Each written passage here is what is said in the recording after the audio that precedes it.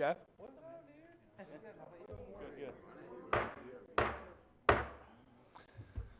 Good morning, ladies and gentlemen. We're a few minutes late at starting the public participation section of the Volusia County Council meeting. Today's date is August 4th, 2016. The Volusia County Council welcomes your involvement and is interested in hearing your comments. Please complete a public participation slip and indicate in the subject line the issue you wish to address.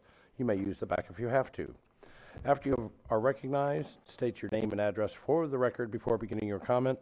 You may speak up to 3 minutes either during this participation or when the agenda item is heard. The County Council will not answer questions or requests during that time.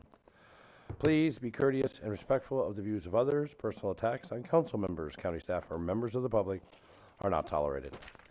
So once again, good morning. We do have a couple of speakers, so we will hop right into it. Mr. Mort Culligan, if you'll please come up front. And we gave you a good pen, Debbie. Debbie Forrester. Is that your last name, Forrester? I just know you by Debbie. Why don't you come on up and have a seat in the front row right there? That way when Mr. Culligan's done, you can just zip right up there. We can rock and roll. Mr. Culligan, please state your name and address for the record, and you have 3 minutes. My name has always been Morton Culligan, 66 Tanglewood Road in exciting DeBerry, Florida. Okay, I would like to address a subject that affects us all in Volusia County and the world. It's our nation's permanent wars. We are losing a war in the Mideast that has been going on for 15 years.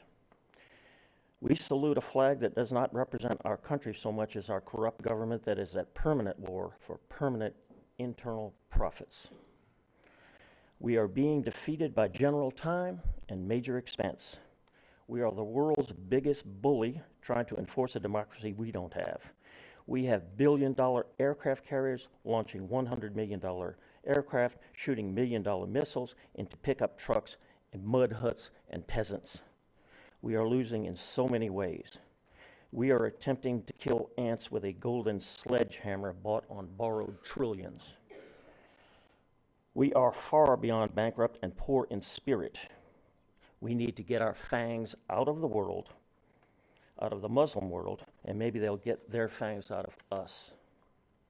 At the outbreak of the Vietnam War, the best general of the Vietnam War, Nguyen Van Giap, said, and I quote, "We will permit the Americans to defeat themselves through the folly and weight of their own efforts."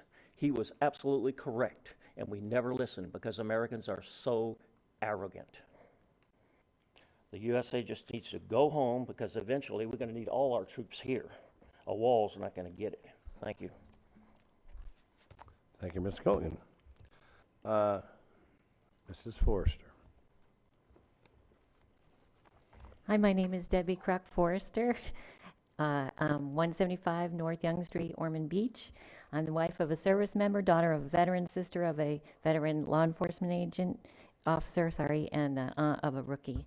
I'm here to invite the county council to the Volusia Mall August 13th. We have some flyers to pass out from noon to 5 for the first Veteran Service Member First Responder Family Appreciation Day. We're requesting Jason make and read a proclamation. There'll be discounts throughout the mall for all our heroes.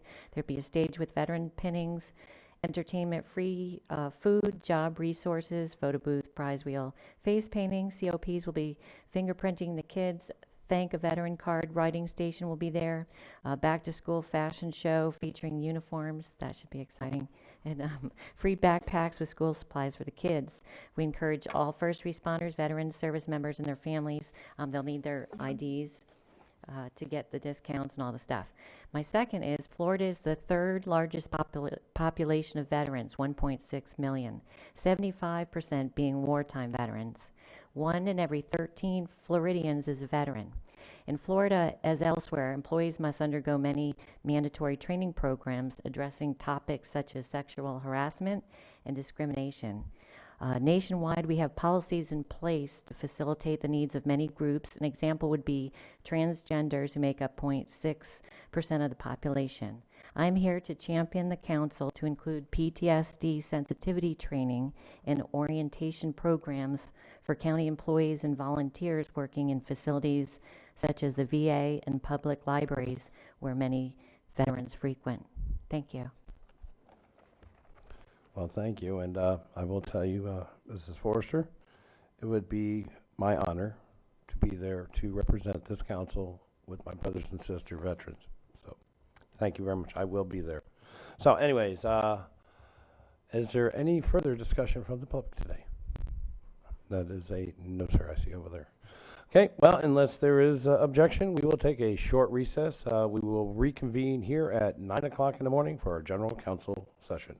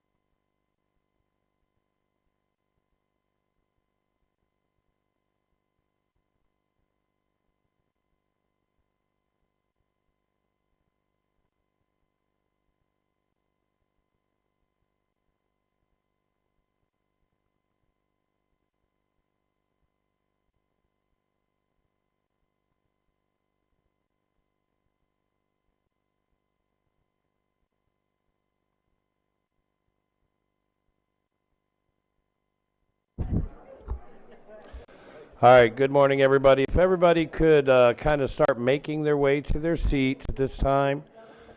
If you have a cell phone, an iPad, or any other kind of loud noise-making device, if you could please put it on silent or turn it off so we don't disturb the meeting. We will begin the meeting as soon as my vice chair comes out and he is seated. So talk amongst yourselves still, it's no problem.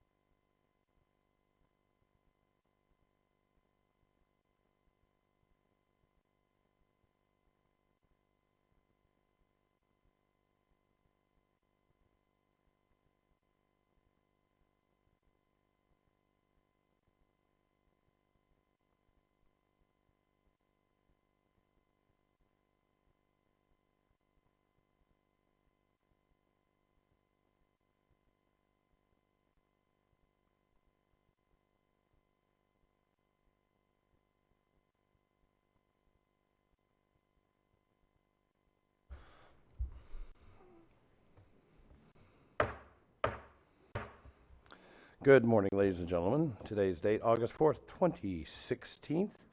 This is the Volusia County Council meeting, and we will have a roll call, please. Ms. Jennings, Present. Mr. Lowry, Here. Mr. Patterson, Here. Mr. Wagner, Here. Ms. Cusack, Mr. Daniels, He's here somewhere in the building? okay. He's Mr. Da- listening. Mr. Davis, I am present. thank you.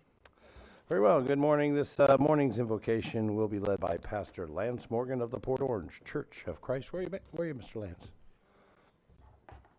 You know, we're gonna have to put like a clergy sign on one of these seats so they just know sit up front so they can come right on up. If the council would please rise with me.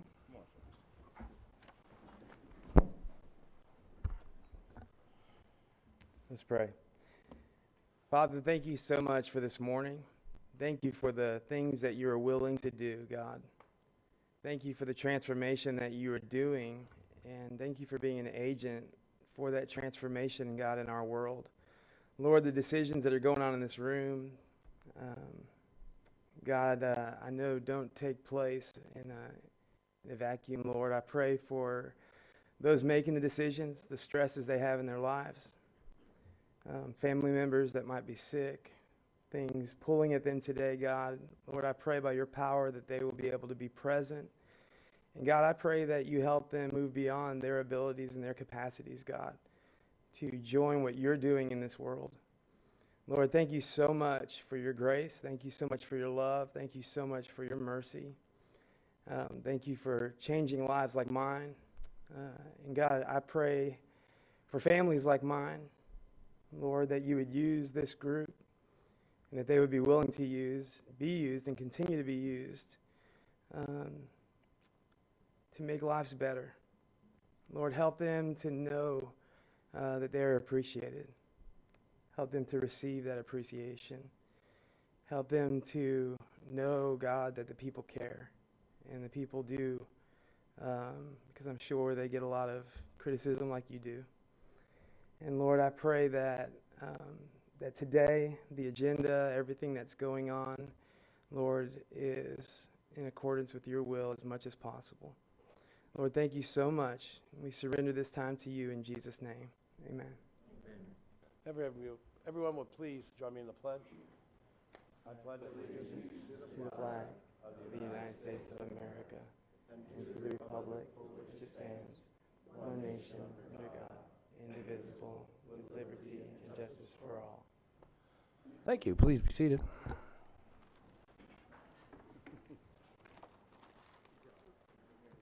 I hope we didn't make you too nervous.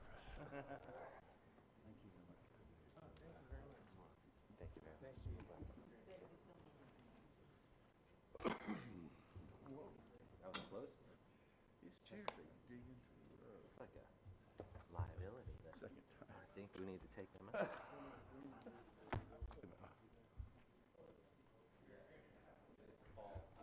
Just, okay. You know our budget, right? All right. All right, let's see. We will now go. How come this is different than the one online? I'm going on the one online. I've just. Anyways, we'll go ahead and pull the consent agenda items. County staff is pulling item 17, item 21, item 22, and item 24.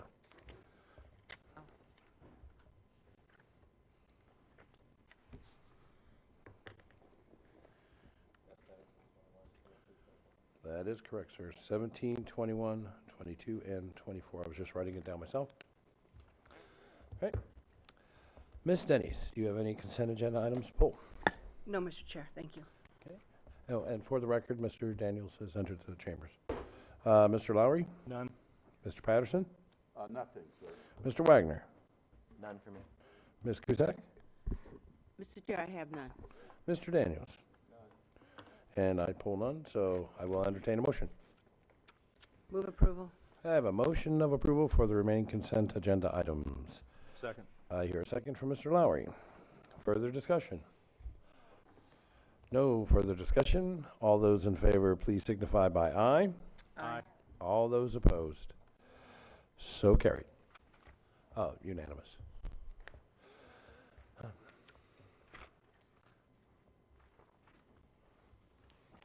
Shuffling of papers as we move forward. All right, we will now move to item number 1. This is Embry-Riddle Aeronautical University update.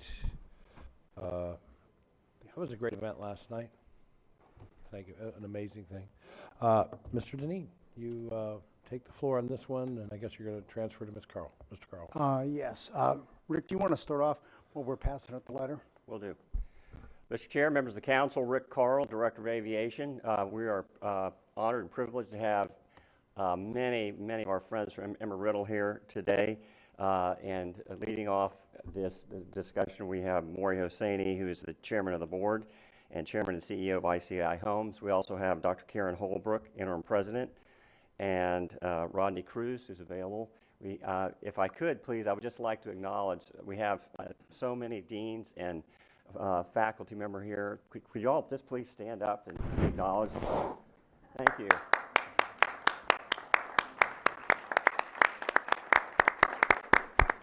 So it's my distinct honor to introduce Mr. Maury Hosseini, Chairman of the Board of Embry-Riddle Aeronautical University.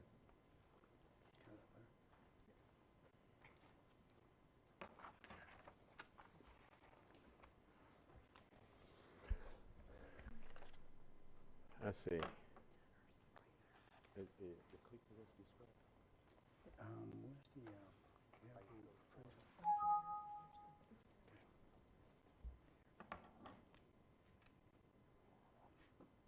Okay. Good morning, Mr. Chairman, member of the council. I'm humbled to be here today, and I'll tell you why. 40 years ago, I was dean of my college in London, asked me to go to his office, and he said to me, "Laddie, you're a mediocre student at best, but there's this symposium in a place called Embry-Riddle in America. Would you want to go?" I didn't know anything about it, but going to America, yes, absolutely, I want to go. So make the story short, 40 years ago, I came here for the first time. And fast forward the following year, and I fall in love with Embry-Riddle and Daytona Beach and this community. Made every excuse in the world to convince my parents that I've got to come and finish my flight and get my master's degree and all kind of good stuff. So the following year, so I've been here 40 years. So following year, I moved to Daytona Beach. Moved to an apartment on Derbyshire Road, and at $175 a month apartment, and became a student of Embry-Riddle. So I'm here because Embry-Riddle was the cause of it. I'm humble because only this country gave you the opportunity to be here and to do well. Today, I'm the first alumni that graduated from Embry-Riddle is the chairman of the board. And the first person that lived in this community that is chairman of the board. In 90 years, the first one. Thank you. So Embry-Riddle has been in place for 90 years. And some 50 years ago, Embry-Riddle came to Daytona Beach. And if it wasn't for the help of that time, that community that helped bring Embry-Riddle here, Embry-Riddle wouldn't be here. They did, they helped, they went and put together money and put together trucks. They literally put, their heart and soul to bring Embry-Riddle to this area. And we're so honored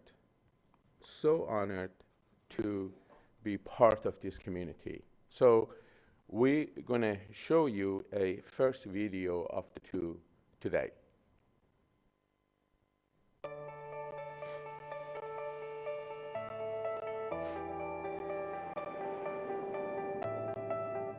Hello, I'm Jack Hunt, president of Embry-Riddle Aeronautical University. Please plan to come and visit us in a not-too-distant future. Thank you. For 50 years, Embry-Riddle Aeronautical University has been a proud part of the Daytona Beach community. We're so grateful for its unwavering support. Students, faculty, and staff number almost 7,000 with a positive impact to the area socially, culturally, and economically. Since 1965, Embry-Riddle has grown hand in hand with the city we call home. The story of this university runs parallel to that of aviation itself. In 1925, on the 22nd anniversary of that historic flight at Kitty Hawk, T. Higbee Embry and John Paul Riddle formed their partnership, the Embry-Riddle Company. They set out to teach the daring to fly, to sell aircraft, transport mail, and carry passengers, to promote this new industry, aviation. By 1939, the focus was education, and soon the demand for pilots and mechanics propelled Embry-Riddle into the war effort. Let's fast forward to 1963. The visionary Jack Hunt was named president and began laying the foundation to boost enrollment, establish a centralized campus, foment ties with the aviation industry, and to earn academic accreditation. But first, a new home for the school was needed. Ormond Beach, 260 miles up the coast, was chosen, but there were no facilities. Nearby Daytona Beach offered what was to be a temporary solution, an unoccupied Army-Navy training compound on airport property. Problem solved. To achieve all these goals, Operation Bootstrap was set into motion.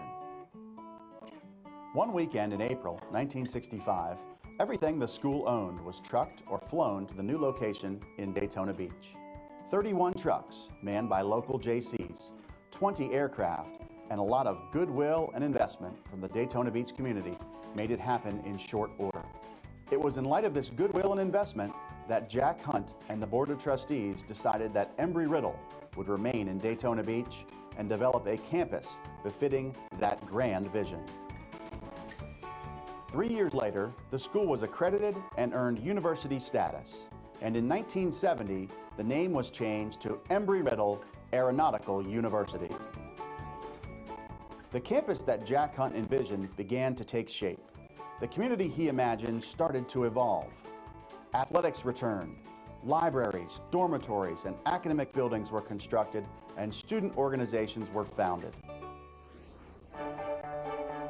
The world-renowned university that we know today grew from bold ideas, realized with perseverance and creativity, concepts that guide us still. Operation Bootstrap was a resounding success. It's been a great 50 years for us and Daytona Beach. Nearly impossible to imagine one without the other. Our Daytona Beach campus family is proud to call this great city home. We can't predict where the next 50 years will take us, but we are certain it'll begin from here. Hello, I'm Jack Hunt, president of Embry-Riddle Aeronautical University. We hope that you've enjoyed this short tour of our campus, and please plan to come and visit us in the not-too-distant future. Then we can talk about the future, which I can assure you will be very exciting.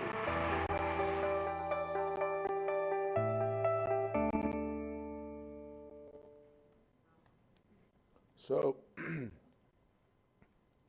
so you say, well, what's so special about Embry-Riddle? To start with, we are #1 aerospace engineering college in the country. #1. So when you go to Boeing, Lockheed, and the rest of these great aircraft manufacturing, you will see many, many Embry-Riddle graduates. Actually, Embry-Riddle is in Boeing, actually on site with Boeing in Charleston, teaching some of those engineers for master's degree. We're there. I mean, and this just came out just a few months ago, and we're so proud of it. We're #1 in the country on online bachelor degree, teaching online. #1. To give you an example, University of Florida, the flagship university of state of Florida, is #11. Embry-Riddle Aeronautical University is #1 on online degree because we have been doing this for a long time. So 93% of Embry-Riddle graduates are employed or continue education within 1 year of graduation. 93%. This is hope and wish of any university in the country. Any university that having 93% having job. The reality is most of our students get multiple offers, and they are one of the highest paid when they get hired. So we are second best value college in Florida. We are 16th in the nation for return on investment. And all incoming Florida freshmen, this is the first, that we all the kids that want to come in from the state of Florida, this is special for them, we bring their tuition down by 5%. You know, set aside that we give $75 million help to the kids that need scholarship. $75 million we give to these kids. So we have 30,000 students that enrolled in all of our campuses. Not just in Daytona, not just in Prescott, but all over the world. Mr. Chairman, you'll be interested in this. 18,680 students are veterans, ROTC members, or active military. They are part of Embry-Riddle. And in Daytona Beach, we have 6,100 students, and we're on our way within 5 years, that's our 5-year plan, to be 7,500 students in Daytona Beach, of which 14% of our students today are international students. So if you look at the ranking that we are number one, you know, we're just ahead of Air Force Academy. I mean, if you're really lucky you get to Air Force Academy, you're really lucky you get to come to Embry-Riddle. And that's such an honor for us to be able to work with our veterans. So we have 22,000 visitors annually. 8,000 of them are potential students and family, 9,000 current students and family, and 5,000 corporate and conference visitors. And this is our future. Looking 5 years down the road, you know, bringing people from all over the world for conference to Daytona Beach, Florida. That's our game plan. We are going to the next level. So the Washington Economic Group did an impact study in 2015. That's only last year. Our impact bring 9,700 plus jobs for Volusia County alone, over $1 billion in impact, and is a 20% increase from 2011. For the state of Florida, all over, we have 11,500 jobs, $1.37 billion impact, and 36% increase from 2011. We have planned to invest over $400 million in the next 5 years. $400 million in this area that is spent for Embry-Riddle and creating 450 new jobs. That's just on our construction. Not bringing new professors, researchers, all high-paying jobs. That's just, you know, being able to create that. Now, that brought us to the state of Florida.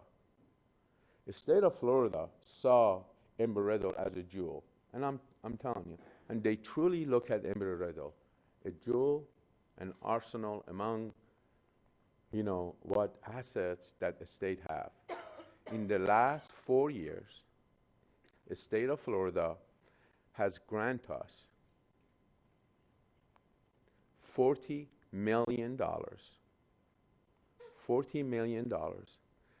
in infrastructure. You know, what you saw yesterday on our research park, they came up with $18 million because they see it.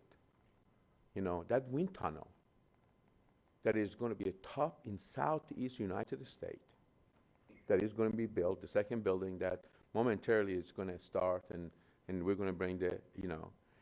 And something interesting that we have, no one else has, no other universities or institution in the state of Florida. The state of Florida gives us every year $3 million in grant because we are in 40 counties in the state of Florida, 40 counties, teaching students in a different high schools. See, kids are like, God, I hate math because it's not fun. Well, we create fun for them. We create fun for them. We teach them, you know, hey, would you like to fly a drone? Wow, they love that. Oh, how would you like to fly? Well, in order to do that, you need to do this, you know. And so over 3,000 students are enrolled in this. So we'll have 3,000 students around the state of Florida that know about Embry-Riddle, and it's an opening for them to come to Embry-Riddle, and if not, they can go somewhere else, and they will save thousands of dollars because they have earned up to 20 credit hours from Embry-Riddle to go there. And these are all public high schools. We are all in public high schools in 40 counties. And we're hoping within the next couple of years, we'll be in all of our counties in the state of Florida. And imagine how many of those students will end up in Daytona Beach, Florida, to learn. So I have this next video for you.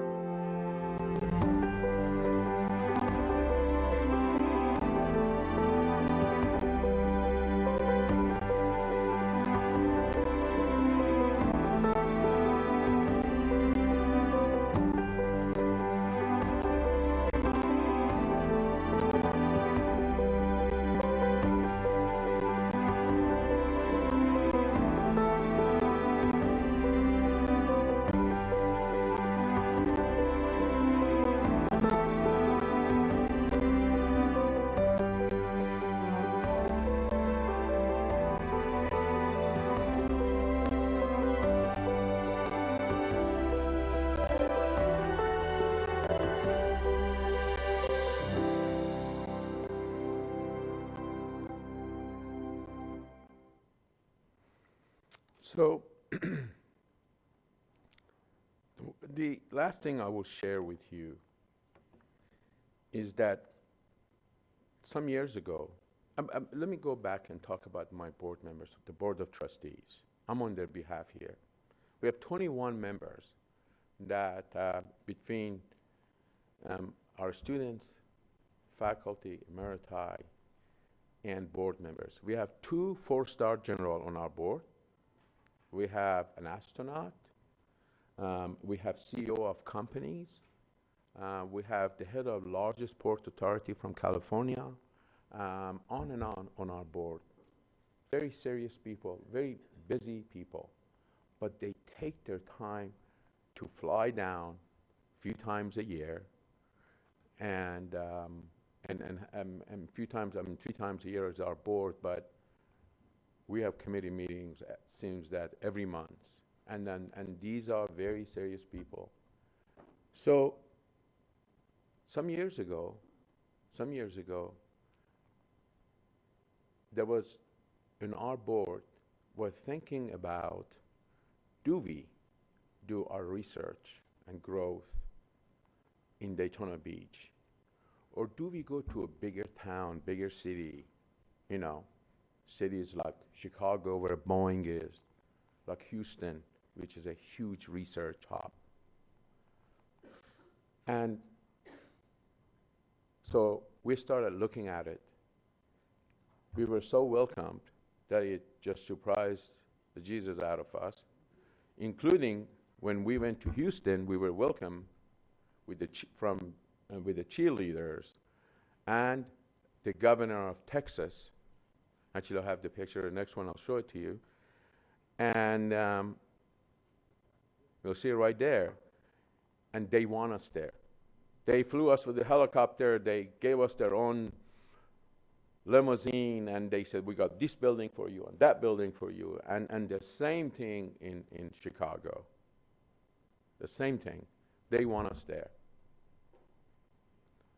We didn't come to you. We didn't go to state, and we didn't say, hey, give us so much money, because they offered us. We didn't. And I'll tell you an incident that made a big difference. On our athletic side, we had this 500-feet buffer, and it was an issue for us because of growth of athletic, and we want to be into NCAA. In order for us to do it, we had to grow that and make some investment.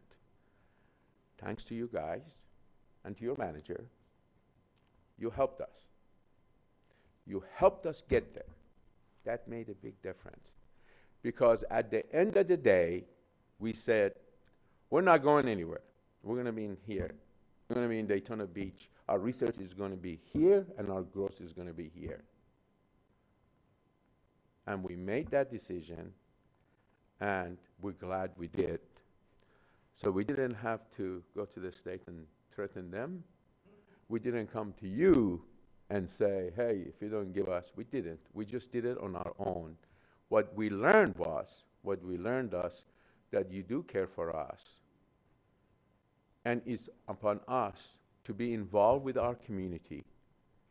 And Embry-Riddle has been, in the last 10 years, as you can see, more and more involved with the community. We're in an international university. We're all over the place. But we miss to be involved with our community. So when we start working with the board, with our president, that was one of our deal with our president, that we have to get involved with our community. And Embry-Riddle has been very involved with our community. So one of our own board members, and someone that I have so much respect for, became our interim president, Karen Holbrook. Karen Holbrook comes, she has such a big resume. If I'm going to go over her resume, it takes about a half hour, so we go out of time. But I'll just tell you why. She is the ex-president of the Ohio State for 5 years. And her experience in education goes decades in research and other things. Her latest that I have been involved with her was University of South Florida. University of South Florida is growing on their research. They have issued actually more patent, if I'm not mistaken, than any other university in the state of Florida. USF did, all of our university. And Karen Holbrook was the right-hand person to the university president, Judy Ginshaft. So when we went to Karen and asked her as a favor to be our interim president, and we managed to convince her to do this. So I'm delighted to introduce to you our interim president, Karen Holbrook, and thank you for your time.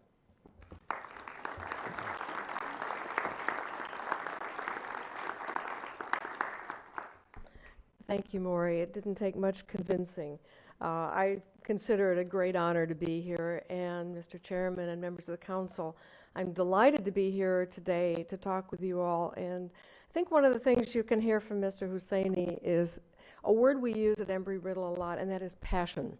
There's a great deal of passion for what it is that we do, what it is that we do for the students, and what it is that we are now starting to do in research. And my job today is to transition a bit from what Embry-Riddle is known for, and that is certainly our teaching and our preparation of students for the world. But part of preparing those students is giving them experiential opportunity. And I think you know that from most universities now is that students do internships, co-op experiences, undertake research, do community service, and all the kinds of things that allow them to fit into life when they leave the university. So we don't say you're going out into the real world. We consider that when they're in the university, they are in the real world. So I'm going to tell you a little bit about the kind of research that's going on at the Embry-Riddle University.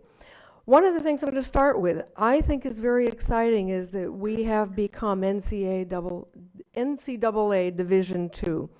You say, well, that's nice, we're a research university. This is very important. Part of this is important because it connects us with the community. Our community members come in and enjoy our athletic events. We have 12 sports and we have 17 teams.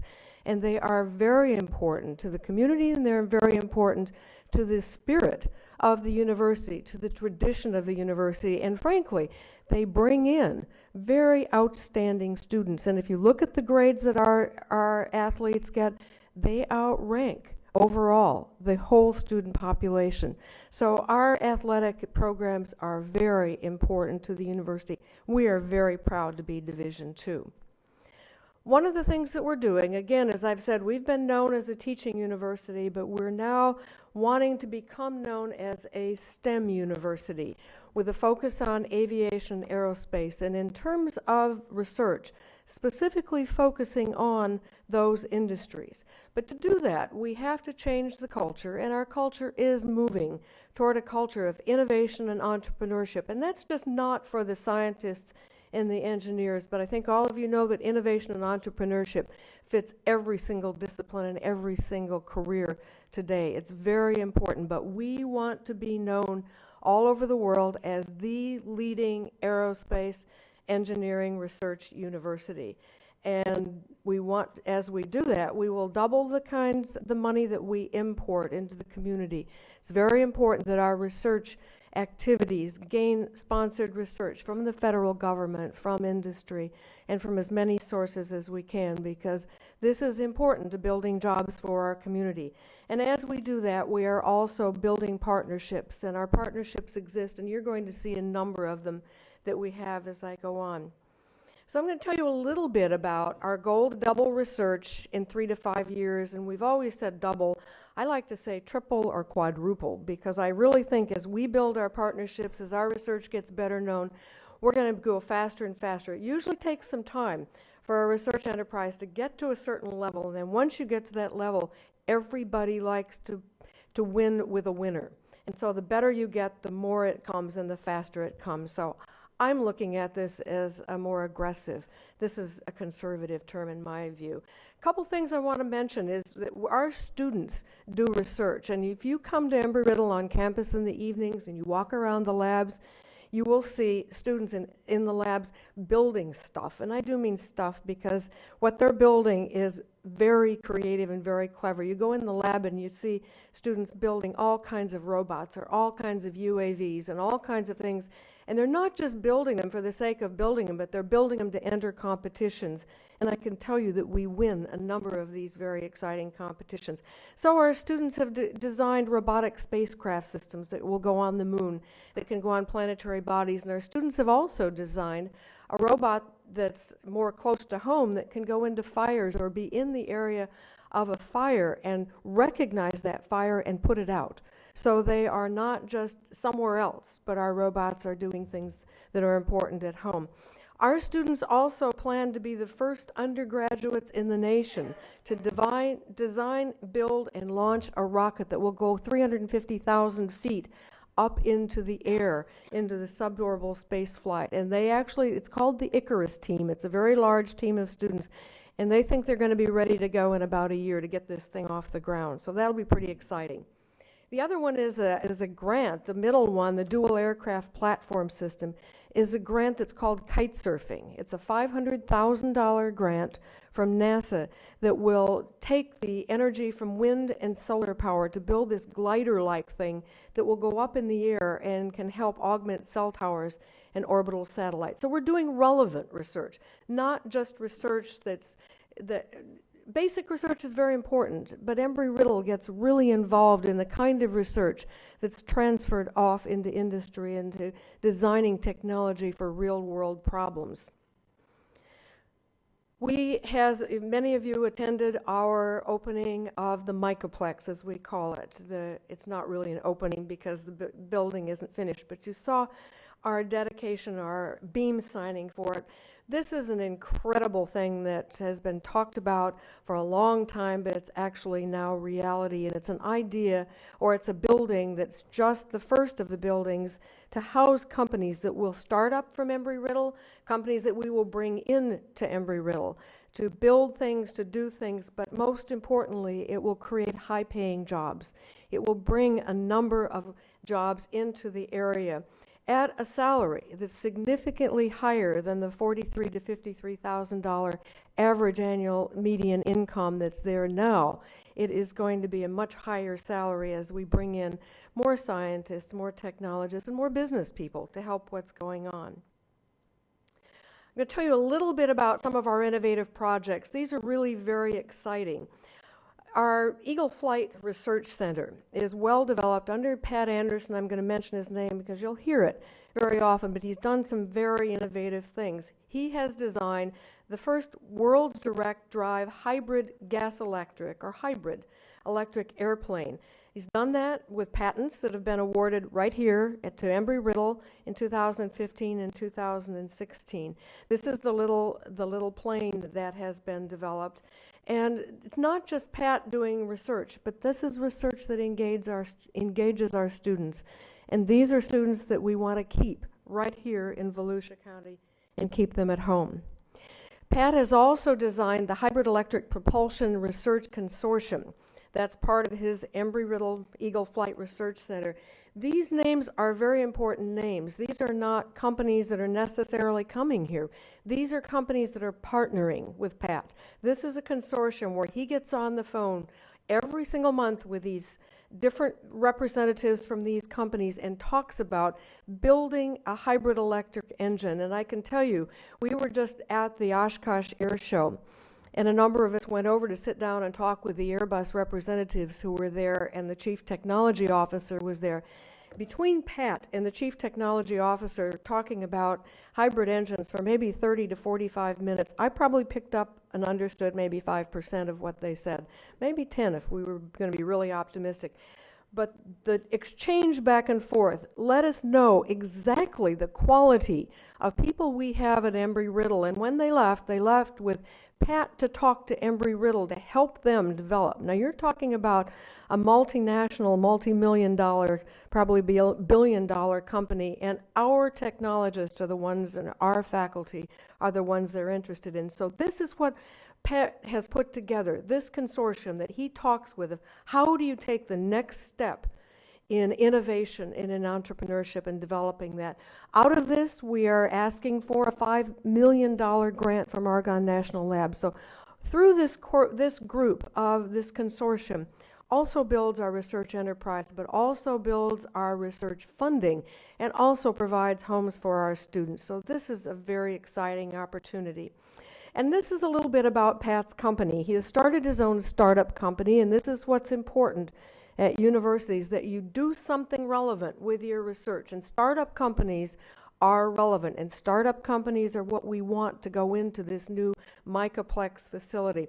Herobotics is Pat's company, and Pat is designing this UAV, which can go straight up in the air, go up vertically, totally autonomous, turn horizontally, and then land again vertically, go back up in the air and land like this. So the idea is to take this up and fly it flat and then bring it down. So it doesn't have to have a runway and doesn't have to have the typical kinds of systems that airplanes have to have. He's designing the algorithms to make this happen. This is you'll see the picture of the UAV. It's probably maybe about this size. It's a good size instrument. Now, how do you use this? Why is this important? This is something that you can actually use for flying over fields. This is precision agriculture is the first obvious use for it. You can fly over crops, fly over orchards, and look for disease. And then you can put a payload on this, and you can fly back and clear that up. So that's just one use. You could use it in border patrols. You could go out over the ocean and look for sharks. There are all kinds of different things you can do with this, so it has great application. And we've had people very interested in it and interested in investing in it. So it's very exciting. Now I'm going to go back to the park a little bit. When we put together the Microplex, we are putting together both an accelerator and an incubator. Now what this means is that when you come into this beautiful building that is going to have many very sophisticated engineering laboratories so that companies can go in and have the kind of resources that they need to do the kind of research that they want so they can move into the space that we have. But you also need business expertise, you need legal expertise, and you need data expertise, you need IT expertise. And so we've put in place two groups of people. One's called the Nexus Partners, and one's called the Resident Partners. The Nexus Partners are ones that are investing in our companies and are investing in our opportunity or investing in the Microplex. And they are going to be there to provide assistance, but also they are ones that are investing because they want to see what's going on and pull some of that technology out for their own use. So they're sort of the first line people that get a chance to look at the new innovation and perhaps use it themselves. And I'll tell you, I've told you about that already. And you've seen the video of this, so let me move on to who our partners are. So we have two Nexus partners. One is the Duva-Salco, and the other one is the International Speedway Corporation. One in line with IT innovation, the other in line with all kinds of innovation that you're very well aware of through propulsion and all kinds of things from the Speedway. So those are our two Nexus partners. We also have resident partners, and resident partners are individuals who are renting some space or leasing space within the building, and these are our accelerator partners, these are our incubator partners.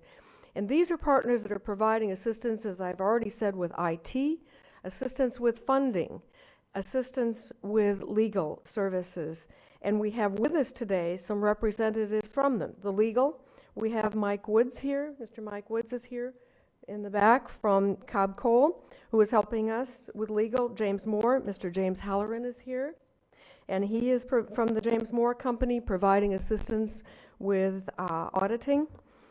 Fire Spring Fund, Mrs. Donna McKenzie is here, and this is a not-for-profit investment corporation that will invest in our properties. And Van Data, Mr. Todd Hufstickler is here, and he is an IT person. These are people that are going to help in our incubator, and they will provide 8 hours of service every month to the people who are in our incubator.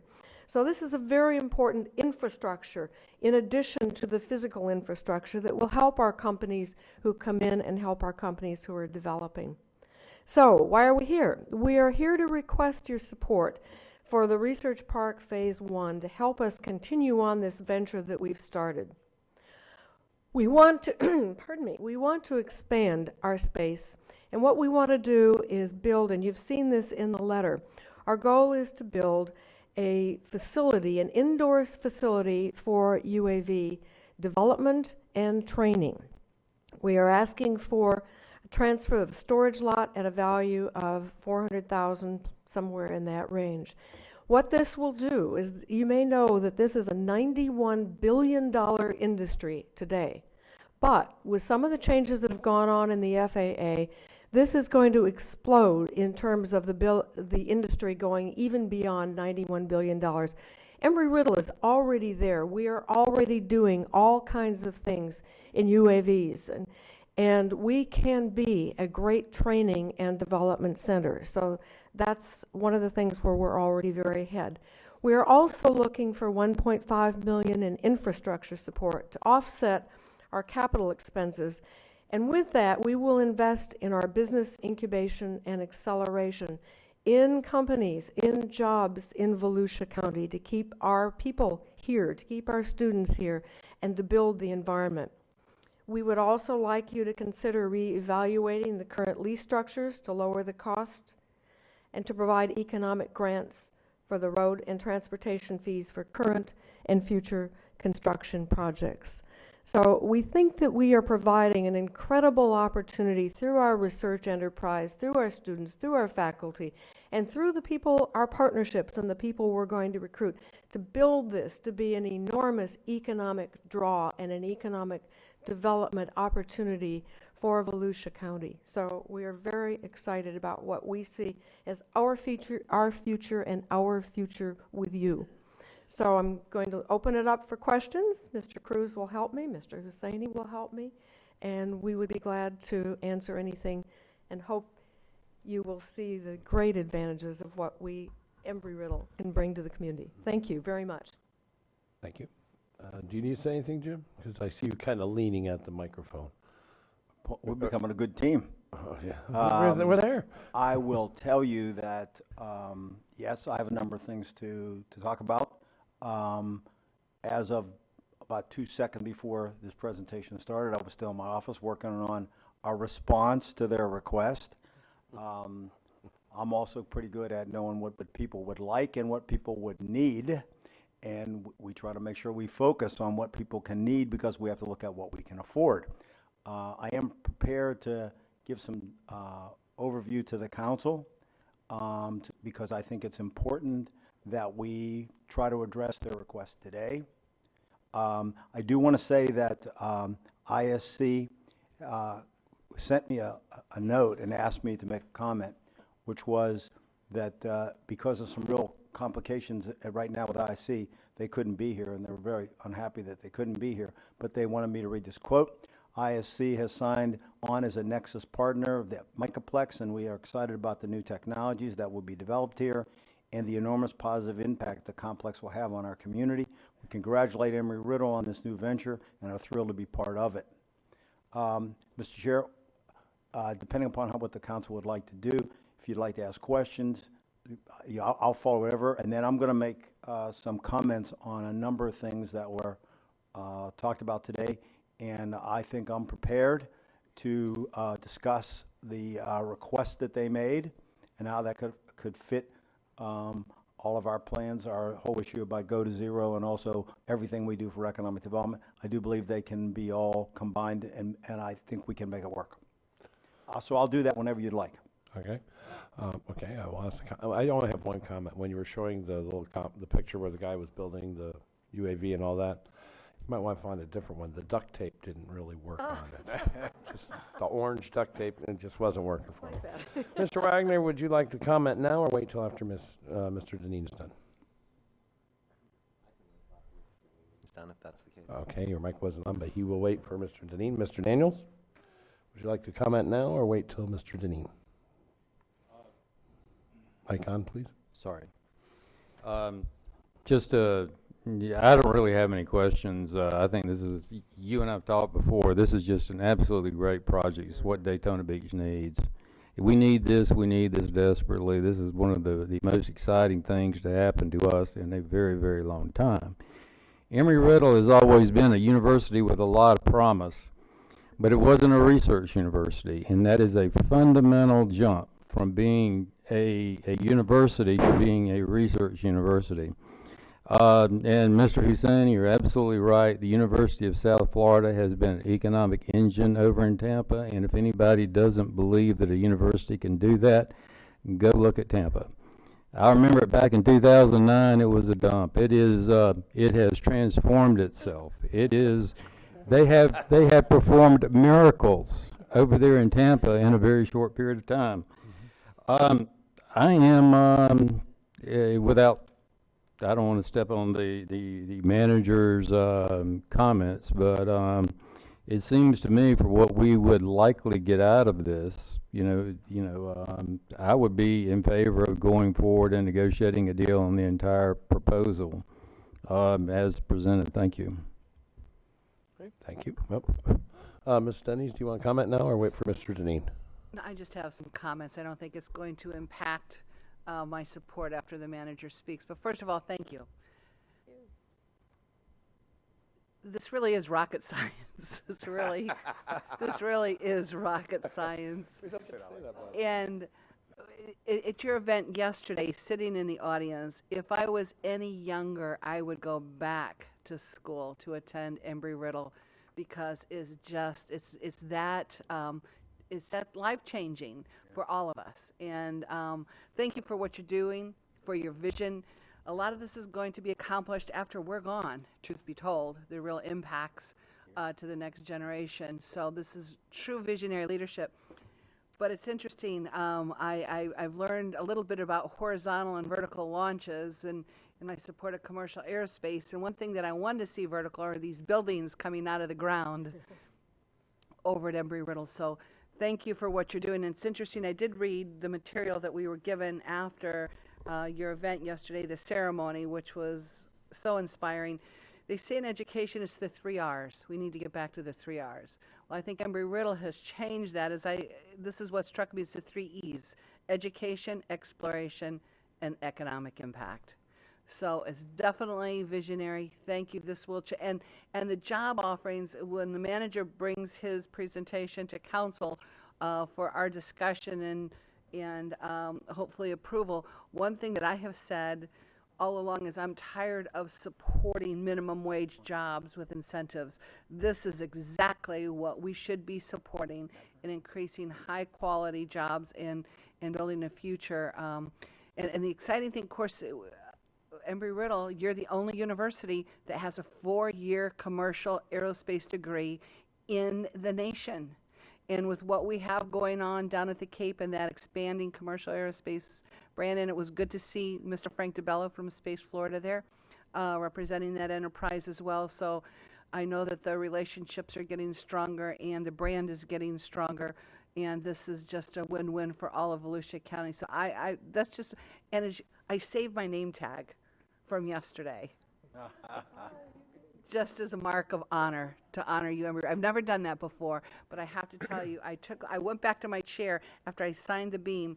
I said, this is good, but I just wanted to make a statement in my continued support. And Mr. Husseini, after listening to your story, that's just absolutely amazing. Thank you for your service. You represent Volusia County well and all that you do, but this is just an amazing leadership position. So I could go on and on for all you do. Thank you so much. You have my support. Thank you. And Mr. Wagner has given me the wave because everybody else wanted to talk. So let's let him talk, and then I'll close it off, and then we'll give it to you, Jim. I think it makes more sense now. Thank you, by the way, and thank you everyone for being here and supporting the university and our community. It really is an amazing, amazing thing that we have here. Maury, your story, thank you for sharing that. It's always enjoyable to hear. I think I was the only member on the council for the Dune, probably. Yeah, that was fun. That was a lot of fun for me. By fun, I mean it was horrible. I got beat up consistently I still do. I got booed out of a picnic. It was awesome. The neighborhood next to it did not like my vote. At the end ended up being unanimous, and it took a while to get there, and it was not appreciated by some. And if you want to look at how that voting turned out in that precinct at the next election, that will signify how that turned out. But I'm glad I voted for it. It was the right thing at the end of the day. And I think I'm going to read something. I knew I wrote it, so I went through my computer. I was trying to find it, and I was happy I was able to. In 2012, when I re-ran for office, Andrew Gant, who's now with us, with the county, asked a couple questions for running. He says, what steps will you take to increase economic development in your district and across Volusia County? And when I go through how we reduce taxes for 4 years, things like that. Where it gets important, as I gave a short bio saying, support local companies with, I'll read it because it's important to me. I have 10 meetings left. I apologize, but we're going to take 4 minutes to let me read this because I'll give you 3. It's you know, when you get in council and you say, hey, here's my platform of why I'm rerunning. The first time you run for office, it's difficult, but no one really knows who you are, and you have these fresh ideas, and you can't really be held accountable for anything. I mean, you can, but for the most part, you're new. And then when you rerun, I found out the stress is much greater, because what did you do? It's a totally different campaign. Mentally, emotionally, it's just different. Luckily, we reduced taxes so much, we were in a cutback phase. But my next paragraph, my first one was focused on what we had done, which was the cutting. The next one was, there are other steps we need to take to continue and increase economic development in Volusia County. We need to continue to find efficiencies in government, speed up the processes with permitting, which we did. Support our local companies with the local preference ordinance, which we passed. Educate local businesses on how to bid government contracts. We went into the cities and taught them how to bid. We support our local companies to help them grow, the incubator, with support of the new business incubator program, and expand it to include West Volusia, which we tried to work out those arrangements. Hold the advertising authorities more accountable and focus on RI. Begrudgingly, I don't want to go back there. I'm just reading it because it's in this. Support sports-related tourism. Focus on support transportation-oriented development TODs near the Sunrail stations. We spent a ton of time on that. Lay the foundation to get Sunrail to East Volusia. We were able to work out that study to figure out what we need to do. Support Team Volusia, public-private economic development group, which we did. Promote the airport and Embry-Riddle Aeronautical University, and support the E-Zone and surrounding areas. I then went into, and this will be my last paragraph I'll read from this, was I talk about specifically each of the areas I brought up and my plans of what I can do as my part as a council member. Promote the airport and Embry-Riddle University and Embry-Riddle Aeronautical University. Many people gauge the successfulness of the airport by how cheap their flights may be, or if they can get a direct flight. There's so much more to the airport than many people realize. Sure, the flights are very important, and we continue to focus on that aspect. However, the partnership we have with AU, Embry-Riddle Aeronautical University, is essential to the future success of our community with their new research park, the Next Gen project, unmanned systems, and many other areas. We are poised to be the leading location of aeronautical research and development. ERAU is helping create a niche for our community, and we need to do everything we can to help them be successful. I wrote that in, I guess, 2011. So I can tell you we have our list of things we like to accomplish while we're in office. This is, as you can tell, was on my list. So sincerely, I appreciate your hard work. I appreciate the employees for doing such a great job, because we want to create jobs, as Deb said, but we want to create good ones. We want to have scientists. We want to have people working on rockets. We want to have students dreaming, as Deb often says. This is what, I want for my kids. This is what I want for our community, and I just appreciate your work. I know, Jim, it's hard as we try to get to zero to make it happen, but I agree with Doug. This is something that we figure out how we make it happen. We don't go in figuring out how to find it. We figure out a way to do it. In my position as a council member, and hopefully to fulfill my bucket list, is Jim, let's get it done however we have to do it. I'm obviously on board. This is a great thing, and I can't thank you enough, Interim President and Sir Chair. Thank you. Seriously, appreciate it. Thank you. All right, so I guess I got to call you Mr. Chair and Madam President. Since I came on to the council 3.5 years ago, and I went over to the airport, and I, like most people, thought, oh, the airport, that's where airplanes land. They take off, we get in, get our luggage, we yell about ticket prices, we complain about my luggage is lost, all that. But Mr. Wagner's absolutely correct. There's so much more to it. Walk around the corner, and here we got 2 incubator programs right next door to each other. I walked into Embry-Riddle. You could feel the brain power flowing around inside this little incubator. And we're talking about the next gen systems and all the things that they're doing there. I've been over to the university several times. I've talked with past presidents, current presidents, deans and such. And it's, when I like Miss Denny's, when I was younger, I wish I would have gone to Embry-Riddle. I'm still thinking about going. You're still young. I'm still young. Yeah, I'm under. Never mind. No, but Mr. Dean actually told me I couldn't go right now. He says, Mr. Chair, you're trying to get your pilot's license again, not while you're in office. So he told me, no, I'd worry too much. Okay, so I gotta wait. But you guys, I have watched you grow over the past, since I've been here in Volusia County for the past 20 years. Watched the college move around, grow, new buildings, innovative designs and materials on buildings that you've built. They actually built a building out of styrofoam out there once, and it stuck around for a long time until a tornado touched it. But I mean, it was a great idea, and it worked. And that's the kind of things that we need here, innovative ideas, new technologies. You know, everybody wants to say, well, we get to be a tourism communities here. You know, there's an old Aesop fable that says, don't put all your eggs in one basket. And that's the lesson. Let's not put all our eggs in that basket. We are expanding. We've got manufacturing coming in. We've got warehousing coming in. We've got new malls coming in. We've got JetBlue coming in. And now we have a chance. We're right on the edge of being an innovator in technologies and creating that kind of a venue here. And I think that's the next horizon we need to be looking at and bring it all together, because in your portfolios, you don't just put it all into one thing, you diversify it. I think this is our chance to diversify right here. And I'm just saying all this because, you know, we're all going to get beat up a little bit by somebody somewhere. You know, sometimes doing the right thing is not popular. This is just doing the right thing because it is the right thing. And I am on board with it, and I'm with everybody else here. We need to just work out the little nitty-gritty contracts, get everything taken care of, and let's move on. Let's move forward. Ms. Cusack. Thank you, Mr. Chair, and thanks to all of you for being here. I want you to know that I'm impressed with the presentation. I'm impressed with the fact that in Volusia County, we have visionary folk that will look into the future.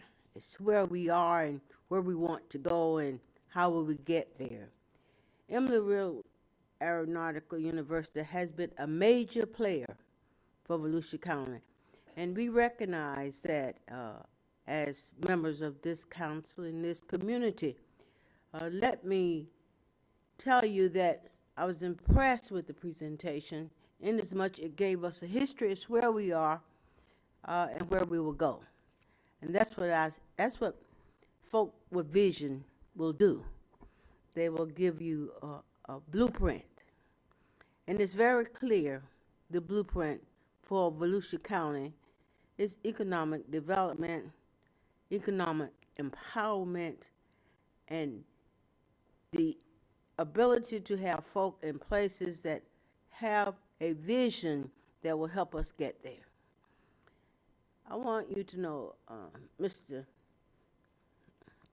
Maury Husseini, I was impressed with your comment and shocked also that you've only been here for 14 years. 40. Oh, so no wonder you know so much. You've been here a long time. I'm glad we got that straight. I could have said, D, he's done all that in 14 years. 40 years. It's evident of the wisdom. It's evident that you hit the road running. It's evident that you are an impact in this community. And it's evident that you have a vision for the growth of our children and our children's children and for our world as we move forward. Madam President, thank you for being here, and your presentation was outstanding.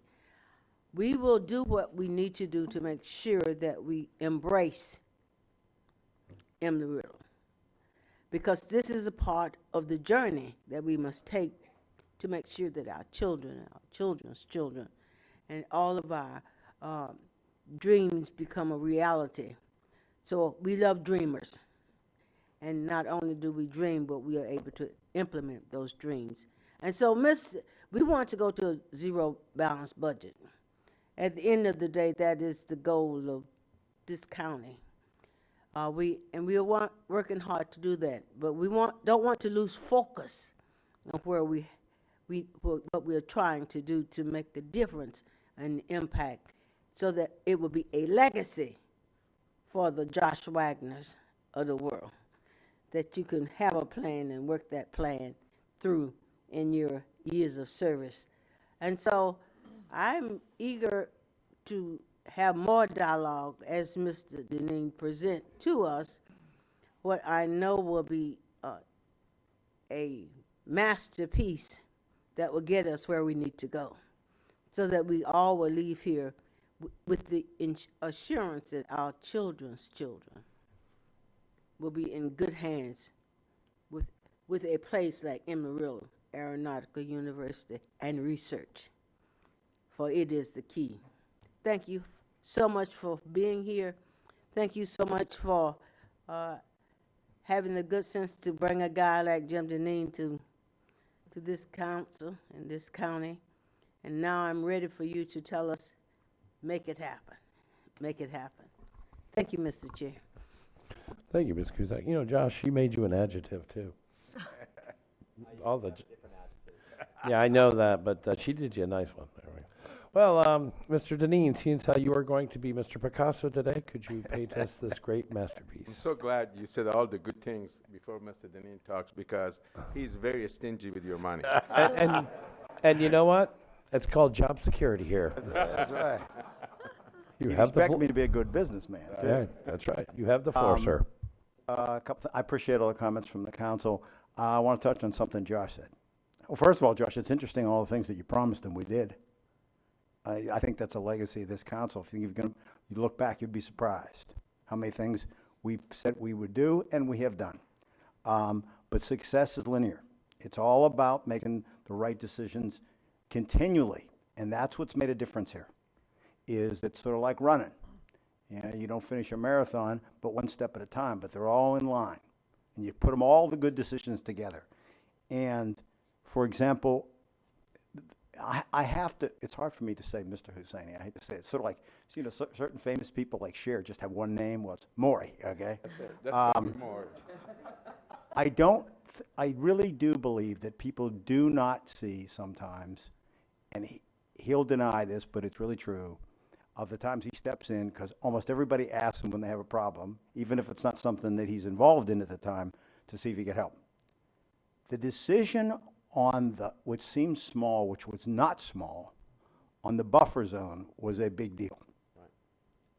Bigger than I think the council at the time that he talked to me about it, because there was pressure about moving the university, and they were talking about giving them buildings. I mean, it would have been easier. Now, obviously, from where I come from, sometimes it's good to be from another place, because what you see is people would kill to get this opportunity for this university in their city. So I understood why Texas was after us. One of the things was they needed to have that land, and they needed to utilize that to fit what they wanted at the time. And Maury asked if we would do that. And if you remember at the time, the land was not under our jurisdiction.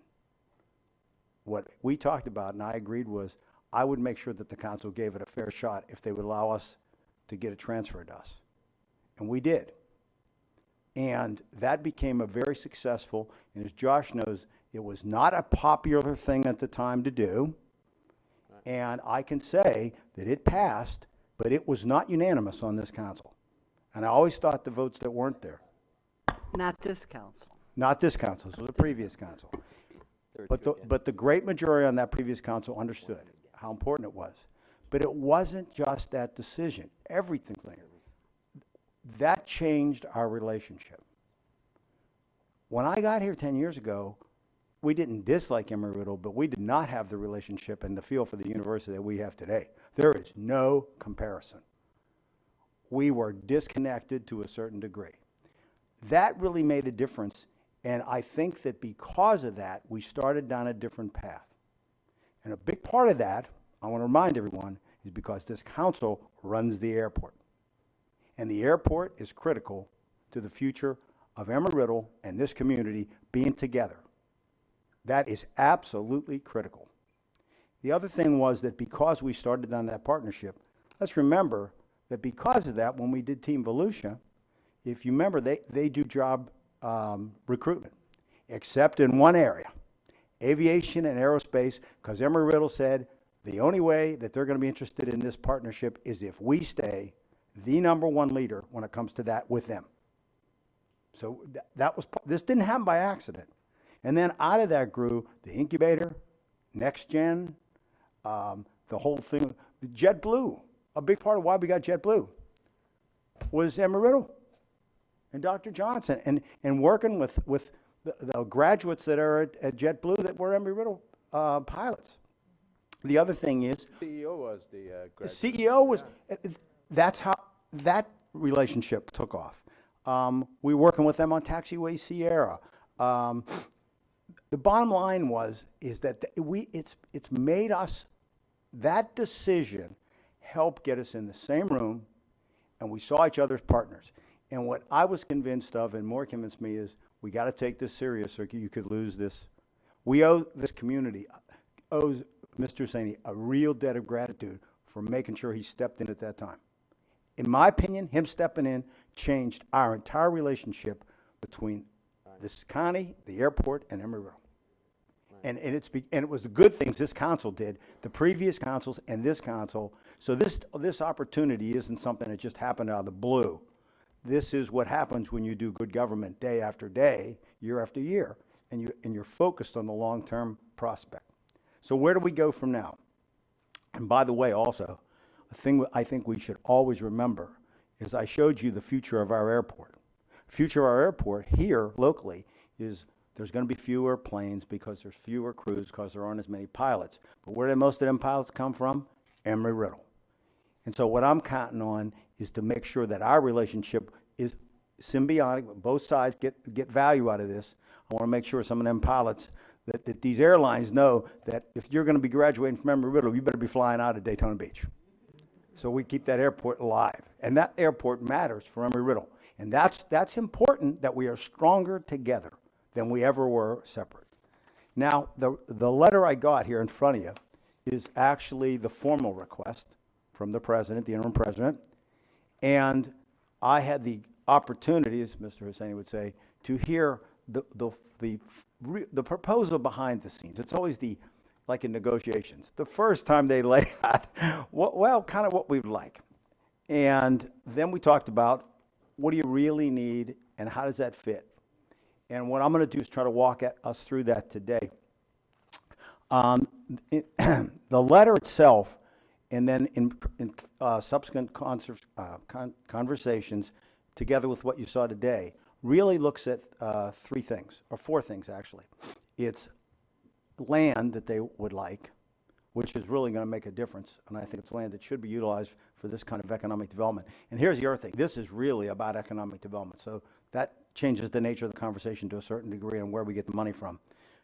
Infrastructure, and that infrastructure allows them to do something else that maybe Mr. Cruz would like to talk about once we get to that point, okay? They're also looking at the value of our impact fees and how maybe there could be grants that relate to what I would consider grants that relate to job creation. That could be an amount that offsets some of their costs for the impact fees, because as you know, we don't waive impact fees. But in cases like this where we may be able to give grants, if it offsets your cost, there are opportunities you can do with your money on things you want to do with it that will help this community. And this whole thing about the lease structure. My commitment, I'll say right now, on the lease structure is that we will work with you with the FAA. The FAA controls our lease structure. But I find it interesting that maybe we can make a different argument to the FAA, because this is about aviation. It's about the future of aviation. So maybe they can find it some way to help, because this really matters to the FAA, that this type of stuff and this kind of research gets done. I think we have a new argument that maybe could affect the leases. We'll go there in partnership with you to see if we can do anything. So the first things you do, obviously, when you get a letter like this is and request is you really look at what is the request, okay? Is it a reasonable ROI? I don't think anybody thinks it isn't. That's the council's decision. My personal opinion is that this is the best ROI I've seen on anything that we're working on. Can we afford the request in keeping with our plan to go to zero? The plan to go to zero is it's important to us. We're planning on having no debt in our general fund by 2018. That'll be the first time in this county since 1975. And we may be the only county in the whole state of Florida that's going in that direction. I will give you a plan that keeps that intact. Obviously today, because you make decisions in a transparent way here today, we do not have resolutions in front of you. That to me is an insult, because that means that you made a decision, or I assumed you did before you even made a decision. We don't do things like that. So today would really be direction to me with the law department and Dan's office to draft the kind of resolutions and technical legal documents that we need in the agreement to move forward. So what you'd be doing today, after I outline this, is you'd be giving us direction to come back. And then we'd have to pass those formally and put them on our agenda so people knew what we're doing, especially if we're transferring property and money. How do we answer the request? Well, first, as I mentioned on the lease, you understand what we'll do. You have my word that we'll do that. And I really think it's going to be an interesting discussion, because there was one of the things I was doing here, even here this morning, was trying to figure out maybe we can make an argument different than we've ever made, because it's in the best interest of the FAA. That one, we'll find out what the FAA will do for us. On the land, the property they're requesting, just so everyone understands, can we put this map up of the property, Sue? Do you have it there? You should have it someplace. Go give it to her. Okay, this is public property we own at the corner of Bellevue and Clyde Morris. I have the appraisal in front of me. There, she has it up. It's 4.737 acre tract of land, and we have various warehouses on it that are used by the school board, the sheriff, and the county solid waste department. I have already talked to the school board about their needs, and I also know our needs. Mr. Cruz and I had to talk about this. As part of this agreement, should the council elect to take my advice and transfer the land, we're going to have an agreement. We'll probably need about 2 years, not for every building, but at least for the school board, to move everybody. And there are implications, because we have the state attorney's office that we have responsibility for, that we give space. And I have to figure out how I'm going to do that, because I have to give them space. Okay, and that one is probably the more difficult one for us, but it's nothing we can't get done. And I can get it done. Mr. Cruz told me within that time frame, they're fine, because we would also allow them to access the property. We had an appraisal done in 2012 of that property. Property's worth probably $850,000 to $800,000. Okay, that was done in 2012. So it may be worth a little more, but we feel comfortable that $800,000 is a true value. Years ago, it was pointed out to me by Mr. Husseini that the previous manager had made a promise, and they showed me a copy. I always ask for things in writing. Okay, he knows I do. And he said, "Prove it to me." He said, "We made no commitment." And I said, "I've got this letter." And then after hum and humming, he says, "Well, I wasn't there. The county council is different." You know. But what I always say is that this government should always honor what it said. And what we said we would do is give them up to $400,000 for which turned out to be Taxiway Sierra. That was not, it was fine for the government to have done that. I will tell you right now, I do not believe that. My issue with that letter was it was not presented to the council. That came from the manager's office, and they didn't take the formal action they should have. But I think when a manager gives their word, and if I can make it work, I think we should make it work. I don't think people should have to worry about what the manager's office says. Now, I make sure that I get the authority of the council. I'm not sure she had that, but she gave them what they believe was the go-ahead, and that was part of their decision process. So that's worth about $400,000. The land's worth about $800,000. So what I'm suggesting, and nothing here that I'm going to say, I haven't touched base with them just so they know, because I don't surprise people.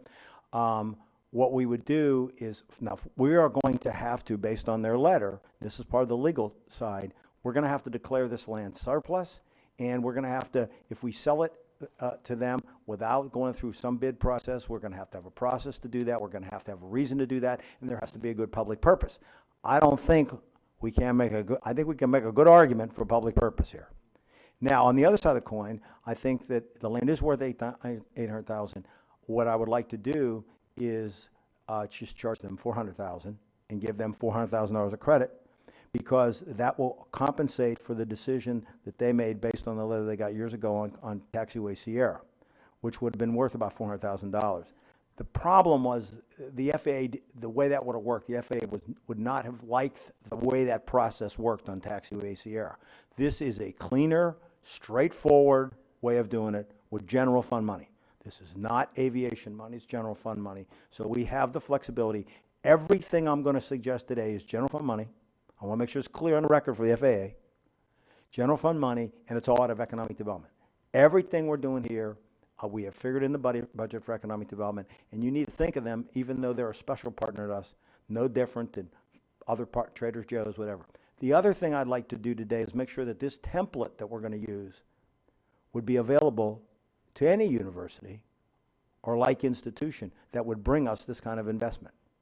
Because I don't think, we want to make sure that we're open to encourage Bethune-Cookman, anyone, to say, Stetson, anyone, that if they're going to bring this kind of investment, now you've got to have a template that shows that you're getting return on investment. But I think we should encourage that from the educational institutions.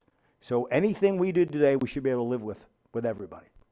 So first of all, we'll do the leases, we'll deal with the land, and I think they're okay with, that would be, they'd give us $400,000 for the land. I think that you could come. You now want us to pay you $400,000? That's a really good deal. No, you can wait till later, but I would like it in cash. Cash would work. We don't take checks. The other thing is the infrastructure. The way we could structure this, and I think this works for them, was we would do 2 payments in this fiscal year of $400,000 and $400,000, one in fall and one in it's 2016-17. It would be that budget, so it'd be $400,000 in this, another $400,000 in April, and then in November the next year I think it's $700,000. Yeah. Yes, sir. And so that would give them the 1.5 million. What I'm going to do here in a minute is I'm going to show, because one of the things that we were working on, and I walked in here at the last minute, was I wanted to go back over this. We actually put a whole new page out on the Go to Zero that show. See, I'm going to do this on every one of these. It's going to show all the changes on the Go to Zero, so you'll know what the change was, and we'll show you how we're going to pay for it. Also, in the case of the grant, in relationship to the value of the infrastructure, the impact fees for roads, we estimated, and this is an estimation, I think we're okay, $250,000. It's really in 3 different fiscal years, next year, the year after, the year after that. We could modify that if we need to, okay, based on when the buildings come online, but I've got to show a figure, okay? And so in this case, I can show it, I can modify it fiscal year, depending upon when you are going to get the bill, okay? It's a little more than a $250,000, Mr. Manager, but it's spread over. Sir, no, I mean, Mr. it's Cruz, you got to be on the microphone so we can put you on the record. Mr. Cruz, what I was talking about is 3 times a $250,000. Oh, yes, sir. Yes, sir. Yes, sir. That's correct. It's like $750,000. Yes, sir. Right. I split it into 3 payments of a $250,000. Yes, I'm a good businessman, but I'm not going to try and pay you $250,000 for something that costs $750,000. Yeah, it wouldn't surprise me though. He knows me too well. All right. What I'd like to do now then is to give you the sheet, put it up on so everyone can see it. Donna, you want to take them through? Well, while he's doing that, Mr. Chairman, just I want to take just a minute and say we stand stand up here. First of all, Rodney Cruz is integral part of all of this. He's been a huge help to university and us being able to come here before you. Thank you, Rodney. But we also have many of, from our deans to chancellors to our staff, our associates are here. Really, they're the one that making it happen. So here, they have their heart and soul into Embry-Riddle and working for Embry-Riddle, and Embry-Riddle is here because of their hard work. So noted, sir. Thank you. If we can, but Donna, you can use yours and you can annotate it because we can do that. Why don't you show them where we're going to get the money from? And here's the other pledge. Every time we do something like this, then we'll do a new sheet for the update to the council on the go to zero. The balance will still be zero. Yes. Correct. Okay. Sorry, Mr. Hussein. Well, it won't be zero if the council don't want it to be zero. If the council wants it to be zero, we can stay there. Okay, but I have to show you the implications of decisions. Donna? What we've done is we revised the five-year forecast that we had presented. Five-year forecast that we had presented last council meeting, and this is in the Economic Development Fund that we presented. Now, what we've done is we've amended this five-year forecast by adding and showing you, first of all, the sale of land, which we're going to do for $400,000. It's right here. So we've added that as a revenue source to the Economic Development Fund. What I do want to draw your attention to is if you look at the transfer line from the general fund. Excuse me, does council have a copy of this? I can pass them out. Pass them out. Yeah. I think that would be That's right. appropriate before dialogue, please. No problem. Certainly. In fact, and this was the sheet we just did, so you'd have it. Just did it So you can walk out of this room and know exactly where the money's coming from.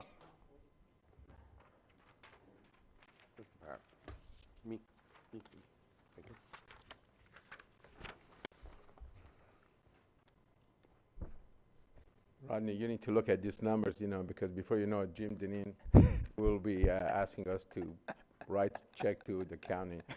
So, Well, the truth be told is the way we're going to do this, when I first mentioned it, Maury said to me, it looks like you're giving us back our own money. And I said, no, I don't think of it that way. We'll put it in the general fund. Think of it as somebody else's money. Don't think of it that way, Mr. Hussein. It's not happening. Oh. All right. Okay.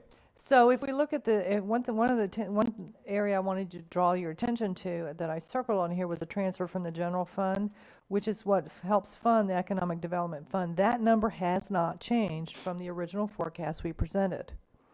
So as we move down, what we've been able to do is we've been able to look at the incentives that we have available to us in the fiscal year 16-17 budget, and we were able to identify the fact that we were able to show here $600,000 for the, $800,000 for the first year of 2016-17, the incentive of $800,000 for that year, and then in 17-18, $700,000, which is the $1.5 million. In addition, we've also demonstrated that we can show and support the $250,000 grant incentive to help with impact fees over the next 3 fiscal years as well. And so at the end of the day, what we have here is we are able to support this request out of economic development. What I'd also want to show you, though, we didn't exhaust all of our funding that's available for economic development. Should we have other proposals that come before us next year, we also still have some carryover funds here of $2.8 million. We also have what we call ongoing incentives of $2.2 million. So you still have about $5 million still for other incentive programs should they come before you next year. And in the following years, you've got some fundings. Because we're funding this year, we're able to move some things around and be able to support that. What really helps us ability to pay for this particular program is because we did have accumulated monies, one-time reserves that we had held aside of incentive money that had grown in this fund that had not been spent yet or had no commitments to it. We had No hoped to good spend- programs would come forward yet. Right, well, we had hoped to spend that on Blue Origin, and it just didn't happen. So the bottom line is, what we're also trying to do is, based on the history we've had, we've tried to keep $4 or $5 million available in economic development, which is why I programmed that with the knowledge that if the right opportunity ever came along, then based on how good that opportunity is, we would decide if we get the money from somewhere else. But on an ongoing basis, we try to keep some money in there for basic incentive packages that have to do with roads, infrastructure, water, sewer, stuff like that. So as you can see, it uses some of our money. We're also using the $400,000 they gave us for the property back. So I think we can clearly do it. It fits it fits the return on investment, but it also fits the nature of the economic development fund that we have. And we still have sufficient funds to handle other opportunities if they come along. And so if you'd like us to do that, and if we end up doing this and you say go ahead and we do all the legislation that we need to, then this will be the new correction, and that'll be the sheet you'll use in the future. It'll show these payments. And my recommendation is on Go to Zero is that every time we do these kind of things, that we modify the chart so that you know and have the recent chart that'll show any decisions you made. It'll show the impact. So this way, I think not only can we afford it, I think it clearly states that it's in the best interest of the county. I would recommend that if you feel that this is something you want to pursue, that it fits within both our philosophy and within our finances. And also, two final notes. One was I've had people ask me, why do you really want to be in this job? Today's why. That's why. And the other thing, I got to tell you this, is that when I met the interim president, I said, OH, and she said, IO, and Maury had no idea what we were talking about. Okay? That was sign language. That's right. And then we did the secret handshake and everything. So. Yeah. I've seen the secret handshake. It's not that big of a secret. Thank you. Anyways. I can answer any questions that you might have. This fits in with our program. I'm on board. This is definitely something, but I'm going to go down, start off with Miss Deb Denny's here, who is online, and then we'll just come back this way, and we have questions. Miss Denny's? Thank you, Mr. Chair. So the actual impact to the budget, the first year is only going to be $650,000 because of the revenue, correct? Correct. Correct. And then we're going into years 17, 18, 18, and 19. And you touched on this, but I want to touch on it again in your comment on economic development and incentives, because council did give you the ability to move around the budget should another project such as Panther, Blue Origin, or whomever that is, just so we're on the record that you do have council's giving you that ability. I believe I do. Here's what I think is clear by the council, is that I think without changing anything in economic development, this gives me some money right off the bat that doesn't change what your expenditures are expected to be. So I have that authority. What you trust me with is if I see the right deal and know that it's the right deal, then I would be looking to identify funds from somewhere else. You'd have to approve that. But I would know that I have this much in economic development.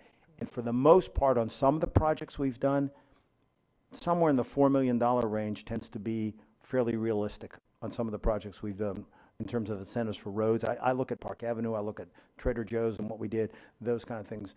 That way, I like to stay within the expenditure if I can, but I do think I have the authority to look for money other places. You do, and I think this is exactly the return of investment that we're looking for, especially with incentives and what's good for all of Volusia County citizens. So yeah, great project, good negotiating, Mr. Manager. I would have loved to have been in the office when that happened. He's tough. I just add something. I'm on the board of Space Florida. There's a huge number of projects coming up. I think we really need to keep our eyes and ears open. There's a huge opportunity that is on its way to us. Blue Origin is going. I mean, it's going to be an incredible validation of the growth in aerospace. And I'm so thankful you're on that board too. And I have to tell you, when you were showing with the governor from Texas up there, and I knew what had happened. I mean, they brought out their red carpet. They had high school bands. They say everything's bigger in Texas. I don't think so. You're still here. Florida does pretty well. So thank you for serving, and I'm glad you're on Space Florida too. Thanks. Danny, the other thing is that I said that earlier, and I want to repeat myself because I think it's really important. Anytime we set this kind of template, I want to make sure that if some other institution can do this kind of return on investment and can do this, that we should be open to encouraging them to come forward too. And so do I feel comfortable that we could live with this formula again? In other words, look at what they're doing. I do. And I think that we ought to encourage people so that, I can live with this and quite frankly would like to repeat it with other universities. Okay. Besides, the governor of Florida wouldn't have liked it if we went over there to he's always fighting with Texas. Always. Oh, yeah. Mr. Daniels. I think that whenever I look back on this is going to be one of the votes that I'm the most proud of, if not the proudest of. As time goes on, I'll be able to look back on it and see what you guys do at Embry-Riddle and see how you transform Daytona Beach. And I think you'll be able to do that in just a tremendous way. And it's I wish there were some opposition, somebody to argue with on it, but there really isn't. I mean, we got unanimity here.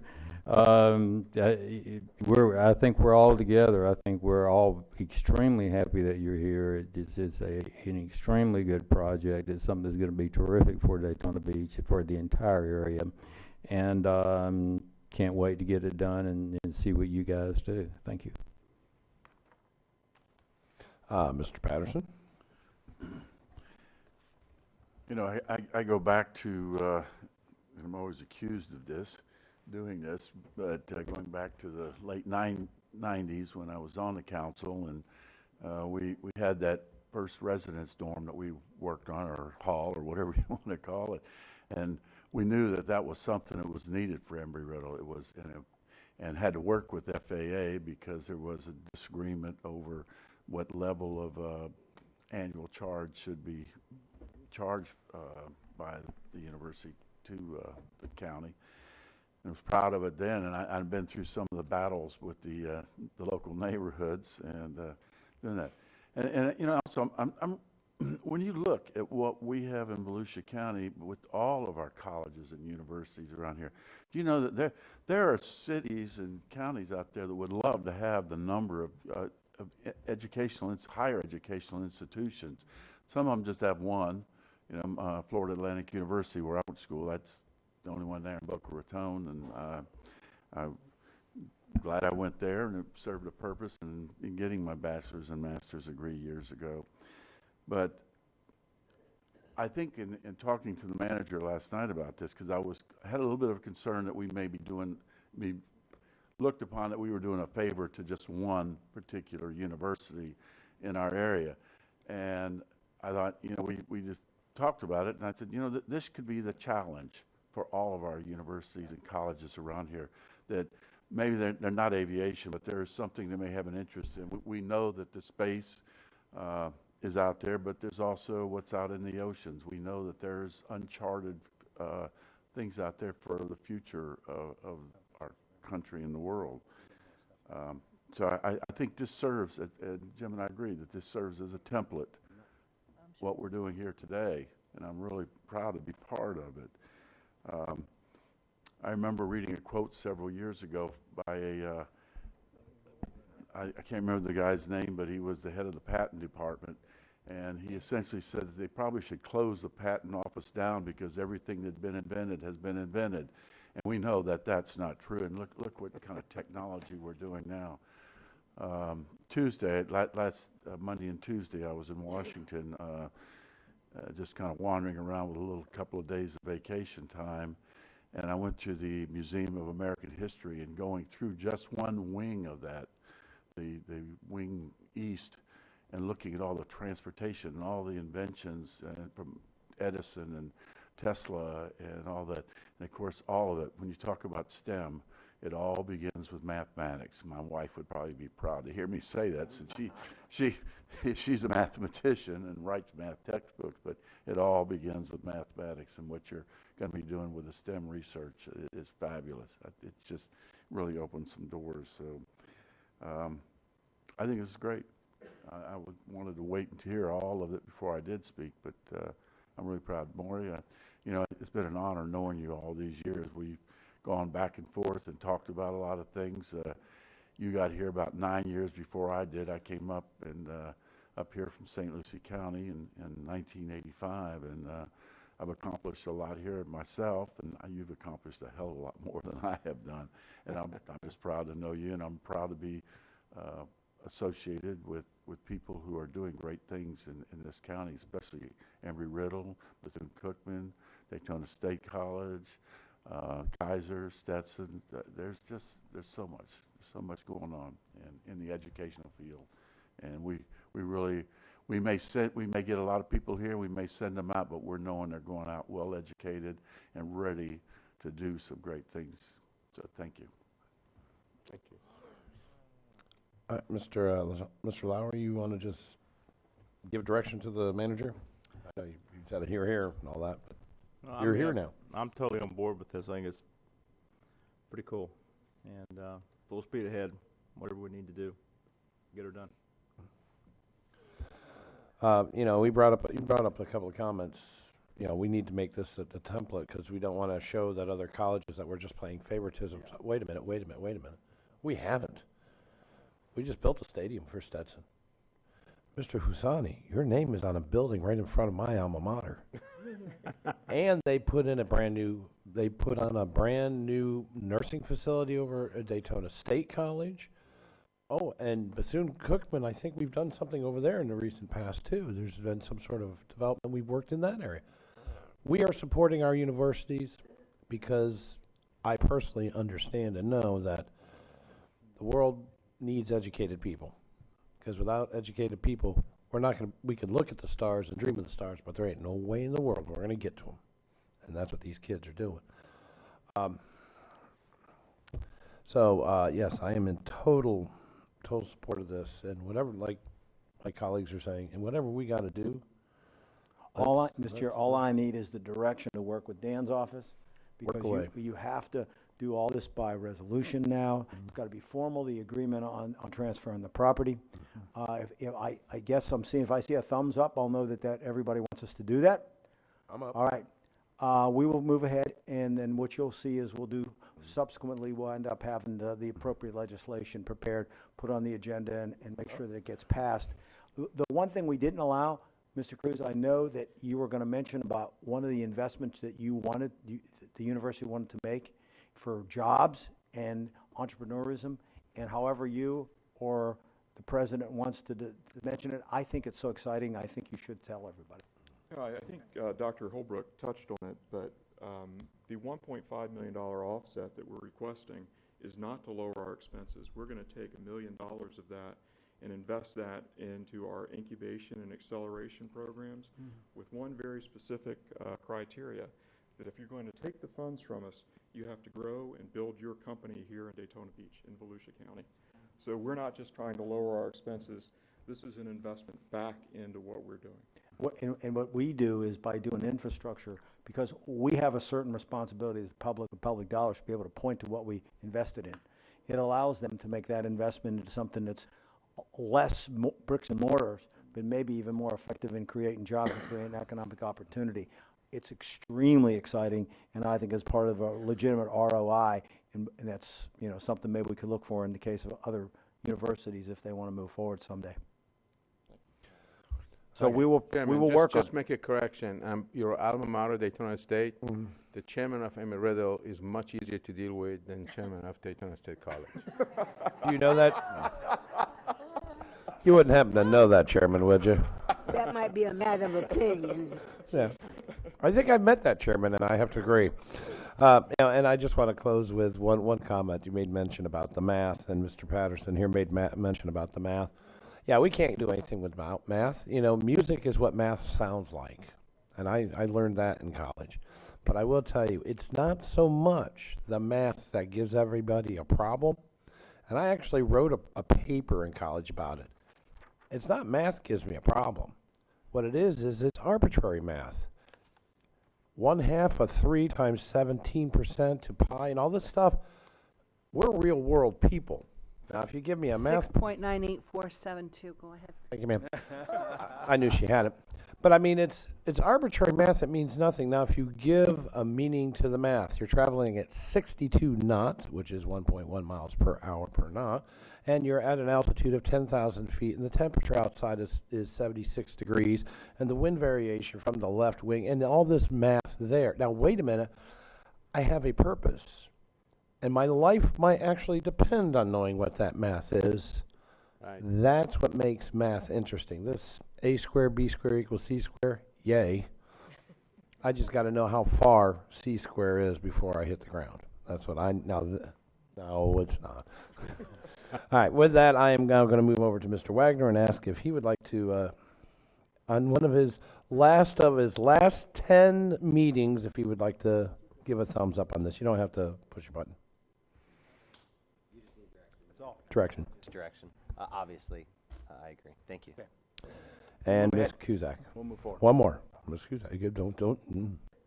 Thank you, Mr. Chair. Thank you to staff for providing the manner of the information for us so in a manner that we can all understand. I think that it's important that we send forth the message that this is general funds. Right.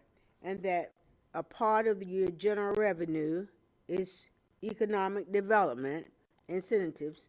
So we are doing exactly what we would expect to have happen with your general funds as it relates to economic development. And finally, 5 universities in a county is outstanding.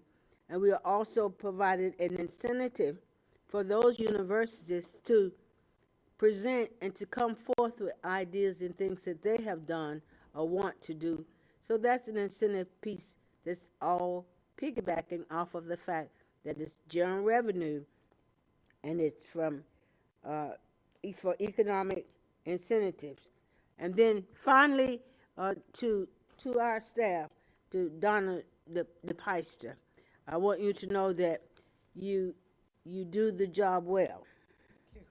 And so behind every good, I guess, manager, there's a lot of folks that really make the difference in getting things done. So Donna, thank you for being that person today to shine for us. And Mr. Husseini, Space Florida, on that board, you make it happen there. They need some help, and they need a man like you on there to make sure that Volusia County gets its fair share of that fund. So we are partners here, and we've not always been that way. But today is a good day for us, and we will continue the partnership as we build Volusia County. Thank you, Mr. Chair. I'm totally on board with this.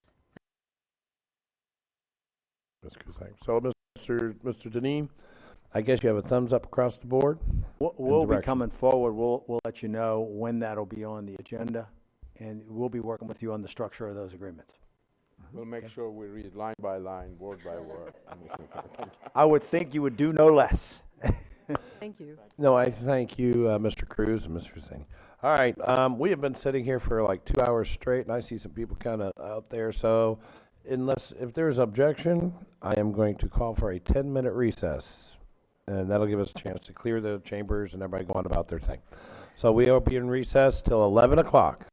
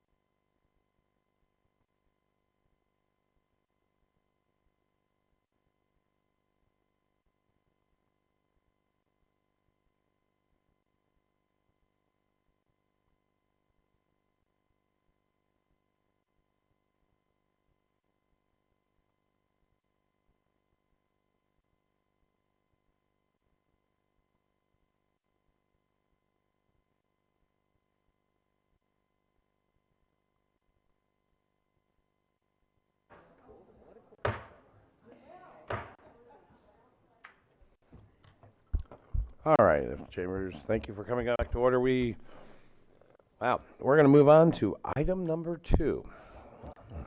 Woo, we're moving right along this morning.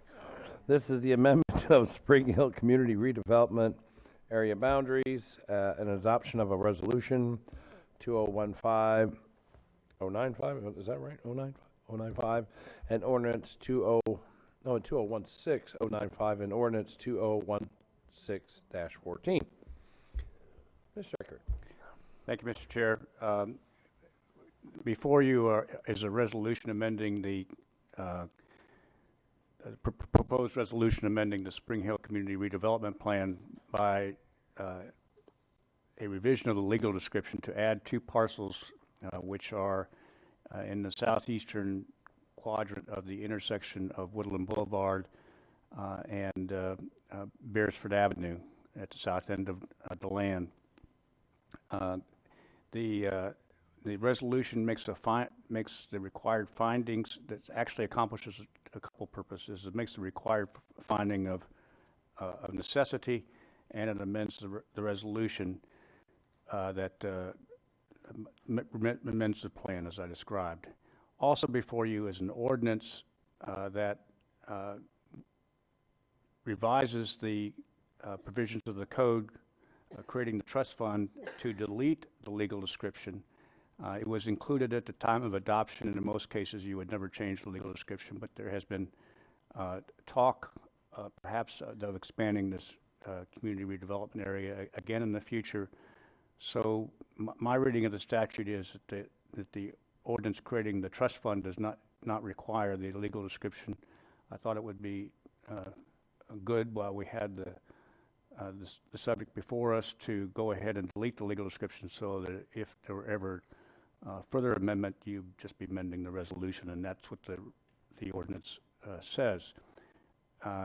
This is a public hearing, at least for the ordinance. The statute requires public notice of the resolution as if it were an ordinance. It doesn't clearly say that a public hearing is required. It also requires notice but I think one is prudent.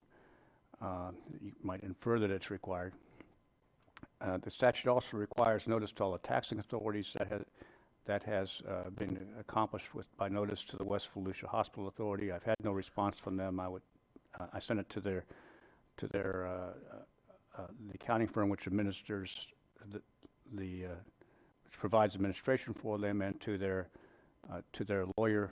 I think because of the de minimis addition, there's been no formal response. The City of DeLand has adopted a resolution in favor of this. This is not within the city at this point, though it perhaps may be at sometimes in the future if the city annexes following the redevelopment. What this makes following new development that is planned for this area. This makes it all that development within the area. Otherwise, you'd be unnaturally splitting the parcels that it provides to the district, to the community redevelopment area. The benefit of the increment. It may be that part of the commercial area will include only parking lot and stormwater, but I think it makes it simpler for all concerned. And while you were dealing with other kinds of economic incentives earlier today in a more grand scale, this is an important benefit for redevelopment in this particular area of the county. It's a small thing. It requires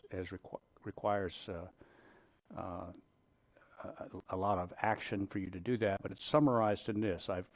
After your public hearing, I would ask that you adopt the resolution amending the plan, and then by separate motion, I would ask that you adopt the ordinance amending the code. And as part of that, it's been called to my attention that there's, you could say it's a scrivener's error in the title. It's actually the omission of an Article D, but I would ask your amendment in the motion adopting the ordinance, I would ask you to amend the title to include the, so that it says providing for incorporation into the code. The word code is missing from that which, the word "the" is missing from that which was published. So you'd be amending the title and then adopting the ordinance.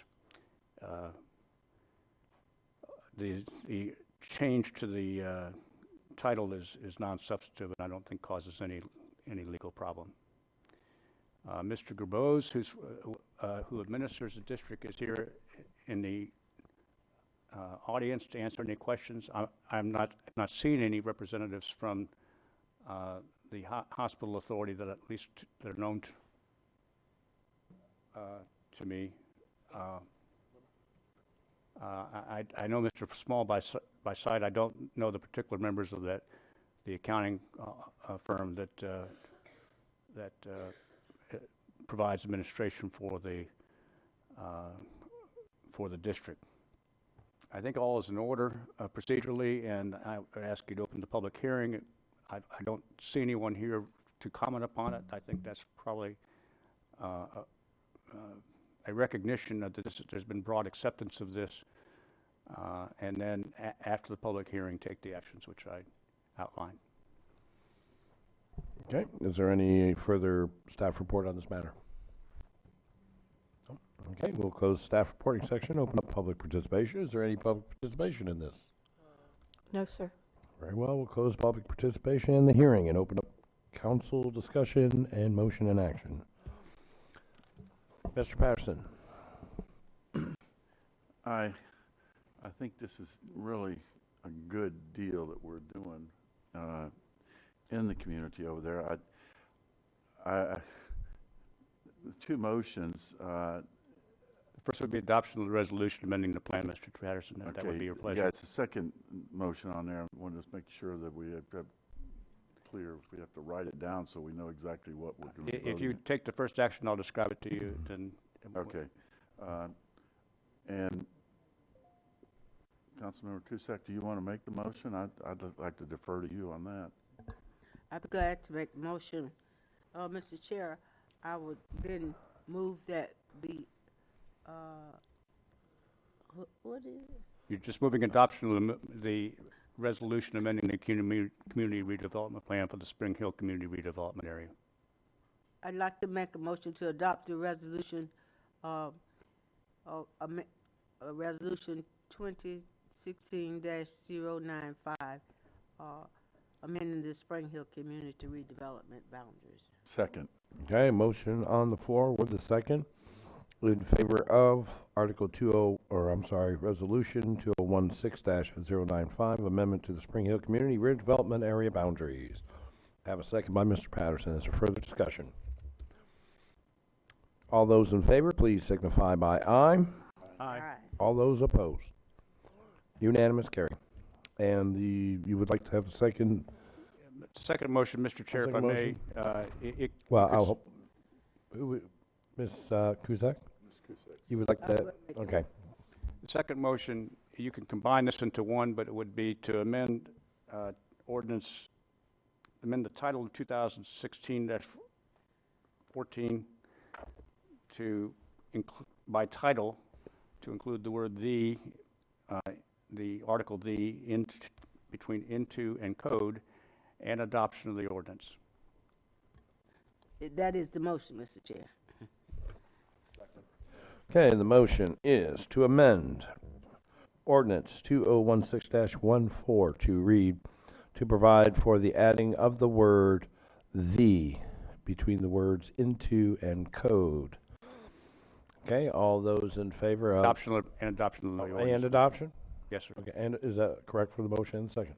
Okay, and adoption of said ordinance, please. All those.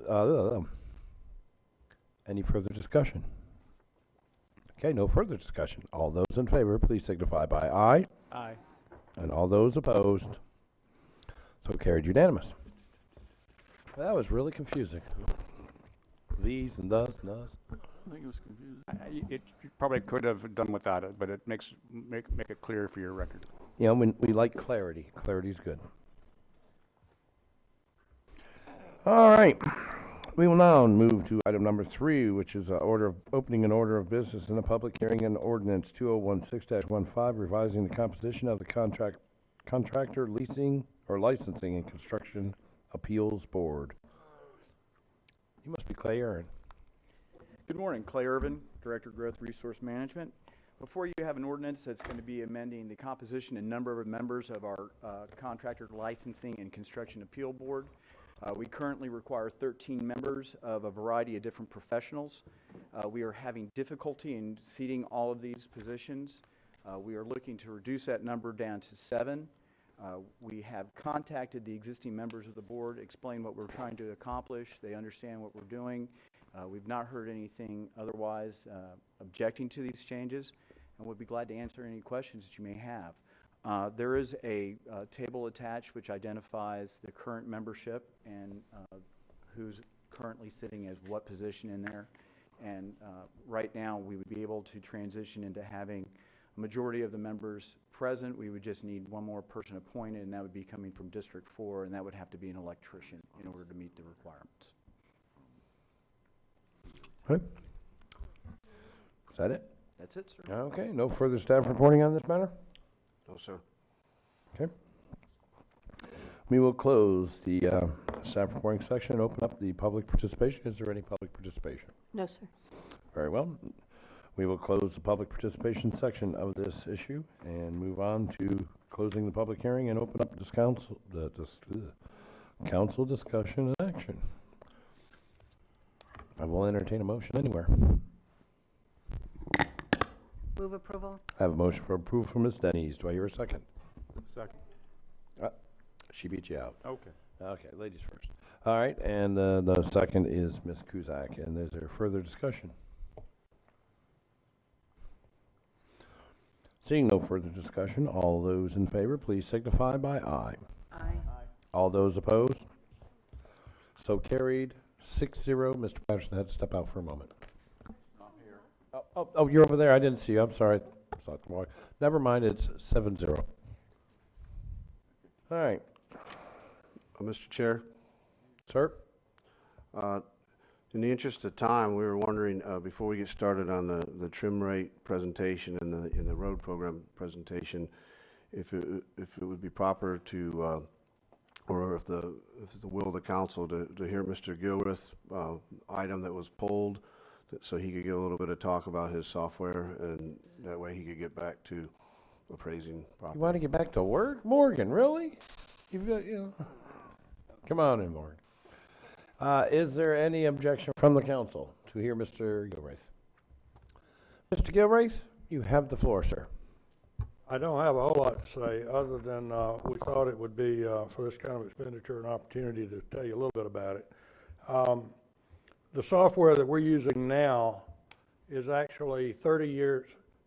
The system's 30 years old. We spent money about 10 years ago to get it updated technologically so we could do some more things with it.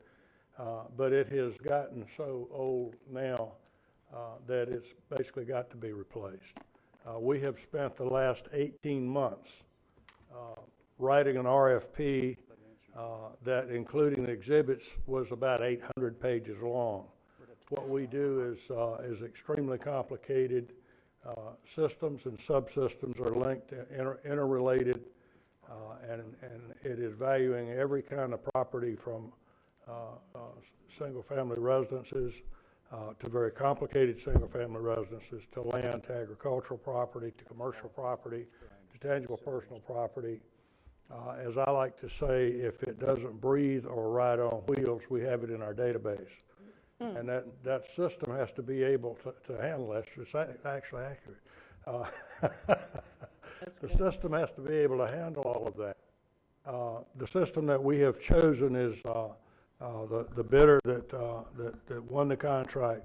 And as I say this, I want to give Tabitha Friedman and Kim and John Nagara and IT extreme kudos and thanks for their help with this whole process, because it really was a joint effort between our department and those two, and trying to get everything together well, and the legal department as well. The company Tyler Technologies has over 100 counties or jurisdictions across the country. They have some other Florida counties.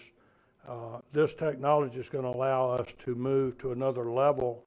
You may have looked at our website and seen that we upgraded our website this past year. We did that with internal programmers, and it's a really good job, but there's things it won't do because of the system it's tied to. The system we're going to be implementing with this contract will allow us to have online applications for homestead exemptions, for tangible personal property applications, and other things. It will allow more interactive activity with our aerial photography and some other things that we're doing, and it will move us up technologically and to another level. Quite frankly, I did not want to burden either you, the taxpayers, or somebody who was stepping into my job with the task of trying to figure out how to do all of that. So we have gotten all of that done, and this is the end of the process, and we'll be able to have a really good system for the new property appraiser to move into and operate down. As I have said to all three of the people running for that job, the system's going to be ready for you to really shine with it, and you can take credit for it being so good, or if it's, for some reason it screws up, you can blame me. But it won't be doing that. It's really an excellent piece of software that we think we're getting about as good a deal as you can get in this industry. And I'm really proud of our people and the purchasing and IT and legal department who've helped us get to this point. So with that, I'll ask if you have any questions, and then I'll sit down and let you vote on it. Is there any questions? Okay. Oh, Denny's, Ms. Denny's. Just a comment. Mr. Gilroy, thank you. Just thank you for your service and spirit of excellence. I would say that's the word that I would use for your department. And I hate to see you go. It's a high note. I'm looking at you here, listening to everything that you're doing and updating the processes for our citizens. But thank you.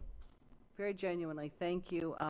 The spirit of excellence that you have kept in your department. And just thanks.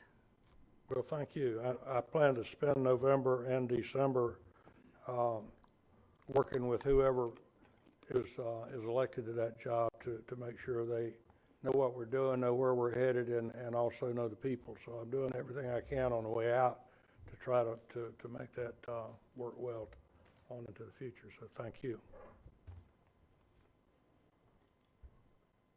Did I hear a motion in the middle of all that somewhere? Move approval. Oh, thank you, ma'am. Motion for approval, and a second by Mr. Wagner. Mr. Deneen.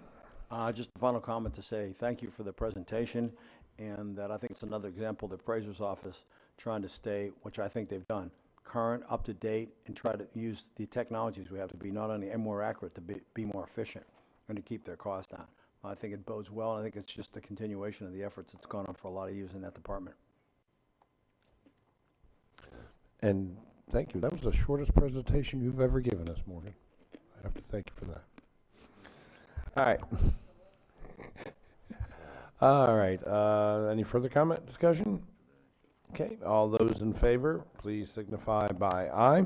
Aye. All those opposed. So carried unanimous. I never know where Mr. Patterson is. He's here right somewhere. here. There you are. All right. From Thank my you. house, I'm known as the Mirage. Huh? At my house, I'm referred to as the Mirage. I can understand. Or the ghost. You just kind of move around. All right. Are you ready? All right. Now we're going to move on to item number 4, fiscal year 2016-17, setting of the trim rates. Mr. Deneen, or we're just going to you, Ms. Paul. You first, I'll make the first comment. I didn't get the yellow highlight here. The bottom line is that normally, maybe this decision, or not decision, but this requirement to say what the trim rates are tends to be, it's an important thing for us to do, important part of my job. I will tell you, though, this is probably the most anticlimactic trim rate put out based on what we've told everyone on the 5-year forecast, where we think we will be, the small amount that we plan on keeping with the 6.1 instead of going back from 6.3. And I think it's part of the whole fiscal plan that we have on the Go to Zero. So in that case, Tammy, would you just like to go over what the trim rate would be? Sure. Tammy Bong, Budget Administrative Services. What I would like to do is read into each of the taxing authorities and the rate. You could utilize that as a motion instead of having to do it one by one. Of course, if it's not a unanimous support, we'll have to go back and do one by one of those. But the general Ms. fund Bond, millage rate. hold on one second. Can you clear my screen? I don't want to get anything confused here while we're doing this one. Thank you, ma'am. Okay, I'm sorry for interrupting, please. The general fund is presented in the recommended budget that the county manager has submitted for your consideration today at the millage rate of 6.1 mils. The library fund is a flat rate at 0.5520 mils. Volusia Forever is at 0.0930 mils. The Volusia Echo is at the voted approval rate of 0.2. The Volusia Forever voted debt service to meet the debt service requirement is at 0.1070. The East Volusia Mosquito Control District is at 0.1880. The Ponce de Leon Port Authority Fund is at 0.0929. The Municipal Service District is at 2.2399. Silver Sands Bethune Beach MSD is at 0.0150. And the Fire Services District Fund is presented at 4.0815. Again, these rates will be the rates that we will be submitting to the property appraiser for them to be then put into the notice that will be mailed out to the tax owners in the next few weeks. So it's the beginning process of the trim. So all we need is just a motion, right? Yes, unless there's not a unanimous support. Okay, Mr. Patterson, would you so carry to hold that hammer? I pass the gavel to you, sir, and I also push my line on. I would like to make the motion. Mr. Chair, you're recognized for a motion. And I would like to make the motion for the record for approval of this. This is something we've been working on for 3 years to do, to bring it down no matter what, and we're actually heading in the right direction. That plus going to zero is working. So I would like to be the one to make that motion. Is there a second? Second. We have a motion. The second to the trim rate at 6.1 mils. As listed, all the various funds as well. Various funds. All the various funds. Okay, all right. So, is there any debate on the motion? Is there any debate? Okay. Somewhere along the line, I misplaced my glasses. So. If you would just sit in one chair today. Well, that's, that happens. I think I'm going to get one of those little tiled devices that you stick on things so that you check with your iPhone to find out where. Oh, thank you. Thank you. They appeared. All right, there we go. So we have a motion to approve the millage rate of 6.1 on the funds. A second, is there? That was just the general fund. If you would General like, I fund. can read them all into the record again, or we can do them separately as the council director. I thought if there was a motion for approval, it was the whole thing unless there was discussion. You'd have, as long as you clarify that. I think as long as you clarify, you meant all the. Your motion did. Motion for approval of the entire budget. Mr. Chair, your motion is the recommended motion on the agenda item, which is all the trim rates and the setting of the public hearing. Yes. Thank you. Okay. I'm not in charge here. Any debate on the motion? Any objection to the motion? Any objection? Without objection, show the motion passes unanimously. Mr. Chair, I'm going to pass the gavel back to you. Thank you, sir. All right, we're going to move on here to item number, Item number 5. I'm thinking about it. I'm waiting actually for Mr. Anjuli and Mr. Britton to come up. Okay, now we're going to go to item number 5, which is the road program update. Mr. Deneen? Yes, for the council, we will be going over the road program, but I want people to really understand that, and we're going to talk a little bit about this. One of the clarifications that is clear to us, I'm not sure it's clear to some people, and that is a big part of what we do is road construction, and that's the one where the bond proceeds go and where the program is going to come to an end. And then there's maintenance we do and repaving and paving. Those are different, and we're going to talk about that a little bit. But John, Carrie, unless George, you have any comments? Well, I'm just going to make a general comment or an observation. Having been part of the road program that we give annually since 1998, there was a time when this would fill up, first of all, the chambers would be full. It would often be done at another time, and it would be a several hour-long presentation. So if from a point of view of expediency, I guess it's good news, but from the point of view of the amount of work we're getting done, you'll see a stark difference in what we did. Basically, you're watching the end of the bond program, and Jerry will go over that. We do have revenue. We'll talk a little bit about the gas tax revenue, what's happening with that, maybe some things we'd like to do. The impact fee revenue, what's happening a little bit with that, which is some good news, but still a long way from where we were back in the 90s or in the early 2000s. So what you're going to see is of course a much scaled down version of what we do. And I kind of summed it up with Jim the other day is that we're going to go from many projects a year to several years to save up and we'll do a project. And that's kind of where we're at when it comes to actually the road construction program. Not to be confused with the maintenance and stuff. We'll talk a little bit about that. We still do quite a lot of work because remember we have billions, literally billions of dollars in infrastructure out on the ground today, millions of feet of pipe, thousands of miles of road that we have to maintain, and that's a big chore that we have really great staff that does, and they do it really well. And on top of that, we have probably one of the most advanced asset tracking systems in the state. So we literally know what we spend on every little piece of road, everywhere we do it. And it's a very advanced system that the council helped us put in several years ago, and it pays dividends in making sure that our money goes where it needs to in these maintenance programs. John? Mr. Anjuli, you're recognized, and I just want to state that I still live on a dirt road, people. Are you bragging or complaining? Do you like it? John, in that's well noted. It was dirt, and the neighborhood says we want to keep it in dirt. There you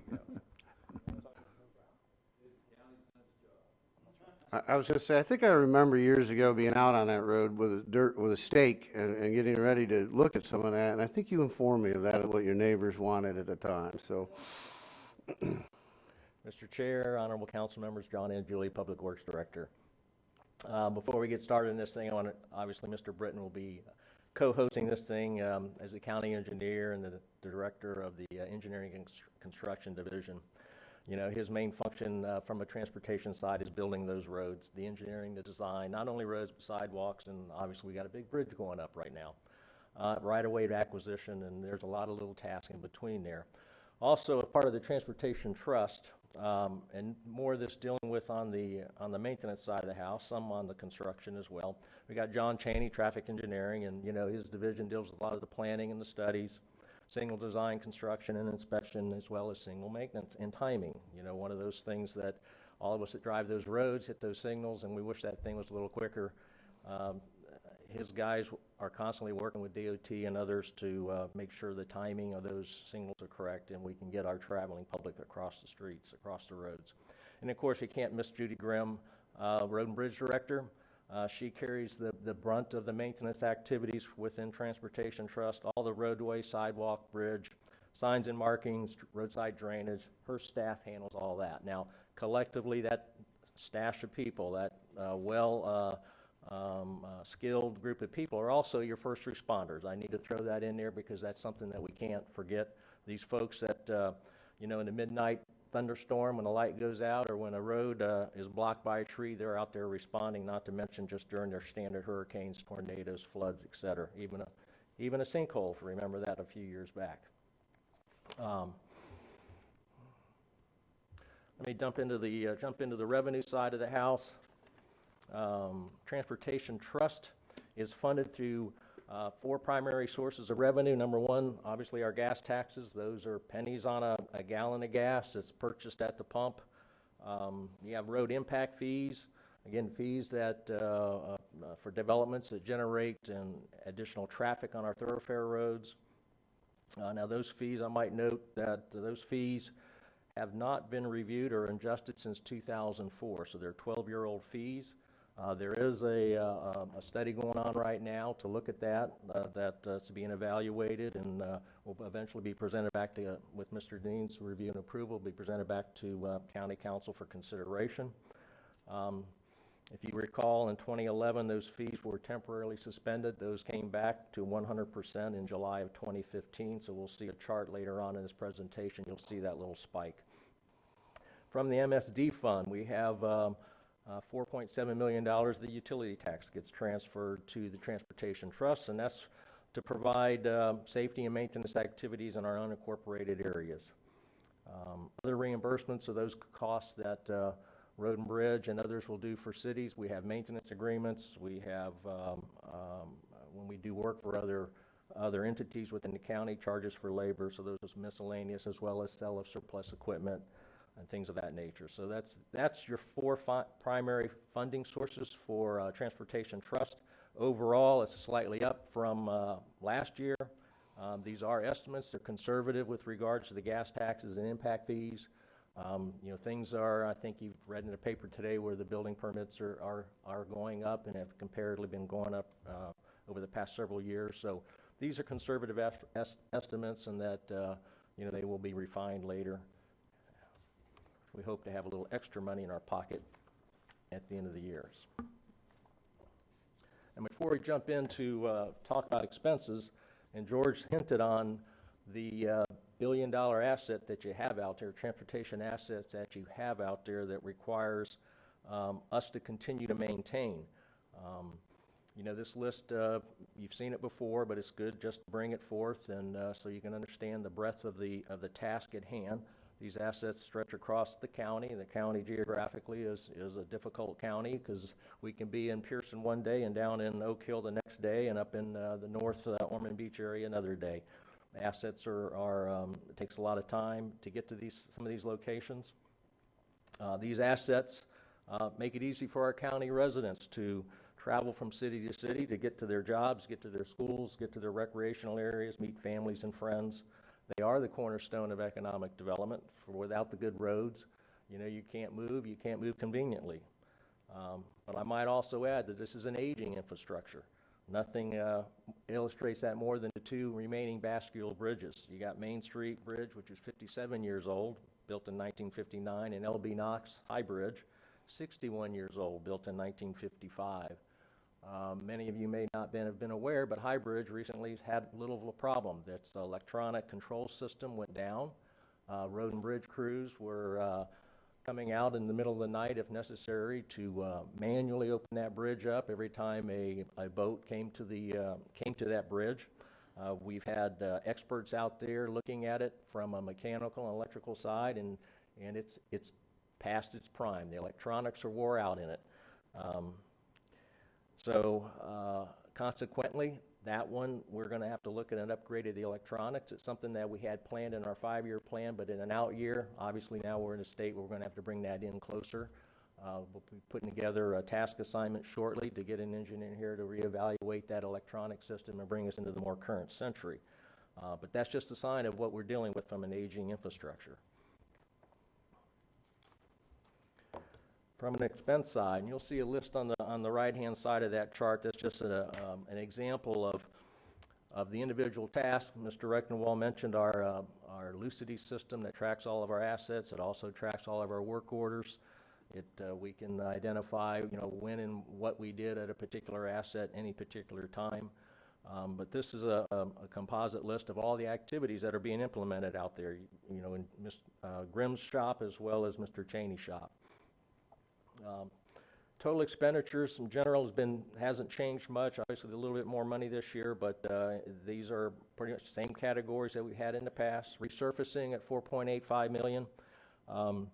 That's was the same amount that we budgeted last year, but prior to that point, we were less. We actually bumped the resurfacing program up in 15-16 and carried that same funding over to 16-17.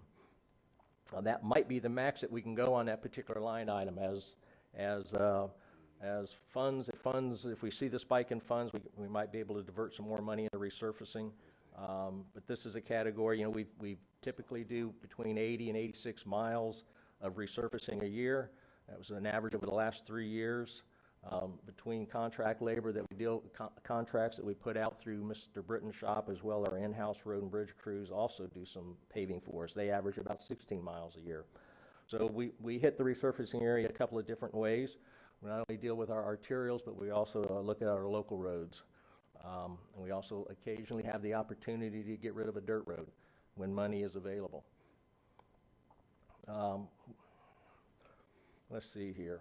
Next, as you can see, we also have bond debt in there. The debt service not only includes the road program bond debt, but also picks up the debt for South Williamson.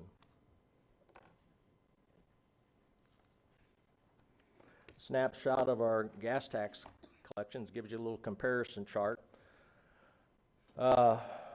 It's going up. That's a good picture sign right there that the revenues are going up. The projected revenues for 15 and 14, 15, 16, they're 14, 15 is actually actuals. We are just kept it again conservative and kept it level loaded. Our estimates for 15 and 16. We did bump it up for 16, 17, a couple of $100,000. And as that thing goes up, you can see it's approaching the 05, 06 time period, and you would think that we are seeing the heyday of our gas tax collections are starting to come back. But there's something that we may need to evaluate in there, and that's inflation. Inflation is the buzz killer in this particular picture. The buying power of the 05 dollar certainly isn't the same as it is in the $16. The buying power of $23 million in 05 equates to $28 million today. So inflation is one of those items that not only impacts our gas tax, what we can purchase with our gas tax collections, also as well as with impact fees. And Jerry will certainly highlight a particular project of importance to illustrate a little bit of inflation, as well as just the business community out there at large when we're putting projects out to bid. The bond debt, that bond debt won't be paid until October 1, 2024. We still have another 8 years to pay on that bond debt. This chart depicts you can see a little refinancing done in the 11-12 time period that actually saved us a few dollars in the bond debt.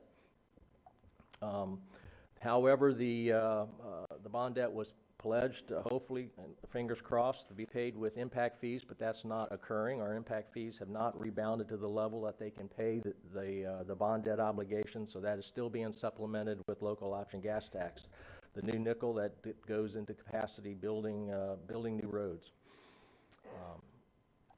Roughly $1.6 million this year is being contributed to pay that bond debt.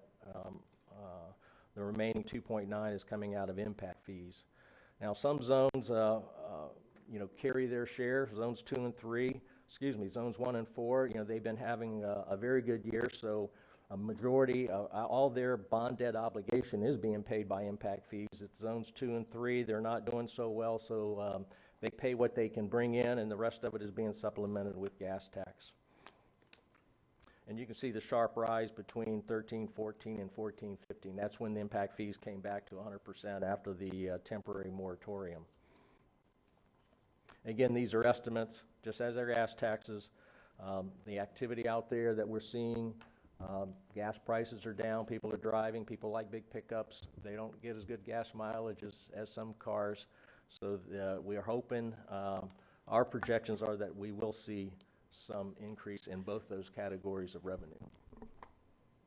As I mentioned about inflation, the next two slides came from a FACERS presentation given last month. They're interesting to note that how inflation and fuel efficiency can impact the dollars coming into transportation trust. As indicated, the 12% efficiency in fuel came up, 12%, and the cost for transportation grew by 60%. The figure that strikes me is the $1 in fuel efficiency gains actually drained, due to inflation, drained $3.50 from our gas tax funds. So inflation it's something that impacts everybody. We're not immune to that. I think construction inflation in particular, and especially in this particular area of the country right now with the I-4 ultimate going on, it was reported the other day in the news, there was an immediate need for 1,000 construction workers today on that project. So they've set up simulators down in Orlando. They're putting people through training that normally would take place on the job or out in other places with heavy equipment. They're actually putting them on simulators now and trying to train people quickly. So that, of course, translates back through the system to us to higher labor costs. We also see it in just trying to get equipment operators to work for maintenance right now is getting very difficult. So that's just one area where you see in this particular area, because of the booming economy in that area or that sector, combined with the fact that a lot of contractors went out of business and left, and people left the field. So you see this across a lot of the construction, but certainly in the civil construction, they have not returned. There's a shortage, thus higher prices, much higher prices. And Jerry will touch a little bit on that, I'm sure, in his construction report.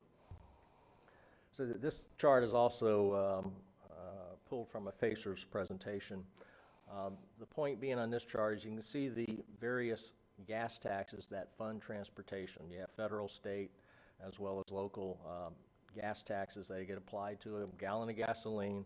It's how the county, besides impact fees and those other two sources that I mentioned earlier, funds their transportation program.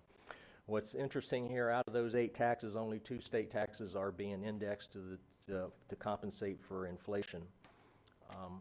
In fact, in 2013, the county council did have a state legislative agenda, did have gas tax indexed in there as an item.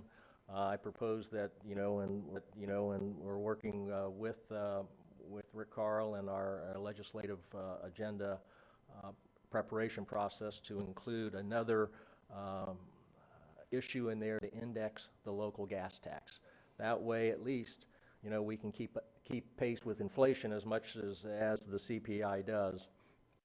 But it is certainly another avenue to again, to keep pace with inflation and compensate for those inflationary issues.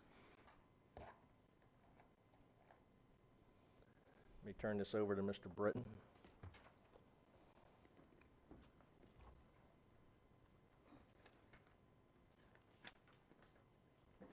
I guess it's good afternoon now. Gerald Brenton, County Engineer. What I'd like to focus on here is this is kind of a snapshot of the current year projects and the projects that are programmed for the next 5 years. This includes all capital investments that are not, they're non-maintenance type, with the exception of, you might consider resurfacing maintenance, but It's a large program, and that's included in these numbers as well. It also includes sidewalks and safety projects. It's broken down, as you can see on the far left-hand side. The column is local option gas tax, then impact fees, the bond program, and grant funds. On the first line, as you go along,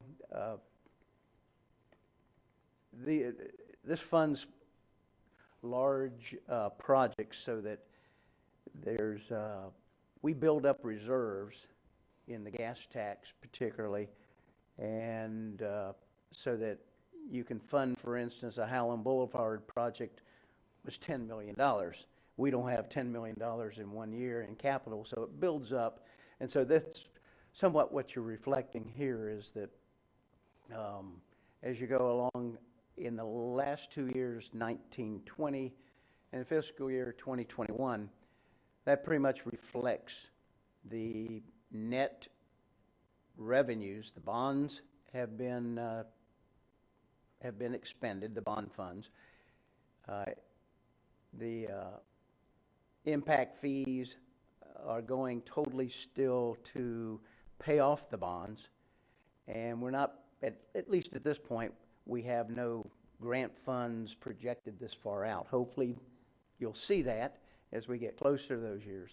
So what you're seeing on the first line in the last 2 years is representing the net revenue from local option gas tax that we receive. Now that's less any supplement of the debt service for the bonds, and also the South Williamson bond issue, or the debt service of $1 million a year. So that's the net money that's remaining, and we've got that totally programmed out. Can I ask a question, Mr. Chair? Mr. Chair, just briefly, Mr. Brenton, I know we have the grants that you're referring to possibly in the future. They're matching. All the grants, most of them that we get are matching grants. So I'm assuming you're saying it's going to be in the future, because hopefully we can have some kind of buildup for that match. Is that what you're referring to? And is that even possible to the degree, because we're talking millions of dollars on a match? Let's get right to the point, okay? And the best statement I've heard on this is what George told me the other day. You have been used to multiple projects per year. Now you're going to have multiple years to get a project. So, and here's the other thing. We're going to turn down grants where there's matching money because we don't have it. You do not, let me make this clear. It's not that we're turning it down. You don't have the match money. You don't qualify. And I can tell you right now, so that there's no myth about this. This county government, not only when I got here, but long before I ever got here, you do not tax in the general fund for roads. You have never done it. You do not, in my opinion, you do not have the ability in terms of what it would take. And there are real questions about, I think, doing an ad valorem tax against certain property owners for general roads for the whole region. It's a little different maybe in a city where they might spend some of their general tax dollars to pave somebody's street in front of their house. But here you're talking about a different animal altogether. And the other thing I'm going to mention at the end, that's why I gave you this sheet to sort of summarize this, because I really do think, I've heard some comments about repaving. Well, if you think the issue is you don't even understand the issue. What you're looking at is road construction and maintenance. And we have money for maintenance to a certain degree, and we have money for repaving. What we will have is no money for road construction. And what that's going to hurt, I think Mr. Daniels has said this a million times, is that is the essence of economic development in a lot of cases. Now, what we use our economic development fund for is, for a perfect example was Trader Joe's. We used the bond proceeds, right, Jerry, to build, what's the road over the highway? Yeah, the Dunn Avenue. Dunn Avenue. Right. So that was part of what the council decided to do, was to use their money, the bond program receipt, to build Dunn Avenue. And that was a lot of money. You used some of our economic development money, about 1.6, to help connect Trader Joe's to the road you built. Right now, I'm telling you that even if we had the money to connect somebody, like Trader Joe's wanted to come today and you hadn't built done, they wouldn't be here. There it is. Economic development, they would not be here. And I would argue that Tanger probably wouldn't have come because they're going to use the same road. And what we've been asked to do in a lot of cases with economic development, where we put road money out, it tends to be smaller amounts together with the state. Used to be with their economic development fund. In some cases was to connect people with infrastructure to the main infrastructure. But with our road program, our road construction program, is it built the major construction, which we will not have the capability to do. Yeah, another point on that Dunn Avenue, there was some stimulus money. It was our county stimulus project, was part of that. Had that not been designed and ready to go, we would not have been eligible to use that. So that's another piece to this, is you have to make some investments on some of these, and they're considerable, and having design and land purchased in order to even take advantage of things when they do come along like that. And that was one case. That project was in that state where we had it designed and we had the property assembled. For a little cheat sheet, if you look at the sheet that George handed out, I asked for this to be put together. If you look at just I think this really helped. I wanted to summarize some of this. Is since the bond program has been in effect, you built 58 lane miles are either constructed or under construction of new road construction. And of that, you had $64 million in bond funds that we spent, and we have $11 million left in the interest we made, which we're going to spend. But you leveraged from that 64,000, 25,000. I mean 25 million. 64. You leveraged 25 million because you had the 64 million. That's what you're going to lose, is not only are you not building it with your own money, you're not going to have money to leverage other state money. And there'll be other communities, especially those that have like Pinellas has the penny for Pinellas. They use that for road construction. So other places will take advantage of those state grants. You know, another thing too, when we were looking at this, back when you started this, a mile was about $1 million a mile. We're up to 6-7 million a mile now too. So the things are in fact, looking at our trails program, our trails are coming in at about $1 million a mile. Also, just under $1 million. Also, I think we're at a phenomenon you wouldn't have expected. You're now going to have more money for trails than you have for roads. Never thought I'd be able to say that. But we can't build a road for $1 million anymore. No, but what I'm getting at is even that fund for the trails. If you remember, they opened up that big bond, and it was just for trails. But for the record too, we can't let that just stand out there in the Ethernet here.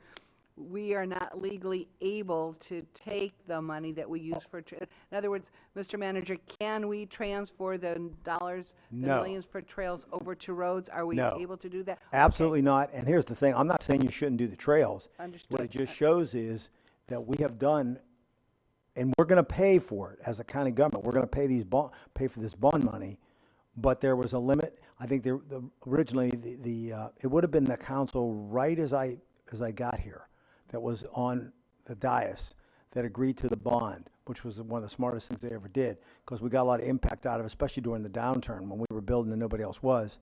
But there's a limit to what because you're going to have to pay that off, and you only pay that off with gas tax or impact fees. The reason being you don't tax for roads, and there's a question about paying those off with impact fees, and because they create the demand for roads, and gas tax, which affects everybody.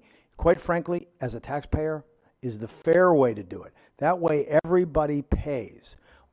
In other words, uniformly across the county, because roads are being a county. We build them in different places where local people may not directly get the impact, but everybody gets it in terms of the economy. So you pay for it, and what you're doing by using a gas tax is that the people that drive on them, which is a large portion, are people are visitors here, then they also pay for the roads. That, in my opinion, it's why the county went that way years ago. It's the only fair way to pay for roads in the county is through user fees like that. But I just want to go on the record again because there's public forums going on. I don't want to hear that the county has millions for trails and they say they have no money for roads. That's not an equal statement. It's apples and oranges, different funding categories that cannot be crossed legally. Right, So- and while you're looking at this sheet, I might as well just mention B and C. B shows, because I was asked this, just in the last 3 years, so really it's in the term that everyone up here, the most recent term of everyone that's on the dais, we built, in terms of construction, 17.2 lane miles, and we spent $12 million, and we leveraged another 10, just in the last 3, on road construction.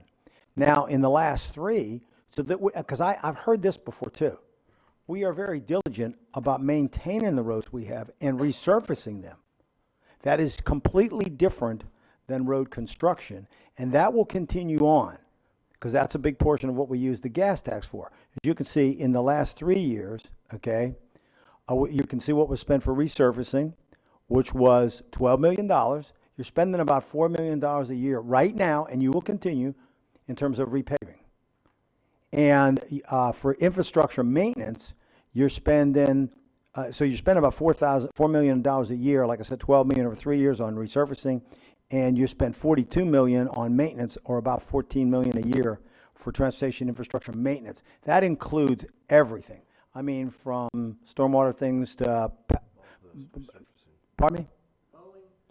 Everything, mowing, cleaning off the roads, taking stuff off if a tree falls on them. Well, we spend $1 million a year just in trees. Right. I mean, just to understand the breadth of it. So what I want to understand is, we're very responsible, and we have a program in place to maintain the roads that we built. I say this, Ms. Daines, because this confusion is disconcerting to me. We will no longer be in the road construction business, so to speak, except for once in a while. We'll save up money for one project or for multiple years. But in the case of being a good steward with the money we do get, we do have a maintenance program. We resurface about $4 million a year, and we spend about $14 million a year to maintain those roads to make sure that they're open, accessible, drivable, and safe. And that will continue on. So when we say there's no money, we don't mean for maintenance. We don't mean for resurfacing. We're going to do our due diligence. And I think sometimes there's a confusion in cities about, well, we spend our money, to repay. Well, so do we. That's not the issue. The issue is road construction, and that's the money that we will not have. And you wouldn't have had that if you didn't decide to take some of your money and do a bond and do road construction. I will tell you that when that council decided that and you did that bond, today you're reaping the benefits with a lot of the economic development, because it just so happens, because you had roads in places you didn't have before, it opened up land, and some of the big investments we've gotten now are because there were, Dunn's a good example of where you put a road that we wouldn't have had economic development. And I think that's the fear of people on this council, that we may lose our ability to get the kind of development you want if we can't build the big system, and the big system probably has to be a different income source. But you never tax general fund. You have never taxed for roads. Chair? If we could flip back up the I think he took all your the other thunder. slide. I think he took all your thunder. Now, I made a clarification that is long overdue. Yeah. Okay, I covered, first line was local option gas taxes, impact fees, as has been said. The first order of paying for the bond debt service is impact fees. So you can see that there's not very much impact fee money being expended. They can only be whatever is collected in a particular zone, one of the 4 zones, can only be spent in that zone. So what you're seeing, the expenditures there of $8+ million over the next 3 years is really in zone 4, where we haven't had bond very much in the way of bond projects. The next line is what Mr. Deneen really focused on, was our bond. And as he said, the Series 2004 bonds were about 64 million. We've earned interest of another 11. So as of today, we have spent the 64 million, the proceeds. We're really what we're programmed across the line here in the next 3 years is about $11.5 million, which is essentially the interest. And then the next line are our grant funds. The first column, very large number, 52.5. 44 million of it is, of course, the Veterans Memorial Bridge, and another large chunk is the Turnbull Bay Bridge.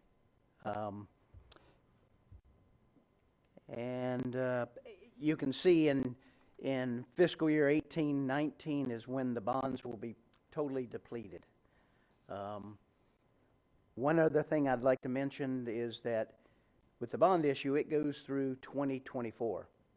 So since we're in 16 now, in 8 years, we will have that additional $4.5 million in debt service to be wiped out. So, but yet that's quite a few years out. Go to the next slide. Won't dwell on these, but just capture the major projects that we've got as capital projects. Of course, you know Orange Avenue in Daytona Beach is under construction. We secured the state grant there for $4.7 million for the project. We paid City of Daytona Beach $1.66 million, and they have taken over ownership, and that is their project. We got the grant, right? We spoke about Veterans Memorial. It's under construction. Jerry, recent. Jerry, hold on one second. Take a look at this list, because this is another thing that's kind of disturbing. If you look at what happens in these cities, you know, sometimes I think they lead people to believe that the city's doing the construction. We are doing the construction, and in Daytona Beach, we secured the loan, or the grant. It made more sense for them in their community, and I appreciate them and their willingness because of their own residents to take over running the project. But not only do we secure the grant, the grant, we also provided them $1.6 million, almost 1.7. So that money is all coming from the county and the money we secured from the state. So for anyone to criticize us in the cities with the road construction, is we do the road construction in these cities. And the other thing I highlighted in red, the grants, just so that you again can get the flavor that our money has been able to secure and leverage grants. In the Holly Hill, Daytona Beach area, the LPGA just started construction. In Port Orange, South Williamson Extension, it's been under construction for about a year, and it's going to be wrapped up at the end of this year. That's the 4-laning extension down to Pioneer Trail that you entered into an agreement with the Pioneer Community Development District, and they're actually building the project, but the county is paying for it. And here is one where we secured a $5.5 million state grant, but it required 50% match. Now, here's one of the few times that we asked the city if they would help. And the $500,000, if I'm not mistaken, that's mitigation. Credits, yes. Mitigation credits. So that was one of the few times, it's happened once or twice, where the city put something in. But you can see the city put in $500,000. We put in $9,800 out of economic development. This was general fund money of economic Excuse me, development. sir, No, that's 9.8 million? 9.8 million. 9.8 Local million. option gas tax. Yeah, local, I take it back. Sorry about that. It was local option gas, you're right. And then we got the grant for 5.5. Next slide, please. New Smyrna Beach, we've just completed the safety project of flattening that dangerous curve at Pioneer and Turnbull Bay. Again, federal money, 3 times what our county money is. Turnbull Bay Bridge. I know Ms. Denny's focuses on this one as that whole community does. We opened bids just a couple weeks ago, and we had funding at $5.4 million, and as Mr. Dean said, we believe I-4 Ultimate is just having a huge effect, particularly on bridges. As you see there, the low bid came in 8.4, $3 million over. The second low bid, and we only received 2 bids, was $11 million. And mobilization, I'll just highlight that, in that second low bid, mobilization, that means just bringing their equipment to the site. That's where they usually put a lot of their profit, and typically on a bridge like this, it's $400,000 or $500,000. Second low bid put $4.5 million in for mobilization. They're busy somewhere else. If you'll pay me $4.5 million more, I'll find a way to build your bridge. So what do we do, Mr. Brent? we have Well- contacted Florida DOT. One thing you have to remember, FDOT's the one that did the engineer's estimate. They're experienced at doing this, so they didn't make a wild estimate. This is, I think I-4 is having an enormous effect. Jerry, you can answer a question. Yeah, we're meeting with the consultant and analyzing before DOT will render a decision. They want to see the analysis. And this is bridge replacement funds that is controlled out of Tallahassee. So I'm cautiously optimistic that they'll find that we didn't just miss the estimate, that it was just conditions, and that they will fund this additional. Now, some of the bridge folks said what caused concern to them was that it required the bridge to stay open The phasing. during construction, which was what the community demanded. They did. And DOT, with a lot of encouragement by certain members of this board, Yes, Mr. Brent. decided to go ahead and fund that. Right. So my It was the right concern thing to do. is that they may say, shut it down, and that will be a decision. I can't predict what DOT is going to say. We're going to try to get the additional funding so that we can stay with But leaving it open. DOT approved the phasing. They certainly did. DOT approved the phasing and the Right. engineer work and the additional almost $800,000. Absolutely. So, In all fairness to DOT, it's almost like their own work in the state with the feds are creating their own issue on cost. Like he said, 1,000 jobs they want. They're training people on simulators. Well, you don't have the capacity unless, like Jerry said, oh yeah, if you'll throw money at it and drive truckloads of money up, maybe they'll figure out a way to build it. And so, in all fairness to them, their own work is causing their own prices to go up, and I think they're sensitive to that. Why don't we see where they go, Right. and then figure out how we're going to handle it? On Veterans Memorial, if you'll remember, I think we got extremely fortunate. We got Johnson Brothers. They bid $37 million, which was really the budget. The next low bid was over $50 million. Yeah. The next one was $65 million. So I think we got lucky that Johnson Brothers wanted to really start doing bridge projects in Florida. So moving on to the... There was a good example of how much more that money would have been on the bridge. Almost double the money. Yes. In Edgewater, again, we've got, as you know, you approved the 3-laning of Park Avenue, both a transportation improvement and an economic development incentive type of project, $3 million there. We're in the design phase. We met with the owner of the airport, who has pledged that he will donate the land for retention ponds and any additional right-of-way we need. So we met with him a few weeks ago, and we're off to a good start. Then 10th Street. That's been a real difficult one. This is an example of where projects can just get out of control, out of the county's control and ability to control a project. Florida East Central Railroad, FEC, East Coast Railroad. They have been stringing us along. We no longer are getting any contribution toward the project. We're crossing their railroad where they have a trestle. We are rebuilding replacing the trestle with a triple box culvert. Very expensive. When we touch it, they say we have to put boxes the entire width of their right-of-way, and it's like 200 feet wide. So they got bought out a few years ago, and the new Rail America said, we're not contributing anything. So we're at a stage now at 90%.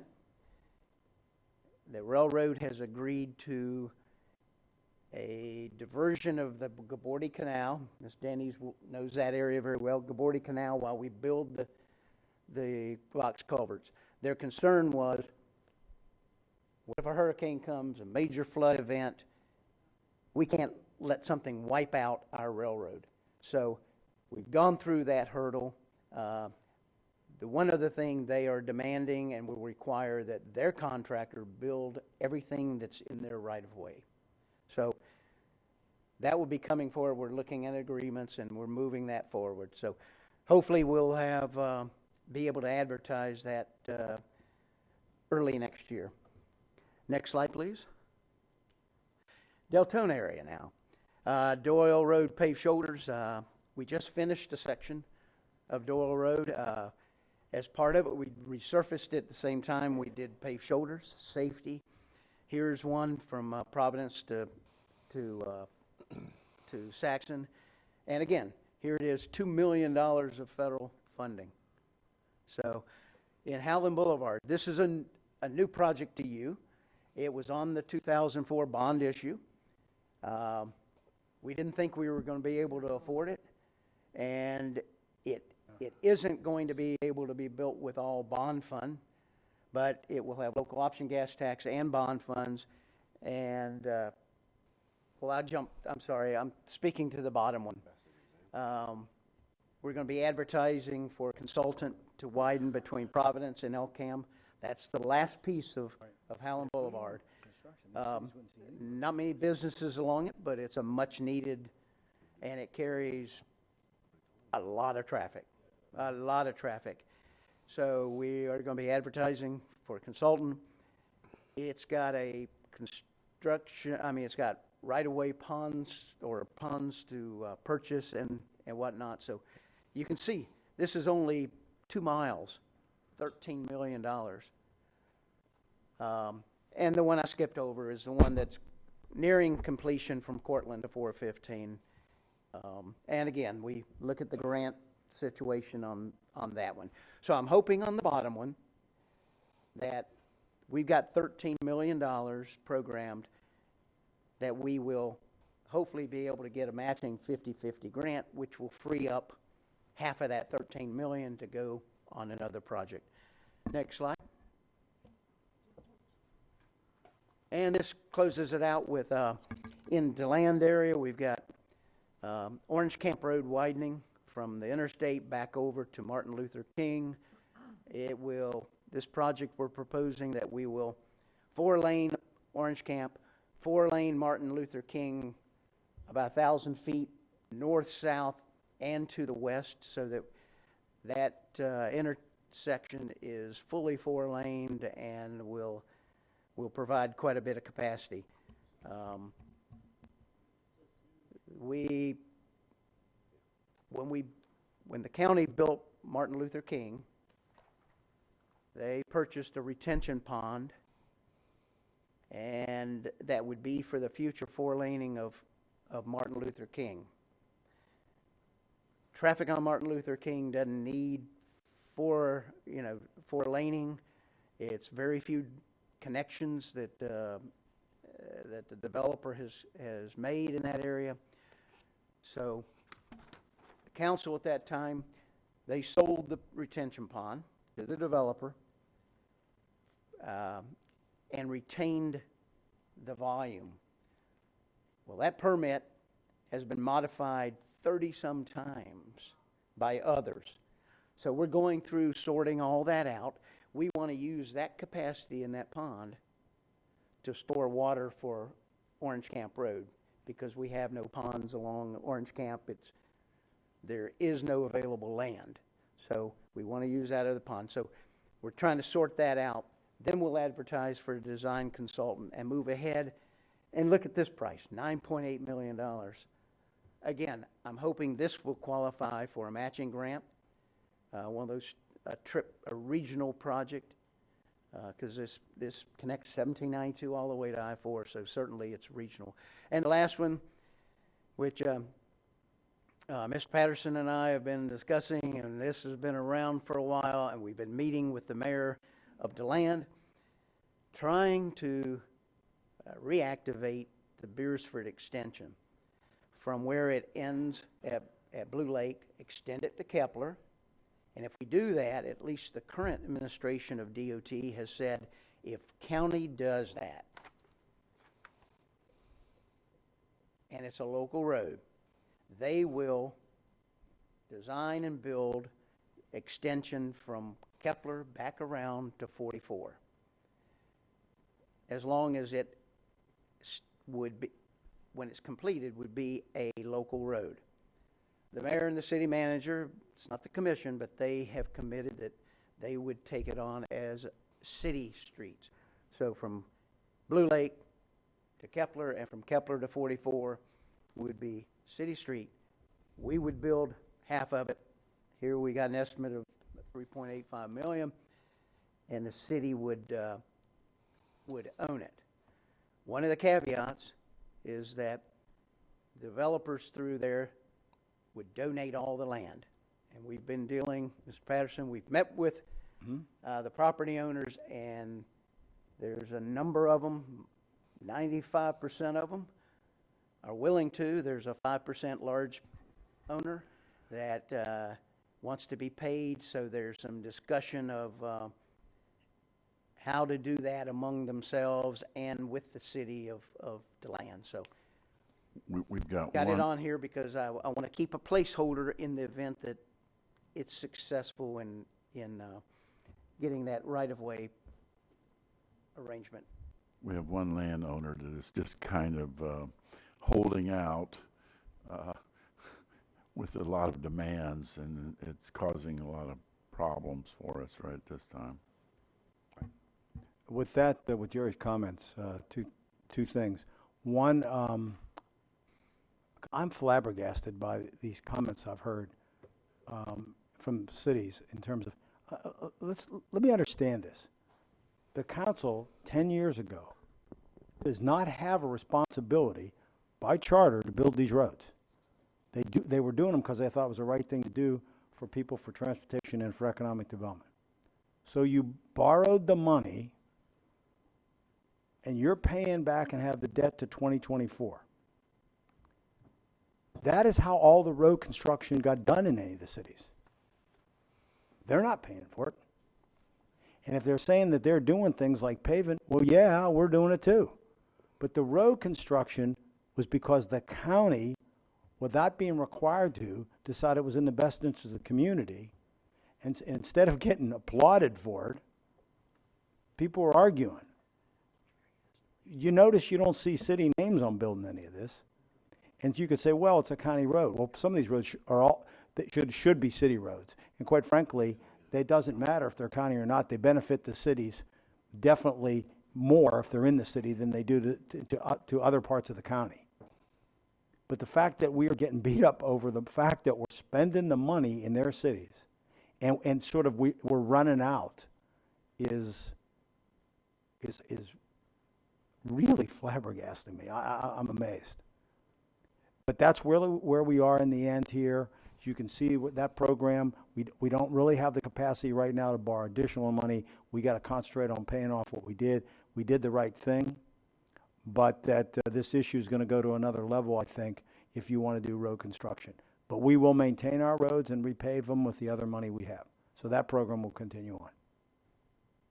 George? Yeah, I just want to add one last thing too. I think it's a nice program that we still have, but I think the real issue is the roads that are not on the program. I mean, and you didn't see, we got some paved shoulders, for instance, Doyle Avenue. Well, Doyle is a road that connects I-4 to 415, a major state road down into Seminole County. There's nothing there. There's nothing for Williamson from the Tanger Mall area and all that action that's happening north to Hand Avenue past the hospital. These are projects that, I mean, and there's a list. I mean, and I remember back a few, when we were talking a little bit about sales tax, and people were wondering about the list. The list is easy. That's the easy part. The TPO, our road program, I mean, that list is, there's lists, multiple lists. So that's not an issue. The projects are out there. You know, it's getting some sort of a funding mechanism to go forward. So, you know, again, there's things, the bridges that he mentioned, you know, there's going to be a day. I mean, right now we're fortunate that it's an electrical problem, but when there's a major structural problem on that bridge, there won't be any easy answer to that. So there are things, like I say, that are not on this list that ought to be disconcerting. And the point we took about the purchase of right-of-way,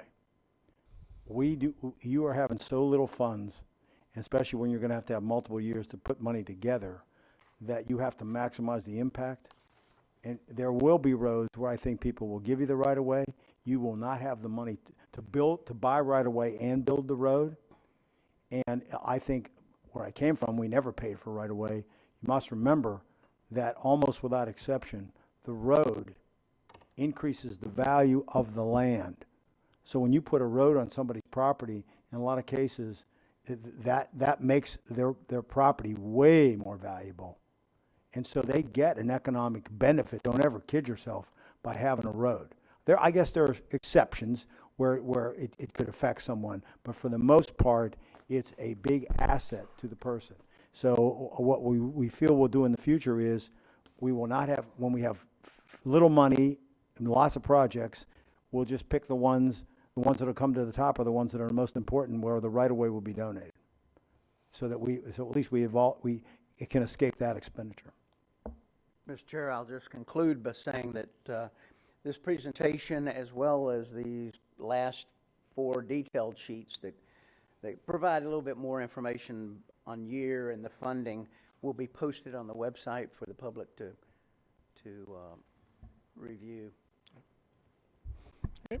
Thank you, Jerry. Thank you, Mr. Britton. Is there any other discussion on this matter? Nope. Okay, thank you very much. Mr. Cameron is sitting here because we got something going on. Mr. Chair, too, Yes, sir. we got two items that were pulled real quickly. Jerry has to leave the area to pick up his daughter. We were wondering if we could just quickly knock those out while he's standing here. Is there They shouldn't objection? take long. Nope, continue. Okay. Sorry, Jim. We'll just have to make a little extension. We're only 8 minutes past. Well, don't worry about it. All right, which numbers are you bringing up, Jerry? You pulled item 21 and 22. 21, 22, and 24 all pertain to trail. Yes, but 21 and 22 are the same project. Please. 21 is the funding, 22 is the award of the construction contract. Do you have those visuals?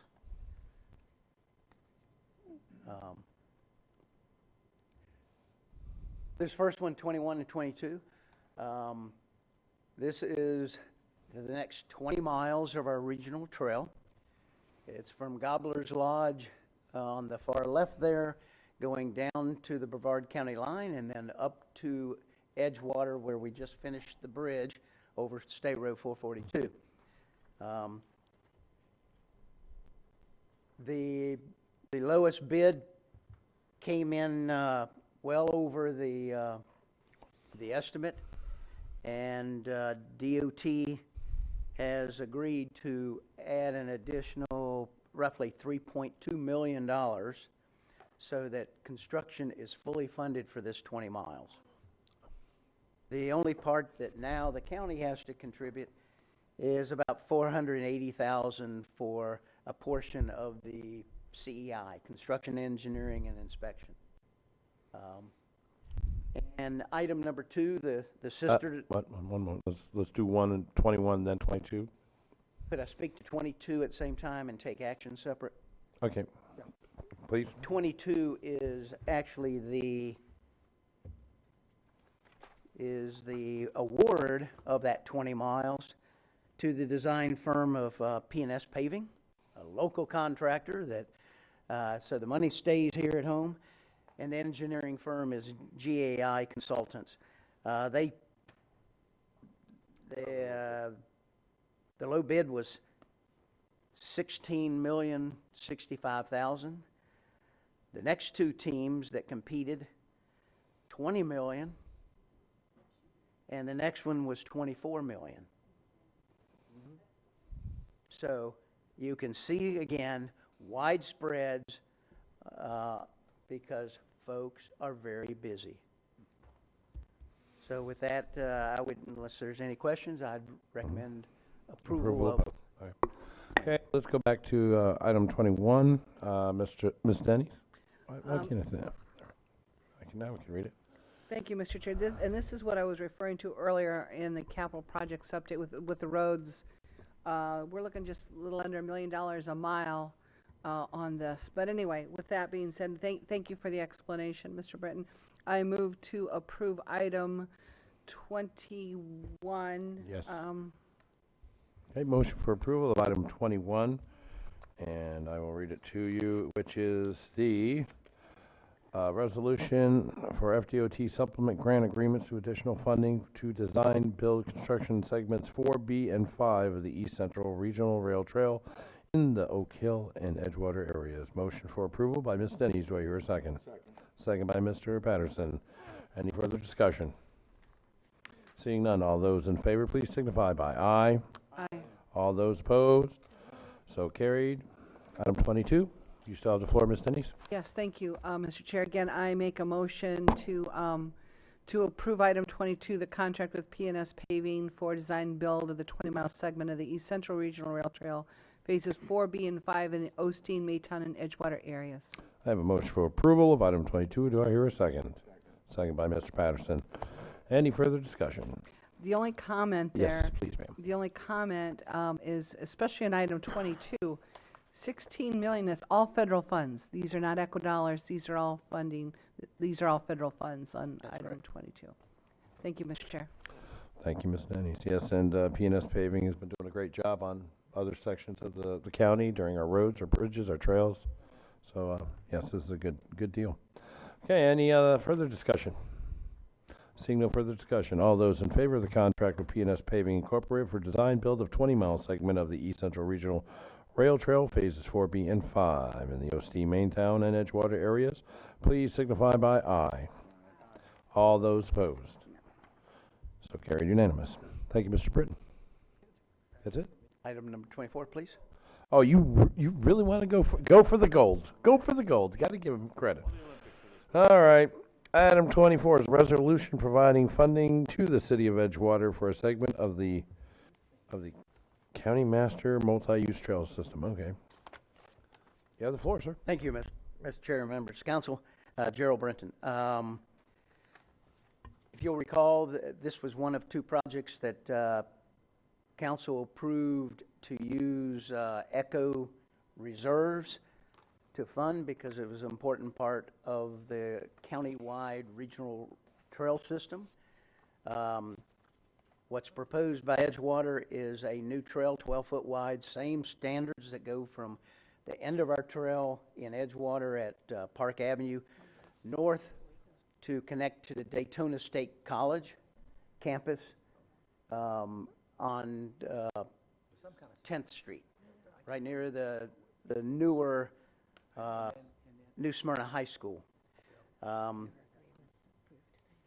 You had designated this for ECHO reserves, and since that time, as you recall, the state of Florida approved the Sun Trail system, which is the River to Sea Loop, got #1 priority, which all of a sudden, this is a segment of it. So instead of using 100% ECHO funds, and it was estimated somewhere around $1.4 million at that time. This is eligible for 100% Sun Trail money, state money. However, the city started the engineering and design phase before that was approved, and you can't use it in advance of it being approved. So what this is doing is requesting your approval of that 114,000 plus to reimburse the city for the engineering, the design, the survey, the permitting, all the activities that they are doing under contract now and will finish. And then the construction, rather than ECHO, it's 100% eligible for state SunTrail funding. And this, that's about $1.1 million that this saves from the ECHO program. So that concludes my report. And you can see it in the diagram there. And your recommendation Is approval. Thank you, sir. That's what I was waiting for. Okay. Ms. Denny's. I love it when a plan comes together, Mr. Britton. This is just, when we first sat down with the city of New Smyrna and Edgewater and our staff to look at this option, it has just been tremendous. And the city of Edgewater, this is working because they had their rights of way, and there was so much that's already been done behind the scenes. I want to thank you for what you have done with all of this, and the city of Edgewater. So I'm going to make the motion for approval, and thank you very much for everything that you have done with us. All right, motion for approval of resolution providing funding to the city of Edgewater for a segment of the county master multi-use trail system. I have a second from Ms. Cusack. Thank you. No further comments, Ms. Denny? Okay, further comments from the council. Just one comment, excuse me. See, I knew there. Before Mr. Britton leaves, on the trails, Mr. Britton, can I give this to you? The River to Sea TPO Executive Committee meeting yesterday. FDOT passed out this list of trails. Do you have this one, the spreadsheet? And the only conversation there, and I'll share it with Tim or whoever, to make sure they're going to come up with a priority list. I think we may be moving in some parallel universes here with Sun Trail money in these projects. We have to move with That's the all. motion. Thank you. With the motion. That's okay. Thank Sorry. Did I do that right, Mr. Patterson? Have to speak to the motion. Okay. All those in favor of item 24, resolution providing funding of the city of Edgewater for a segment of the county master multi-use trail system, please signify by aye. Aye. All those opposed? So carried. Thank you. Now, if you wish to have the floor about the rest of the trails, that's fine. I just had to finish with the motion. No, thank you. I just as long as you're aware of that, and going forward, FDOT has not put them in position yet for priority, but there has been a request, obviously, because of what we're doing down there in southeast Volusia, that this gets put to the top. So I don't know if this is it's all Sun Trail money, so I don't know where. I'll let you sort that out, but my red flag went up when I took a look at it. Well, the Edgewater project you just approved Right. should be the very first Sun Trail project funded. Should be. Well, it will be. Okay. They had 50 million from last year. They didn't spend any. So they are trying to spend that money, and we are in a good position to capture it on our system because your ECHO set-aside funds have helped us get plans designed and in the system. So we're going to capture a lot of that money very quickly. Well, and that's the other piece to it, is that this legislative session coming up, they have set this money aside, the Sun Trail, and if it's not spent, I'm afraid the legislature's not going to, expand it. Who knows what's going to happen Yeah, in they're the going to drag it session. back into their Yes, general fund somewhere. So we have to make sure, and you're right, we're in a good position. Thank you. Well, thank you. Thank you. All right. All right, with that, is there any other further business to come before this council for this morning? If not, we do have a kind of a little situation going downstairs. Yes, sir? Oh, okay. We'll have to reconvene a little bit later, so what we'll do is we'll reconvene at 2:30. Does that work? 2:30? So we will be in recess till 2:30.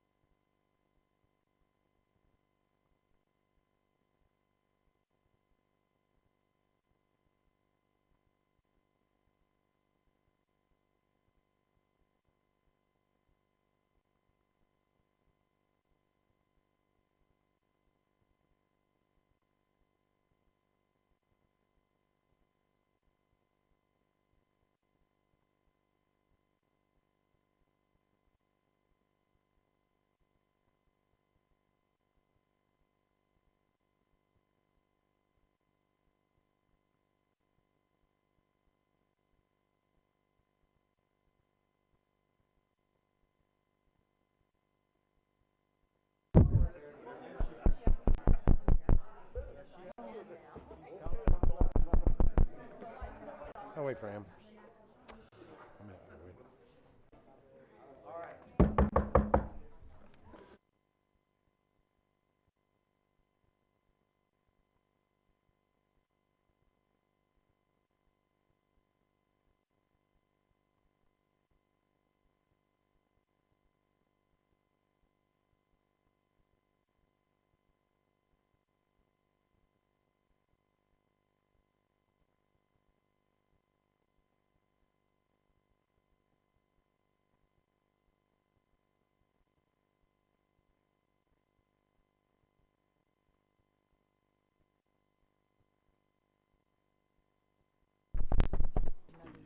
Yeah.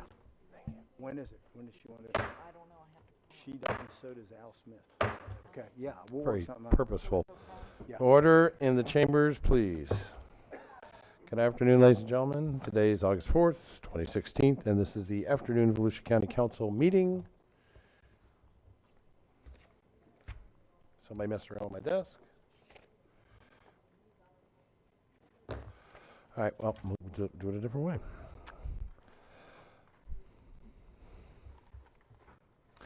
Okay.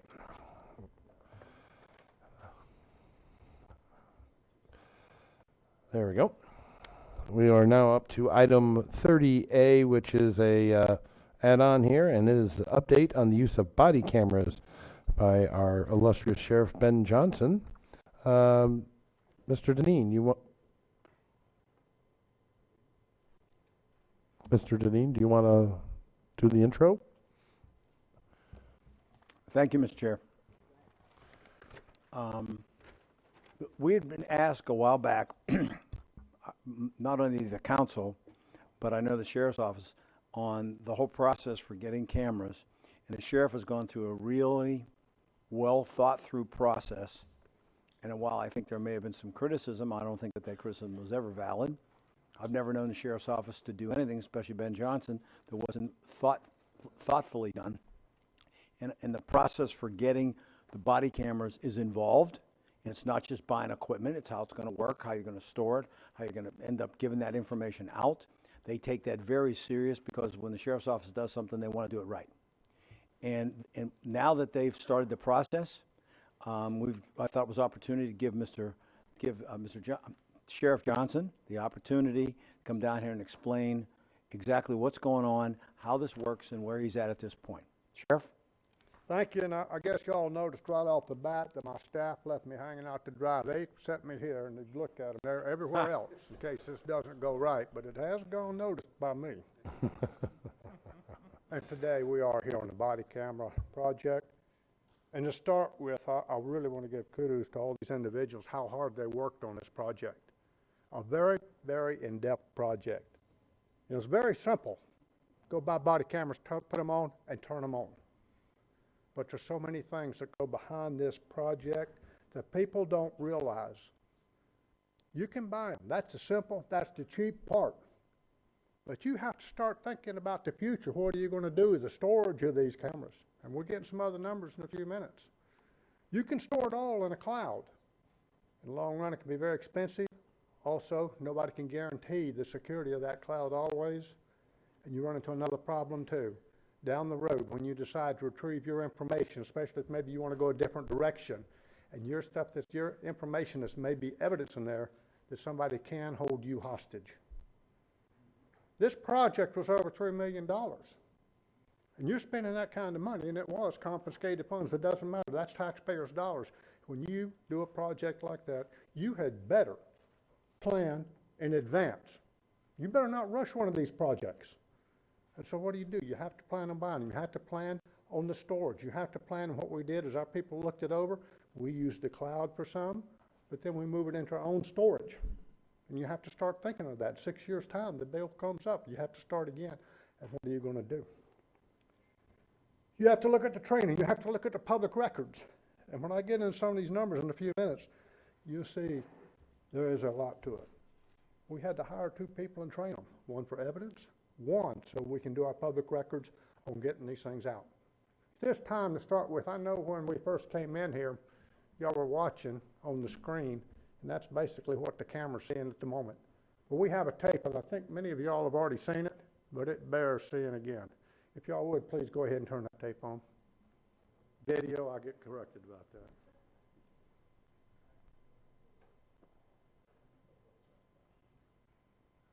Maybe we don't have one.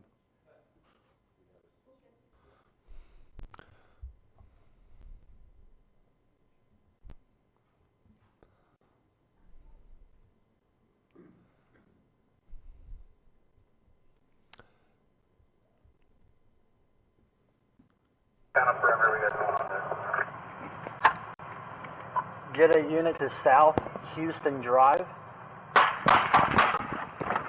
That again. Yeah, we're not getting any video. On fire!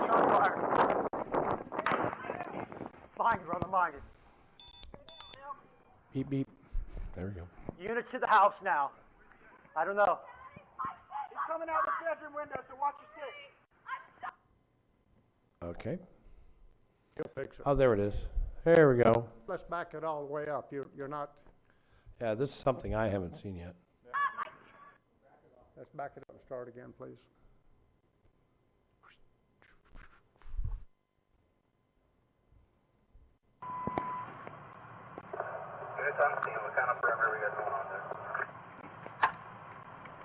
Get a unit to South Houston Drive.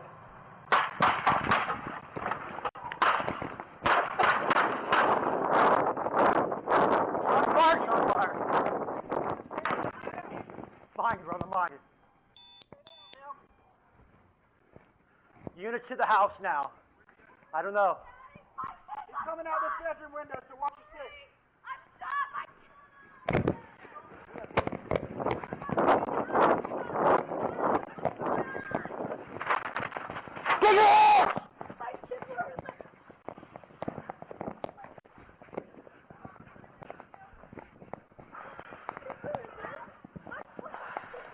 I got you.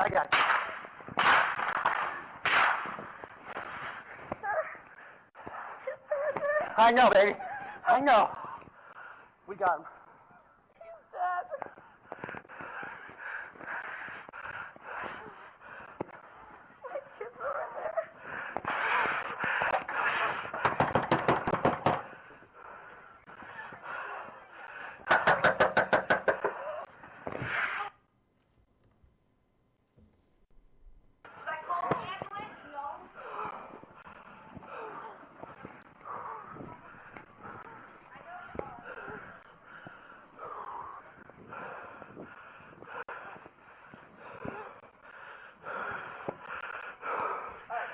Do you see where she shot?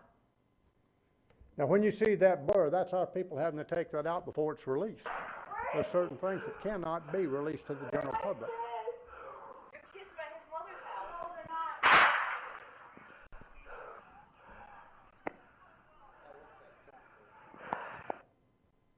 We're cutting in and out of this tape because it's so long. Come here, sweetheart. Come here, buddy, come here. Come here. Come here. Come here.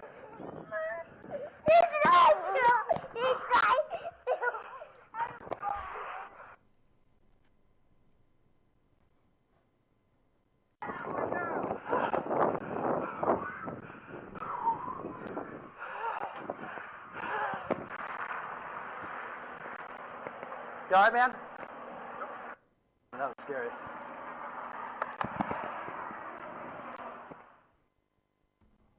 Now, there's a gap or two in there that we had to cut out some language, but other than that, but that's typical. Let me tell you something, several things about this tape. One, the value of the body camera. But it's a good time to show this tape.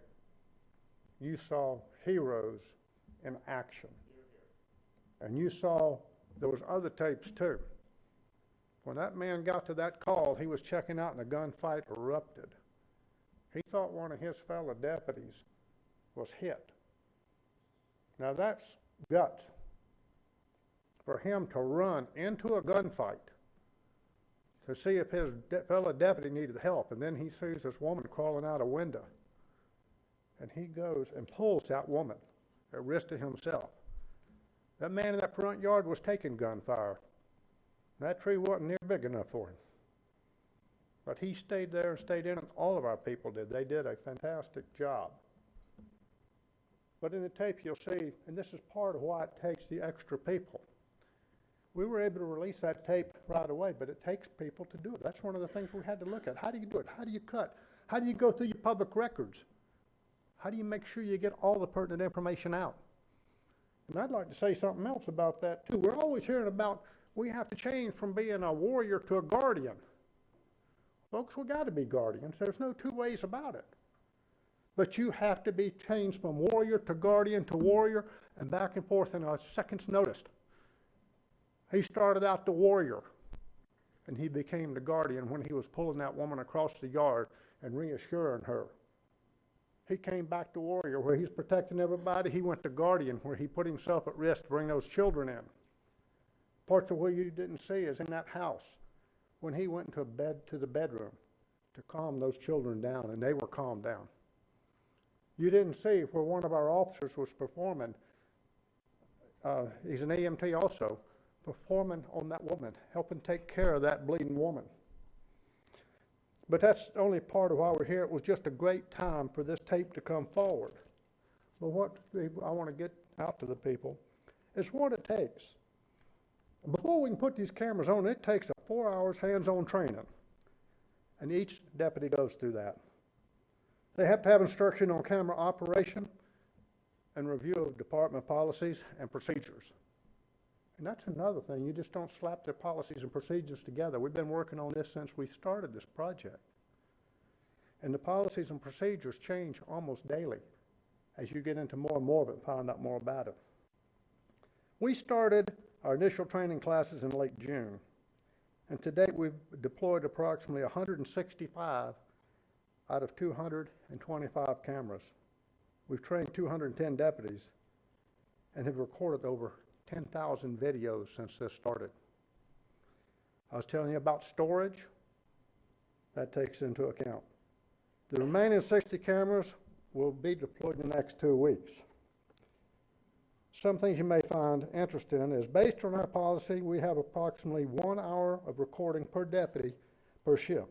Of these recordings, approximately 60% have evidentiary value. And using these stats, every day we accumulate approximately 145 hours of recordings, and 86 hours have evidentiary value. All body-worn camera studies conclude that a detailed policy is imperative to a successful implementation. And we have an extensive 11-page policy defining various items such as operational protocols, activation criteria, equipment maintenance, and documentation requirements. We implemented the new digital records unit consisting of 2 full-time positions to provide quality control, process public records requests to include redaction of exempt and confidential footage. As you all saw on this one, there was quite a bit. And this tape went international. I've even gotten one attaboy for our people from the UK. We have to manage our retention in the policy. Proper retention is important because of evidentiary value of the video. For example, a routine traffic stop has different retention requirements compared to an incident involving an arrest. Some of the stuff we leave in the cloud for 180 days. And you have to stop and look, and there's going to be times when it may be in a cloud and we lose it because of the 180 days, but some things you just can't help. You just don't have an unlimited budget to work with this. Interface with local digital evidence management system. We're one of the first agencies to implement an automated interface with TASER and our local digital evidence management system, which is utilized by the state attorney's office. During this procedure, when we put this together, we didn't just do it ourselves. We sat down with county IT, our IT, deputies. We sat down with the state attorney's office, the clerk's office. This is all a big project that we were one of the first to do it that way, so we make sure we are covered. And this interface ensures a single repository for all our digital evidence, including photos, interview recordings, and now our body camera recordings. We're very proud to have this project now where we say it's never completed. You're always going to be changing, you're always going to be trying to get better at it. and your technology is always going to change. But so far, I feel like we've done it right. We didn't rush it. When you rush it, first isn't always best. What we wanted was a system that we could sit down and say, this is done. We've tried to do it the right way. We've worked in a manner that's going to be best for us, for the citizens, and for the county. And at this time, we'd be happy to answer any questions you may have.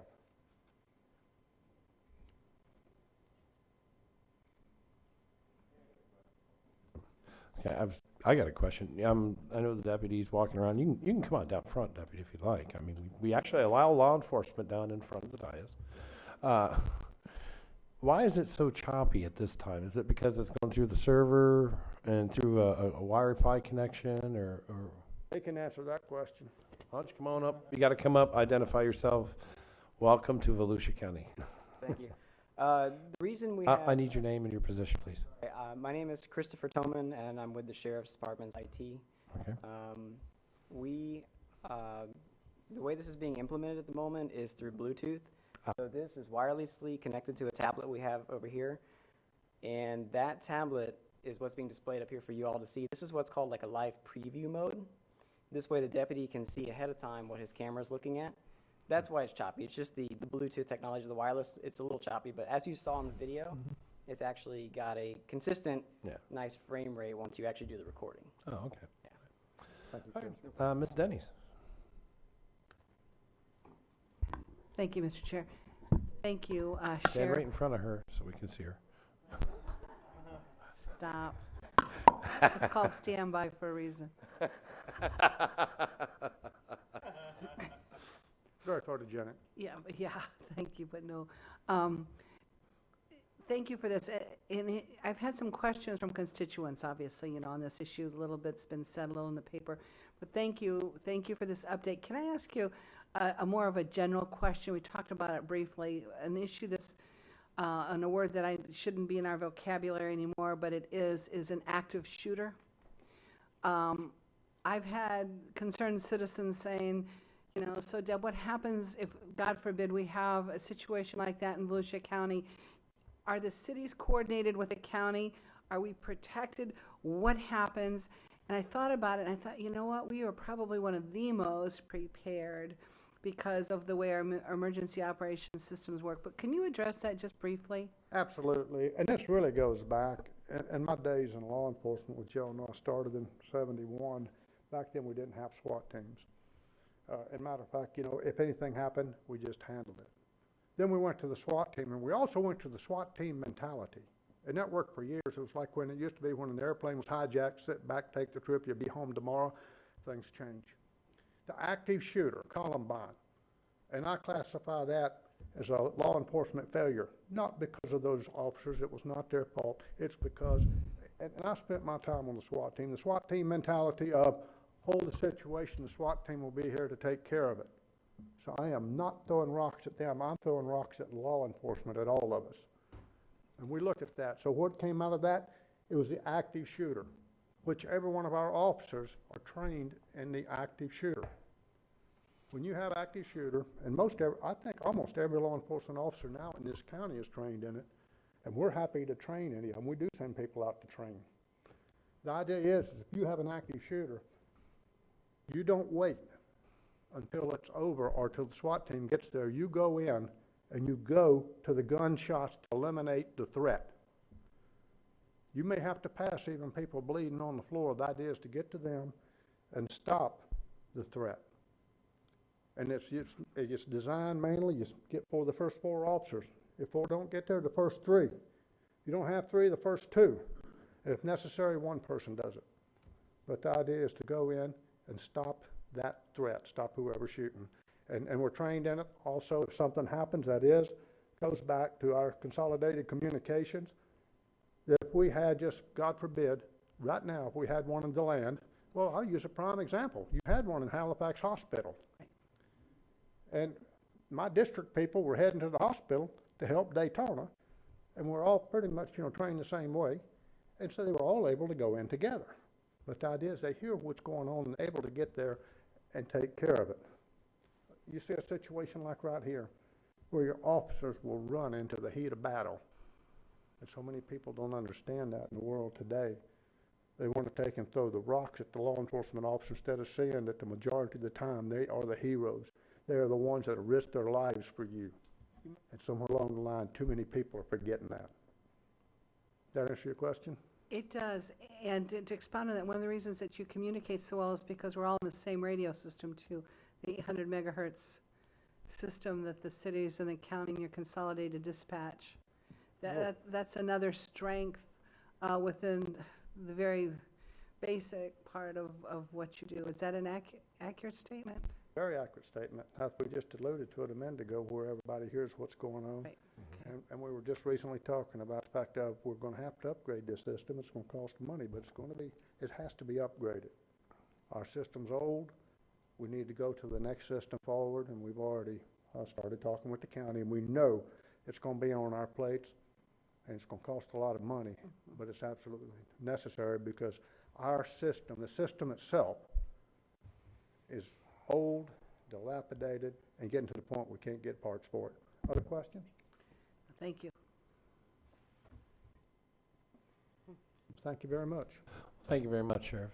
And, to those guys that were involved in that situation, please tell them we all think they're heroes and we appreciate their service to their community and to you.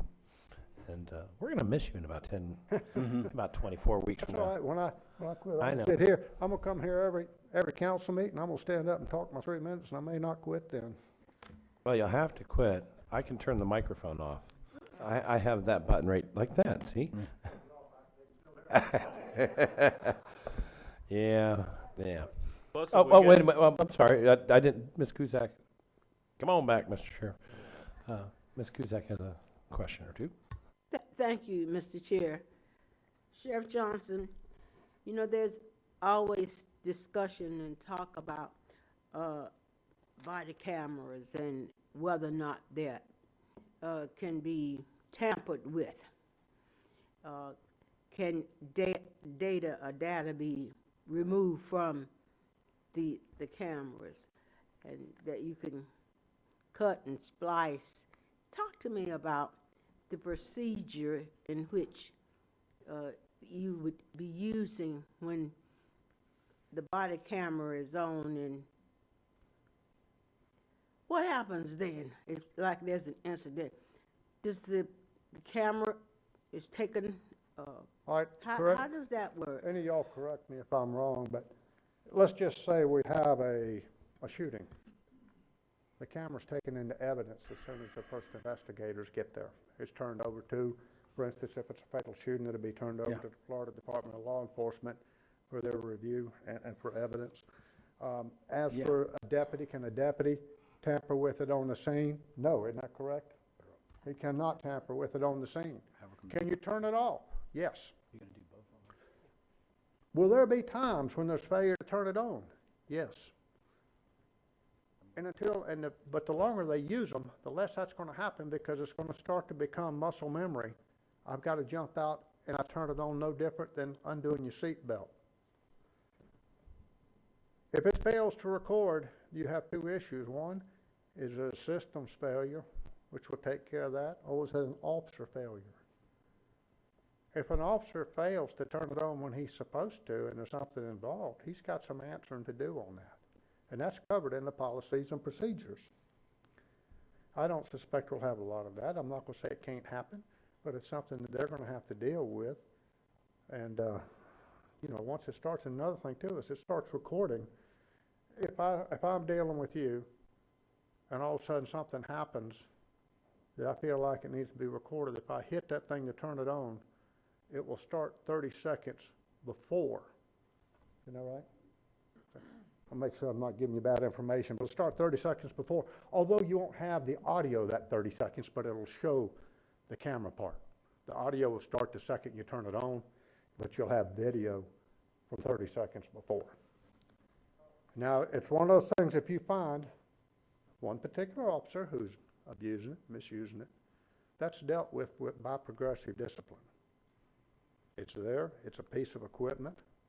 It's a piece of equipment that's required, and we have the policies and procedures that they have to follow in its use, and it's no different than any other policy or procedure, that if it's not followed, they have to answer for their content, suffer the consequences. Thank you. And just to follow up on that, then it would be at the discretion of the officer as to when he turns it on, or is it a certain, when they stop you, do you turn it on, when you're being stopped? or It you states into- in the it policies, just- it states in the policies and procedures the times it's supposed to be turned on. Okay. If you and I are just talking, we don't expect it to be turned on, and if you start doing that, you're gonna have so much stuff in the system that you won't be able to afford to use it.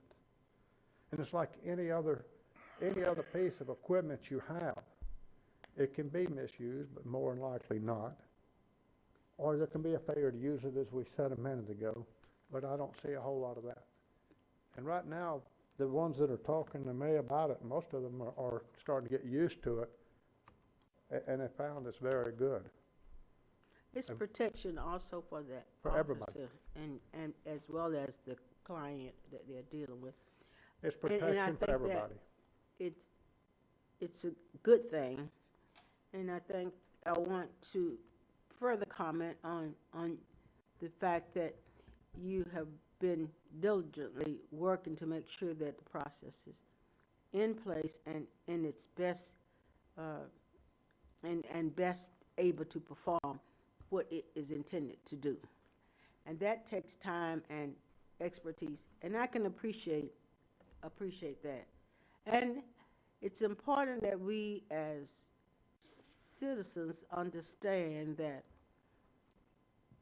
we need to protect our officers because they are individuals who love their families and themselves, and it's a team approach. And so to you and all of the officers in Volusia County Sheriff and officers that serve, 99.9% of them have very good intention. And this will give us an opportunity to kind of see that 1/10 that may have not the best intention.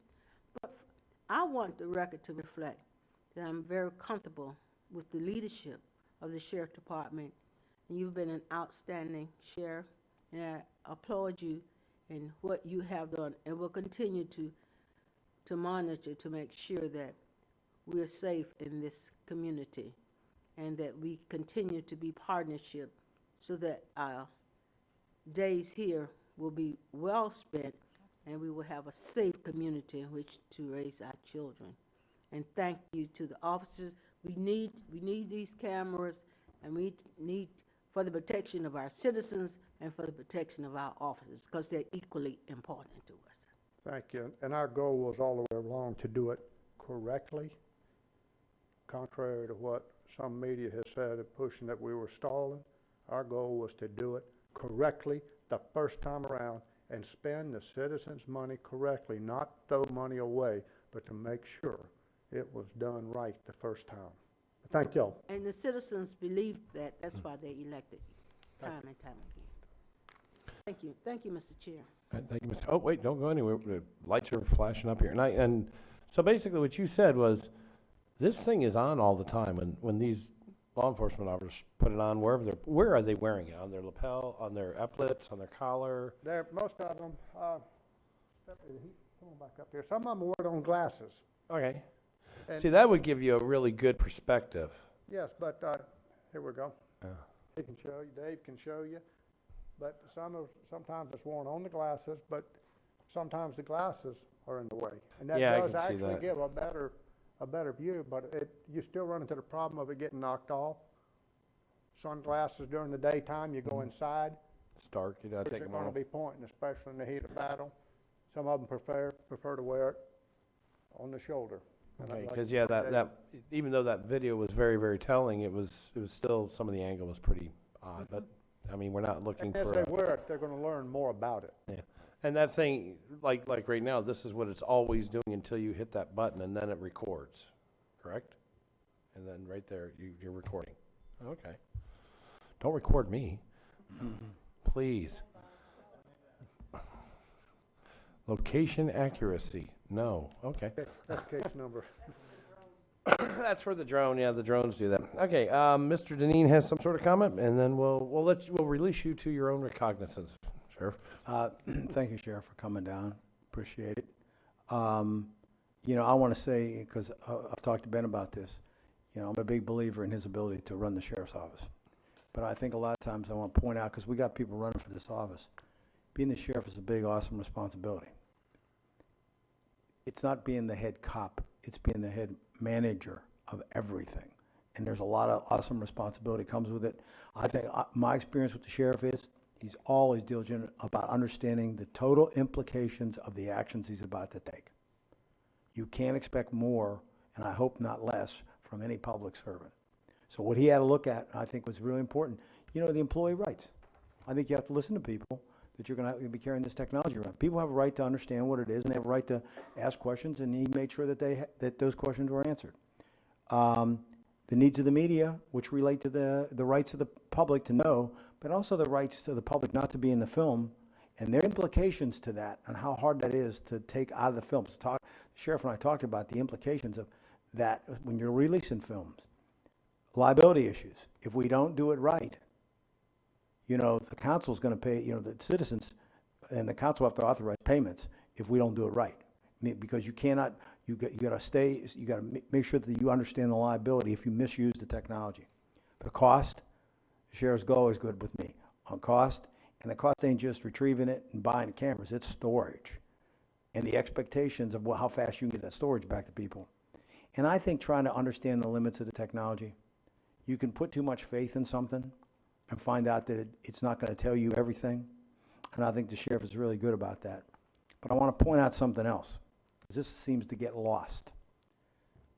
None of this would work if it wasn't for the fact that the county spent $10 million to build a consolidated dispatch center of general fund money. And this is the thing everybody forgets. And while the city saved money, our increased cost to run that, increased of our general fund, was $4 million. Where did we get the $4 million? It was the 3% that we saved when the employees had to pay that towards their pension. Rather than do what everybody else did, which was put it in their general fund for any other additional expenditures or whatever, we used that money to run this system. So you use that, and then here's the other thing. Because you didn't have to do consolidated dispatch, by the way. I'm a big believer, the council's a believer, and more importantly, the sheriff was a believer. We should do it, because it's the most important thing for public safety. And then last but not least, you didn't have to do the radio system the way you're doing. That's $11 million more we're going to have to spend. You're going to hear this constant theme of me because we are constantly putting out all this money for the general good of the whole county. Without these things, which you're not required to do in some ways, you wouldn't have these systems and wouldn't be as protected, and this technology wouldn't work the same way. So I want to thank the council and the previous councils that were there to support this. I want to thank the sheriff.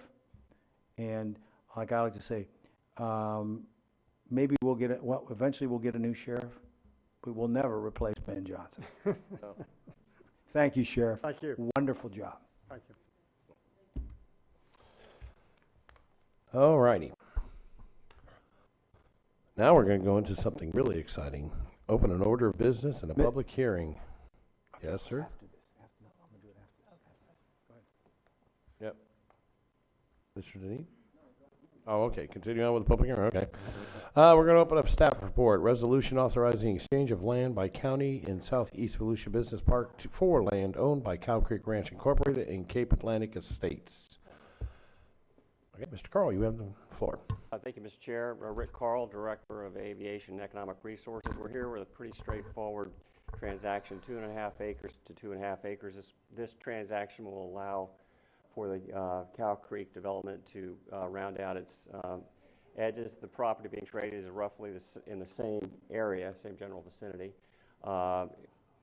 Mr. Eckert's office and Shannon Eller have been very instrumental in making this happen. In fact, they did it for us, and so thank you very much. There's a lot of legal work to get this done with the notices and whatnot. If you have any questions, we're here to answer them. Okay, is there any other staff report on this order of business? No further staff report. We will close the staff reporting section of this. Open up public participation. Is this where there's public participation?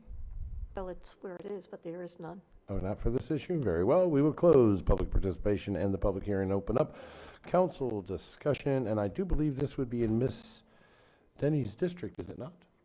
Yes, You have sir. the floor, ma'am. Just move approval, Mr. Chair, the resolution authorizing exchange of land by county in Southeast Volusia Business Park for land owned by Cow Creek Ranch, Inc. in Cape Atlantic Estates. Okay, here's a motion for approval. Do I hear a second? I hear a second by Mr. Patterson. Any further discussion?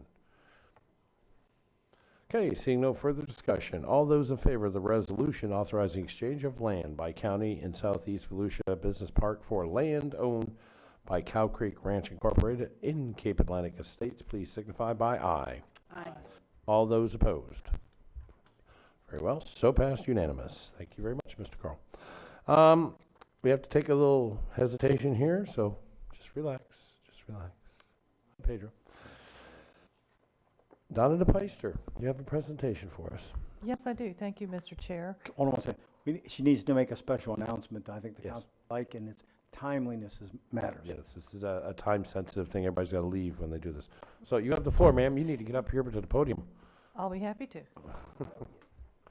I mean, no, sit there. We'll bring everybody else up, whatever this is about. I don't even know. I understand. If Tammy Bong and Janine Jennings could come forward, I would appreciate it. Come on, hurry up. Come on, gal. Come on, Miss Jennings. Hurry up. Hot-footed. Left, right, left, right, left, right. Double time. It's always a nice opportunity when we can recognize a couple of our employees who have done outstanding work, and it's even more a greater pleasure when others nationally recognize them as well. So the first thing I'd like to do is introduce Janine Jennings. As you all know, there's our purchasing director. She and her staff have won, once again for the third year in a row, the National Procurement Institute Award for Achievement and Excellence in Procurement.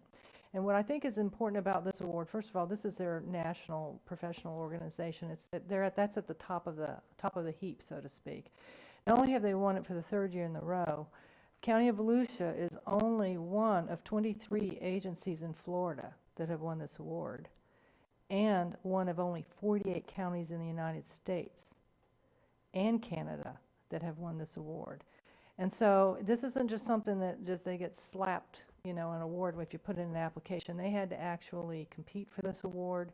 There are several areas that they're reviewed upon. It includes not only being careful with public funds, but also to show innovation, professionalism, productivity, improvements in leadership as well. So I think it's kudos to Janine and her staff for continuing their good work, because it is a hard job to be the personal shopper for Volusia County. I mean, it's a tough one to keep everybody in line and to get these things, especially when priorities change, and we got to move quickly. And those lovely cameras that we have that the Sheriff's Department just showed you wouldn't have happened without her and her team.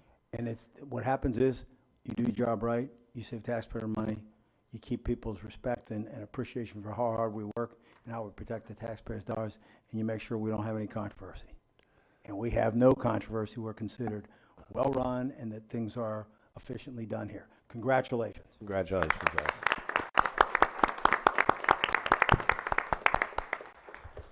Now, don't you have a speech or something to say?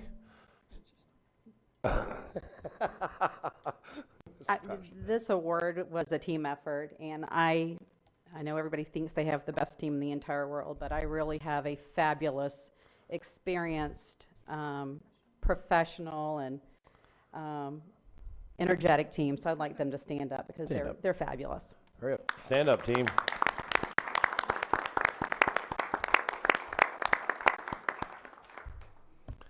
Thank They you. look good. Thank you. They look good. Yeah. All right. Now what? Okay. Is that it? Miss Tammy Bong, you can't escape yet.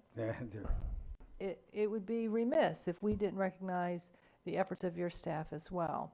Once again, You have been awarded the Achievement and Excellence in Reporting from the Government Finance Officers Association. Now, again, that's our top professional organization, and let me tell you, that award isn't easy to get either.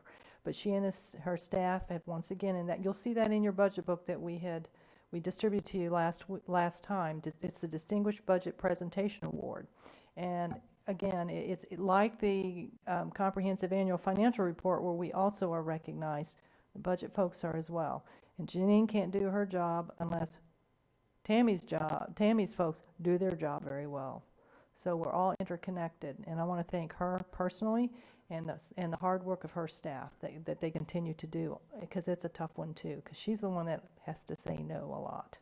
She, quite frankly, is the one between her and Donna that helped me say no a lot of times, okay? And she makes sure that the money's spent the way it is. And here's the point, and the reason you want to recognize people. This is why we're considered one of the best-run governments in the state, maybe in the country, and why we have the reputation we have. It's not because of me, it's not because of individual council members, it's because of the whole team, it's because of people like Tammy and Janine. And we have a dedicated staff. We have the best, and Janine, I'm the one that can say, I got the best staff. I got you all. So where's your team? Are they here? They are. Well, stand up, team. Budget, they're actually probably Budget. standing across the back of the Oh, I windows know, there were a there. couple that took a seat. There you go. There. For the team. So all of everybody that has today is part of the budget and administrative team. So I'm very fortunate to work aside all of these talented individuals, and very proud of all of the work that they do. I appreciate your acknowledgement today. Tammy made sure your numbers for Embry-Riddle were correct today. Good. Okay? Thank you. Thank you, guys. Thank you for indulging us, Mr. Thank you Chair. for that. Thank you. It's Thanks, like- staff. Yeah, now get back to work. Yes, exactly. Go back to work. Get out of here. Go. Thank you, Mr. Chair. Yeah, if it's not for them, those people right there, are that part of the staff doing their job, we do have a hard time on ours. All right, we're ready to go? Yep. Item 31, presentation of our favorite economic development data for the second quarter. Mr. Carl? Thank you, Mr. You have Chair. the floor, sir. Members of the council, Rick Carl, Director of Aviation and Economic Resources. Tomorrow is our Q briefing at the Dennis McGee Room at the airport. We hope you will come. This is the presentation of the quarterly report. As you know, Rob Earhart is out on family medical leave. He'll be back at the end of the month, we hope, and he's doing well. Spoke to him the other day. But in his stead, we have decided to volunteer Pedro Leon, business manager, to be put on the skewer. See how Pedro does here with the numbers. He's very experienced with all this and will handle it very well. Kimberly Anderson is also with us today. She's our special projects and research ace, and she's the one that puts these numbers together. Good, again, very experienced team, and with your permission, I would like to introduce Mr. Pedro Leon. Permission granted. Thank you, Rick, and good afternoon, Council. I'm Pedro Leon, as Rick said, Business Manager with the Economic Development Division. I'd like to present to you this afternoon some information on some features, largely highlights, of the second quarter of 2016 of our economy. We'll have some slides for you, and they'll include information on employment, building permit, and foreclosure activity data. For those listening on the internet, this presentation is attached to the agenda and also on our website at floridabusiness.org. Up first now is a slide on the Volusia County population for 2015, and hopefully you will find it of interest.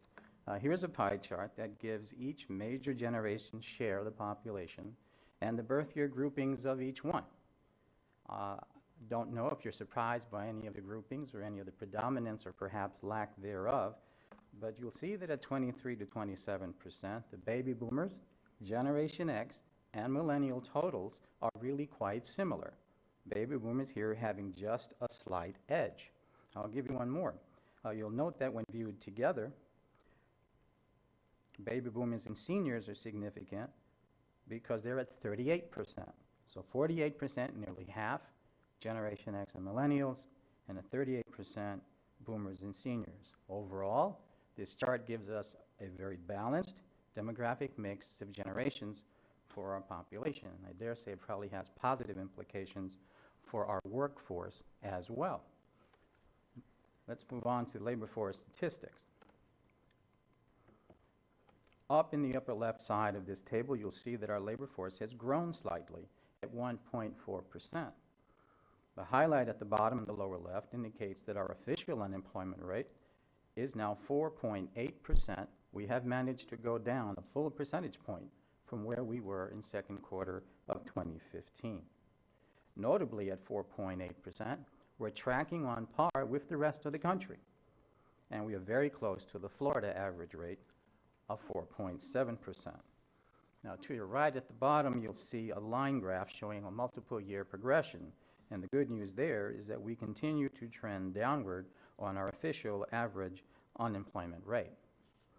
But let's look to our employment by major industry sector to see how that plays out for this past year. And here's the bar chart. It compares this year to last year based on the second quarter. And countywide, nearly all industry sectors have gained jobs. And as shown at the bottom of the table, we are up 8,000 jobs year over year. Now, the strongest contributing industry sectors this quarter are retail trade at 2,600 jobs and professional and business services at 2,200 jobs. Yes, you'll see a little red in the local government category. This includes our schools and Daytona State College. This reflects a cyclical reduction in school-based employment, and if you were to look at it monthly, you would see that this is most prominent in the month of June. These next tables are the latest labor statistics for Volusia County and our 5 cities that have populations over 25,000. The 2016 data is at the top half of the page, with 2015 provided below for comparison. And if you were to compare the top and bottoms for the official unemployment rate, you'll see that city unemployment rates for this past quarter have trended downward as well. All of them, cities east and west, are down by at least half a percentage point, and some greater. I'll forward that slide to see the others, and you'll see what I mean. This is consistent with the county's overall downward trend over the last several years. Let's move on to the permit data and see what the residential permits have done for this quarter. As shown in the orange on the bar chart, you'll see 420 residential permits were issued in the second quarter with $136 million in total value, a significant showing. I'll repeat that again, $136 million. Now, this is a $15 million increase over where we were a year ago. Now, I'll point out that next to that last quarter, the first quarter of 2016, residential permits reached a high point. That high point was $138 million, and it was the highest in 3 years. The second quarter of 2016 has sustained that level. We are on to a significant residential permit start for 2016 in Volusia County. Now, here are the more raw numbers that show the city's activity. And at the top this quarter is the city of DeLand at 116 permits with a value of nearly $39 million. This surpasses DeLand's second quarter 2015 total by $5 million. So congratulations to the city of DeLand for continuing to attract new residential construction opportunities. I'd like to share with you commercial permit data next.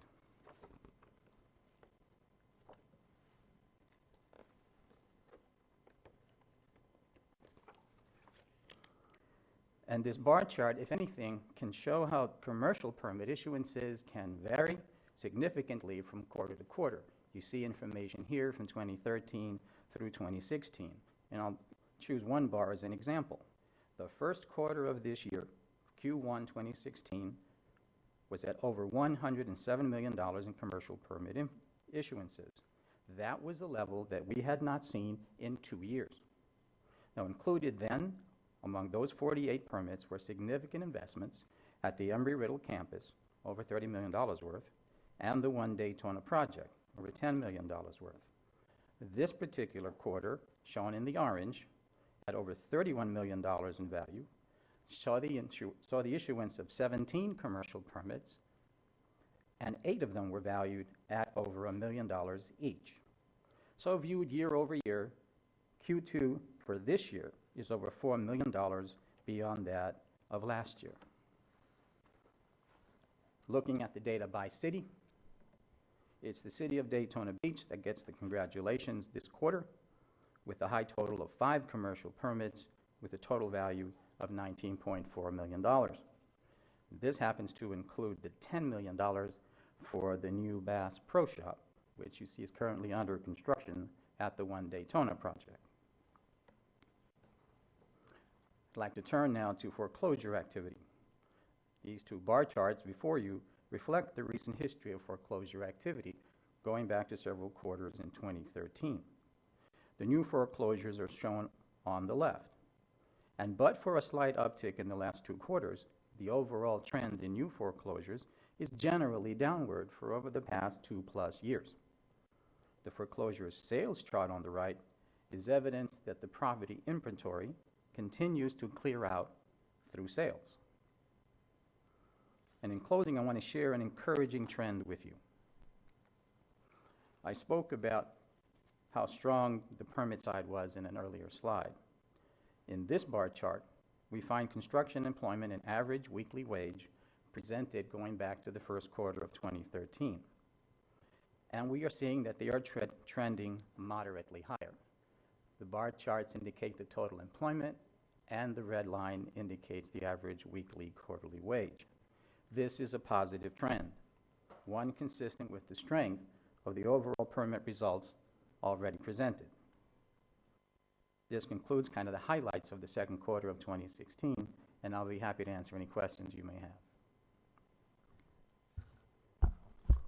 Thank you, Pedro. But you do so well with that. I mean, Thank you, Mr. I mean, I went back to just step back to get a cup of coffee, come back out here. You reminded me of some of those training videos. I mean, he's got that voice. This is, you know, I mean, it's a good voice. I know it's a compliment. I love it. I think you it's very much. excellent. You did an excellent presentation. The team is, as echoed by others, the team is the reason that all of this can come together. We're excited about the queue tomorrow. We're very excited about the fact that our community, especially our business community, continues to be supportive, and we certainly hope to present this data to them with great gusto. Well, thank you. Forward to see you tomorrow. Thank you. Okay, I will be there unless, of course, something awry happens. But other than that, no further questions from anybody. All right. All righty. Now on to something even more exciting. Paint drying. No. No, I actually like these these Q reports are great. I mean, you know, it's a benchmark where we can actually walk up and say, okay, we're doing this, we're doing this. This is a great thing. Life is beautiful, and we're fixing the problems that we have in Volusia County. And my agenda says Jim Deneen is supposed to be here.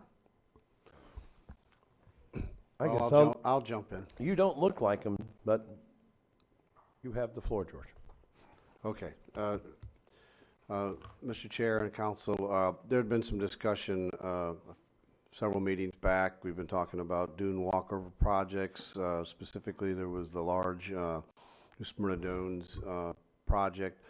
And during that discussion, questions were asked about the other dune walkovers up and down the beach, of which there are many, over 100, is off the top of my head. So we wanted to just to highlight a great deal of work that has been going on. It's one of these things that's kind of quietly proceeding.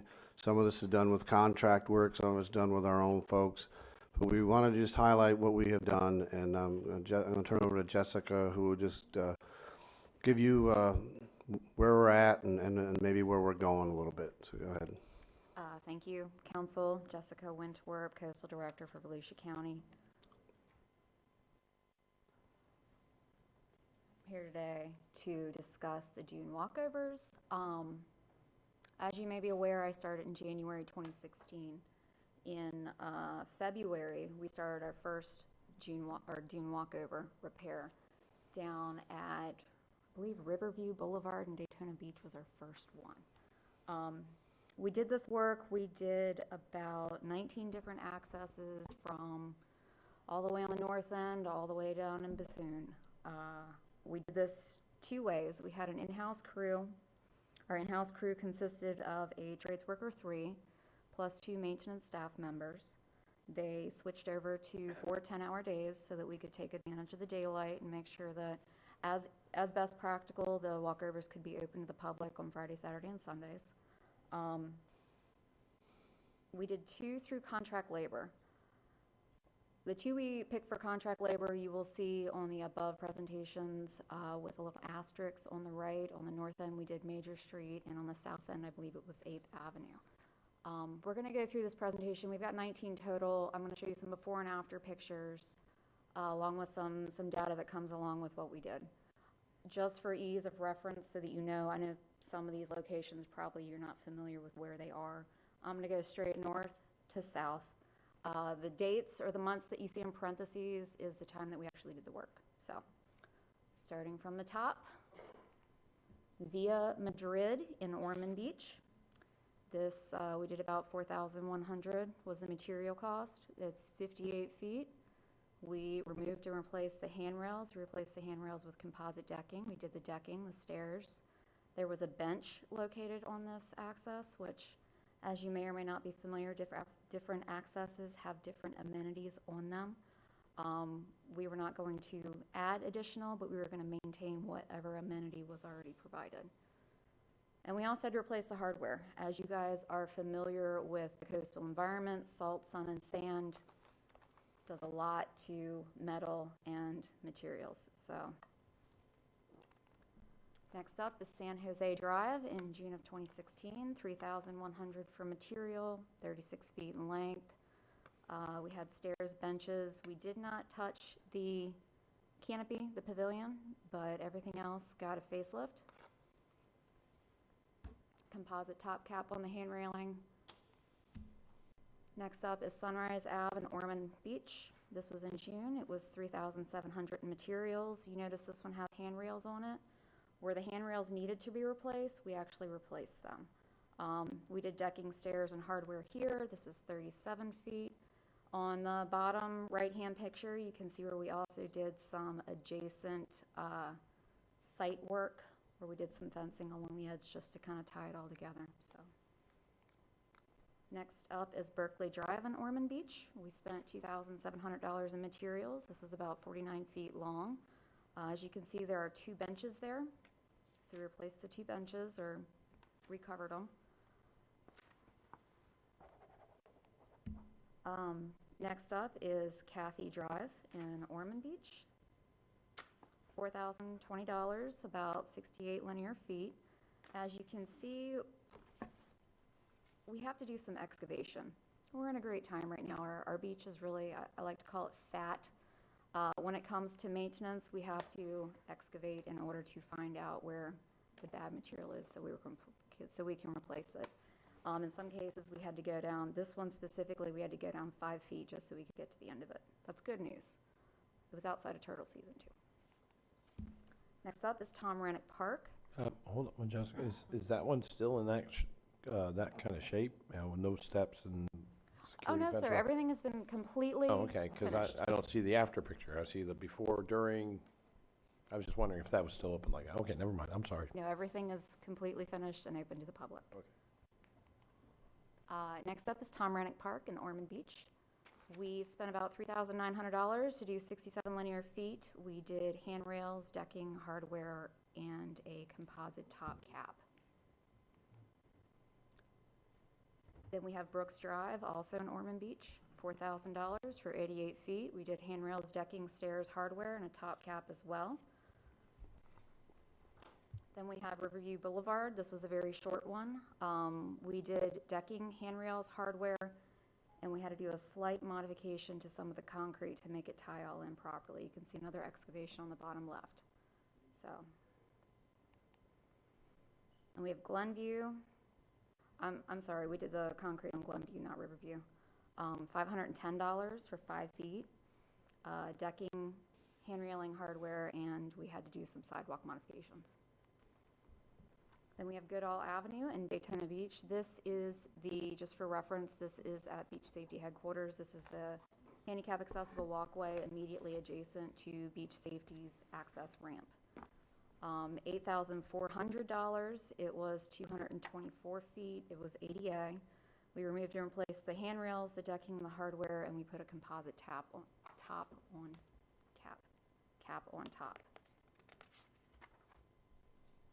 Sunsplash Park, we did quite a bit of work here. We spent $3,000 for 175 linear feet of walkway. It was ADA accessible.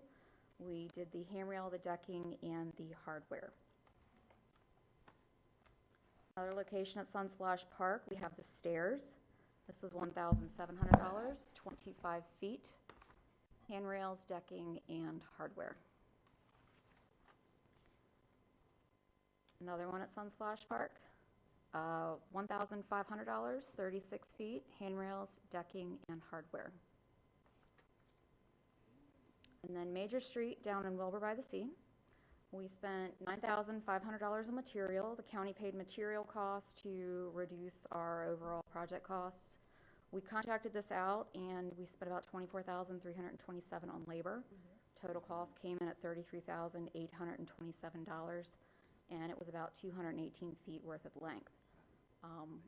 We had to repair some of the support posts. They were deteriorating significantly. We put in new handrails, new decking, the stairs were replaced, a bench was modified, and then hardware, and we installed a composite top cap. We originally wanted to put this one through and convert it to an ADA accessible ramp without the stairs, but unfortunately there were some physical constraints regarding the topography of the land, and we could not excavate as it was a sensitive time. We did reduce the stairs, and if you notice on the bottom right, we kind of have a staged progress on going up. So it's a little bit easier to work with. All labor was performed by the contractor. And now we are at the south end. The south end project is slightly more complicated. The walkways in New Smyrna and the unincorporated area they're longer, typically. You can go about 300 yards. There's one in Bethune that's 300 yards long, and it's elevated the entire way. The access and right-of-way and easements are very restrictive. We may only have 10 feet and there may be a change in elevation between the walkway and the ground of anywhere to 20 feet between two primary dune lines. So it's a little more difficult. We did what we could this year. 8th Avenue, as you will see, was done by a contractor. 12th Avenue, grouper, mullet, and trout were all done in-house with the same crew that did the north end. First up is 8th Avenue in New Smyrna Beach. This was done by the contractor. We spent $7,500 on material, $18,719 on labor, $26,219 total for 147 feet of walkway. This one was actually redecked to an ADA compliant walkway. So we removed the stairs, basically moved to pitch, and then you just have a grade and your proper landings. Support posts had to be modified slightly, handrails, decking, stairs, bench, and hardware. 12th Avenue in New Smyrna Beach, $2,700 for the material for 37 feet. We replaced the decking, the handrails, the stairs, and the hardware, and then we did a composite top cap as well. Grouper Ave in New Smyrna, we spent $1,500 on material for 42 feet of walkway, and we did the hand railing, the decking, and the hardware with a composite top cap. Then we have Mullet Avenue, very similar. We spent $2,400 on material for 48 feet of walkway. We removed and replaced the handrail, the decking, the hardware, and we put a composite top cap on as well. Trout Avenue, we did $3,200 worth of material, 71 linear feet of walkway. We did the hand railing, the decking, and the hardware, and we also put a top cap on this as well.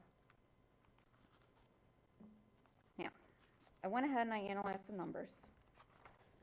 And total material cost that we spent in fiscal year 16 is $68,140. Total spent, not including in-house staff labor, was $111,186. We rehabilitated 1,443 linear feet of walkways, total of 19 accesses, 3 existing ADA compliant accesses, along with 1 ADA conversion, which was 8th Avenue, New Smyrna Beach.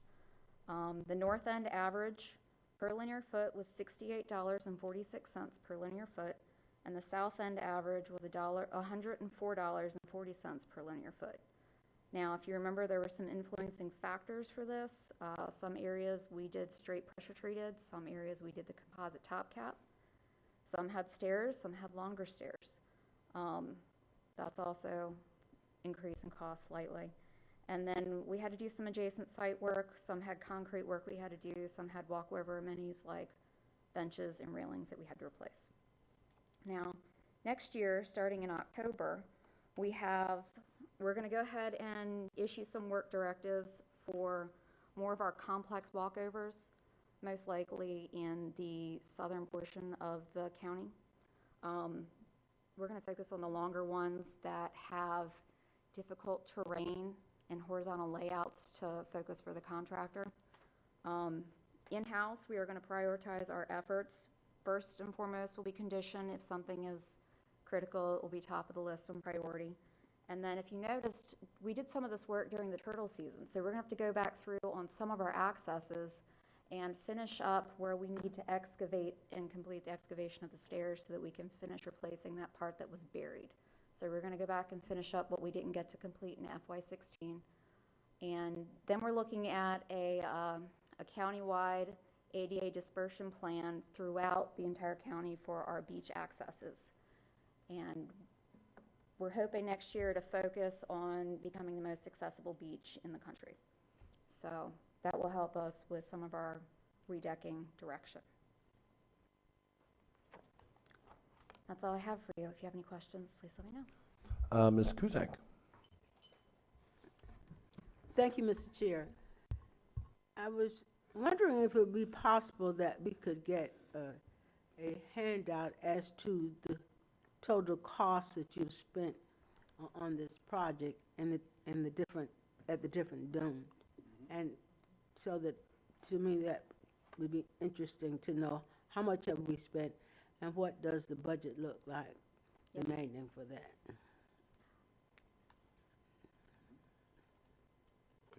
Okay? Yes, ma'am. Very good report. Thank you so much. They look beautiful. And it was long overdue, it looks like. Thank you, Mr. Chair. Thank you, Ms. Kuzak. You know, that might be something we need to almost make like a policy. Whenever we get these kinds of reports, if you're going to bring us money numbers and budgets, it's always good to see it on a hard piece of paper versus just conversation. Ms. Denny's. Thank you. I think this is a good start, but I think we have over 99 Yes, or ma'am. 100 walkovers. Okay, so we've done 13 to the north, 5 to the south.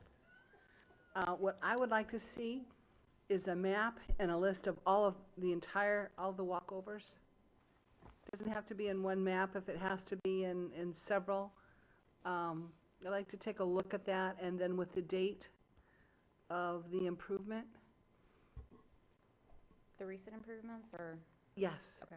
Yes, because I'm sure, you know, with almost 100 dune walkovers,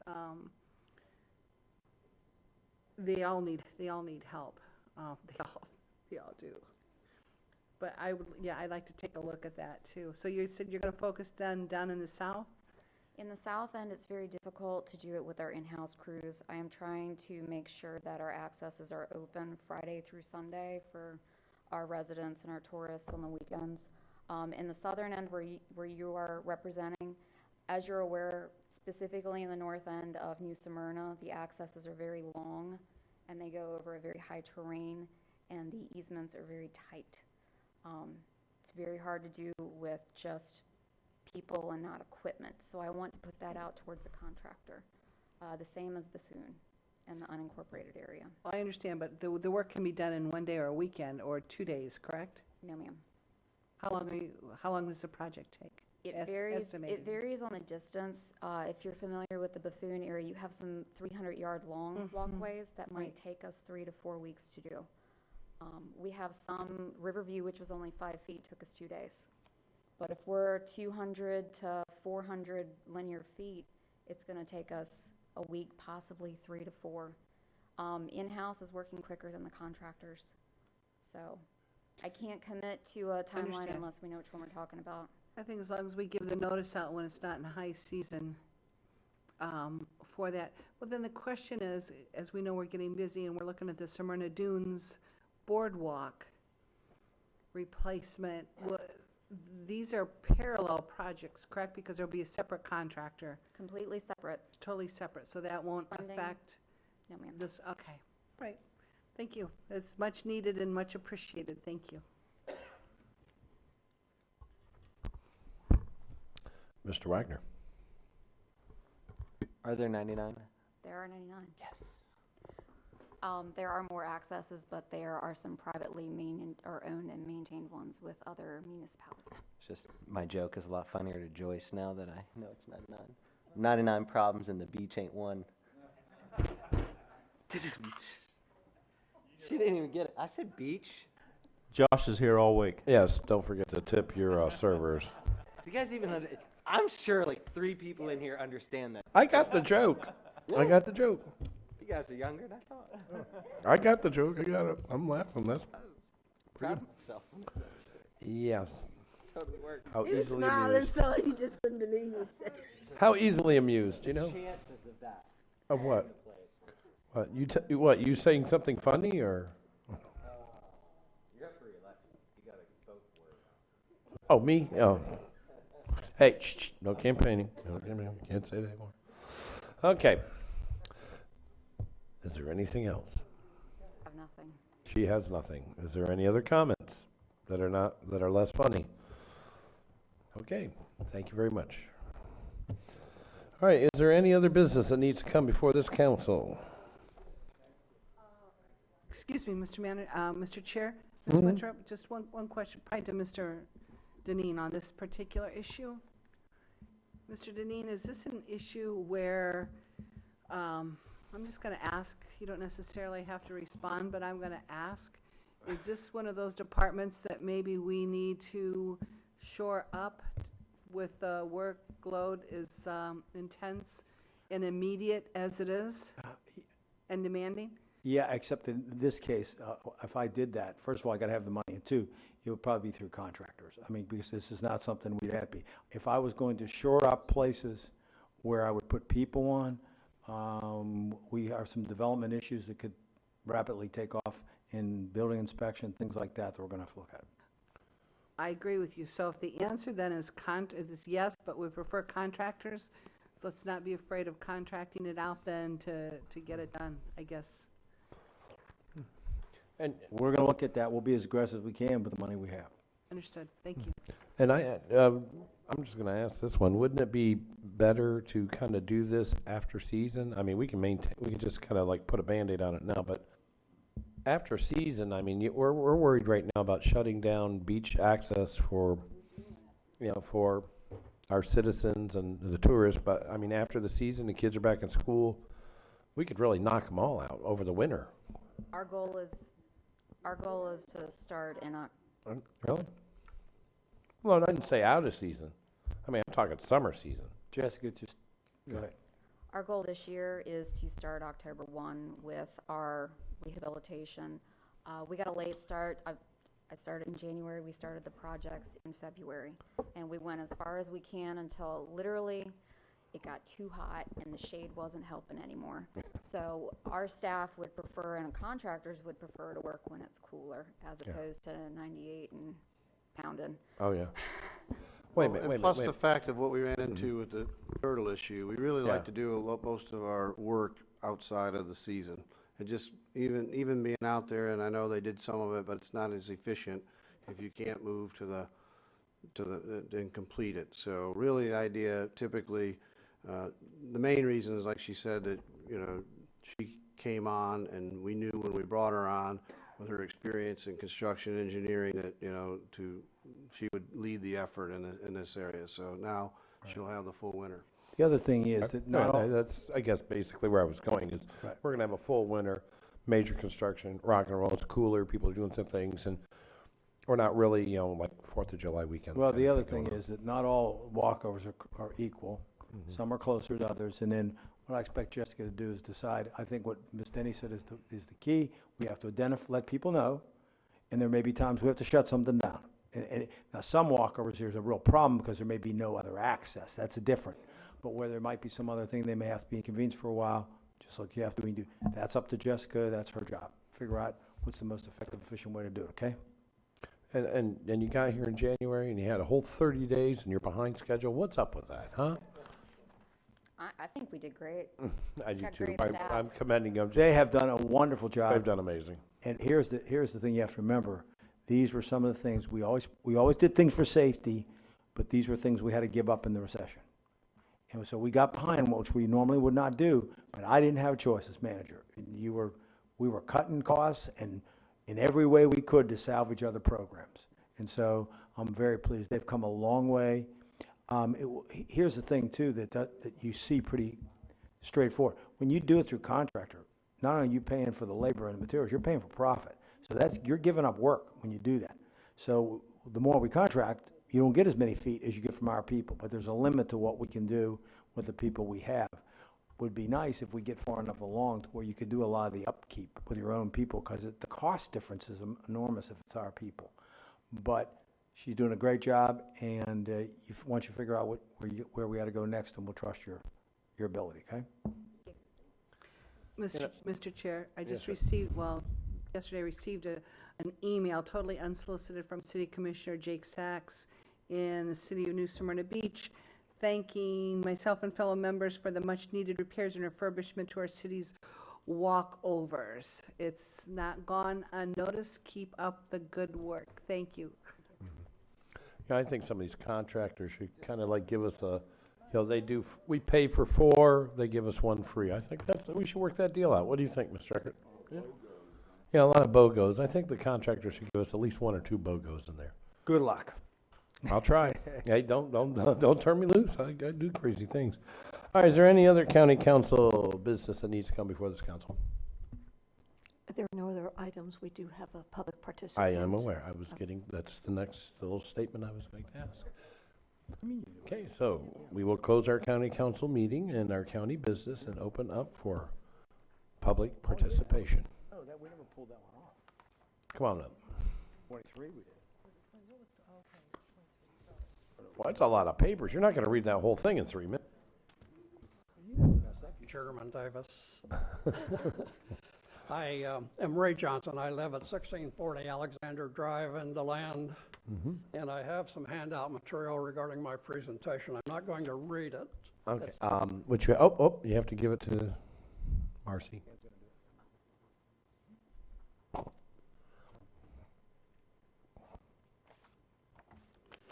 I also have a video presentation, which if we can have lights, camera, and action, let's Well, do. this is public participation. You only have 3 minutes. I understand, sir. Okay. So we're going to have to take The time. video that you're seeing was put together by David Schroeder and myself, and for the sole purpose of persuading you to enhance the roundabout at State Road 44 and Grand Avenue. This is the concept. I mentioned earlier a presentation about 6 weeks ago.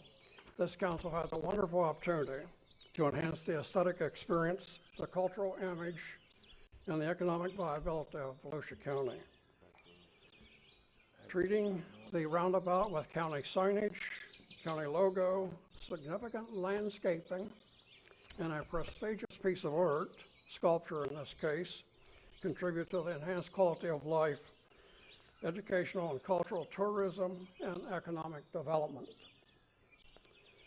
Therefore, I'm asking this council to enter into an agreement with DOT and allocate $100,000 towards developing a meaningful roundabout. Otherwise, what you get from DOT are palm trees and ferns. A refreshed roundabout actually is something that engenders economic development. Prospective companies looking to relocate seek communities that show that they care about aesthetics. We have an opportunity. We should take advantage of that opportunity. There are many examples where this has been done throughout the country, throughout the world. I'd like to draw your attention to what's happening in Sarasota. County has issued a call to artists, and they are currently reviewing the submissions. Their project budget is $150,000 for the first of 16 planned roundabouts. The information I have in your package that you have before you includes Sarasota's process. All that information is also available online. Again, we have a great opportunity to enhance this roundabout. We should not miss this opportunity. We should begin the process ASAP. Please allocate $100,000 to enhance this roundabout with meaningful signage, county logo, vegetation that is Florida sensitive without a lot of watering, and put in a piece of sculpture that we all can be very, very proud of. Thank you. Thank you, sir. I'll be happy to entertain any questions. Okay, thank you, sir. Didn't we talk about this a little bit, a couple meetings back, about when the roundabout idea came through, and were we gonna just leave it as a roundabout, or were we? Generally, Mr. Chair, when we get public comments, we don't get into a full-length discussion Yeah. at this time because we're not really prepared. Yeah, wasn't going that way. I was just gonna say, weren't we starting that? It was a yes or no, and if so, why don't we get some information back on Yes. that? Okay. What we'll do is, based on his comments, we'll get back with the council members on where we are in our relationship with the state and what they're doing and what the issues are. Right. Okay? That's all I needed. Okay. Thank you, sir. Thank you, sir. All right. Is there any other public comment? No, sir. Very well. We will now go to council comment. Ms. Denny's.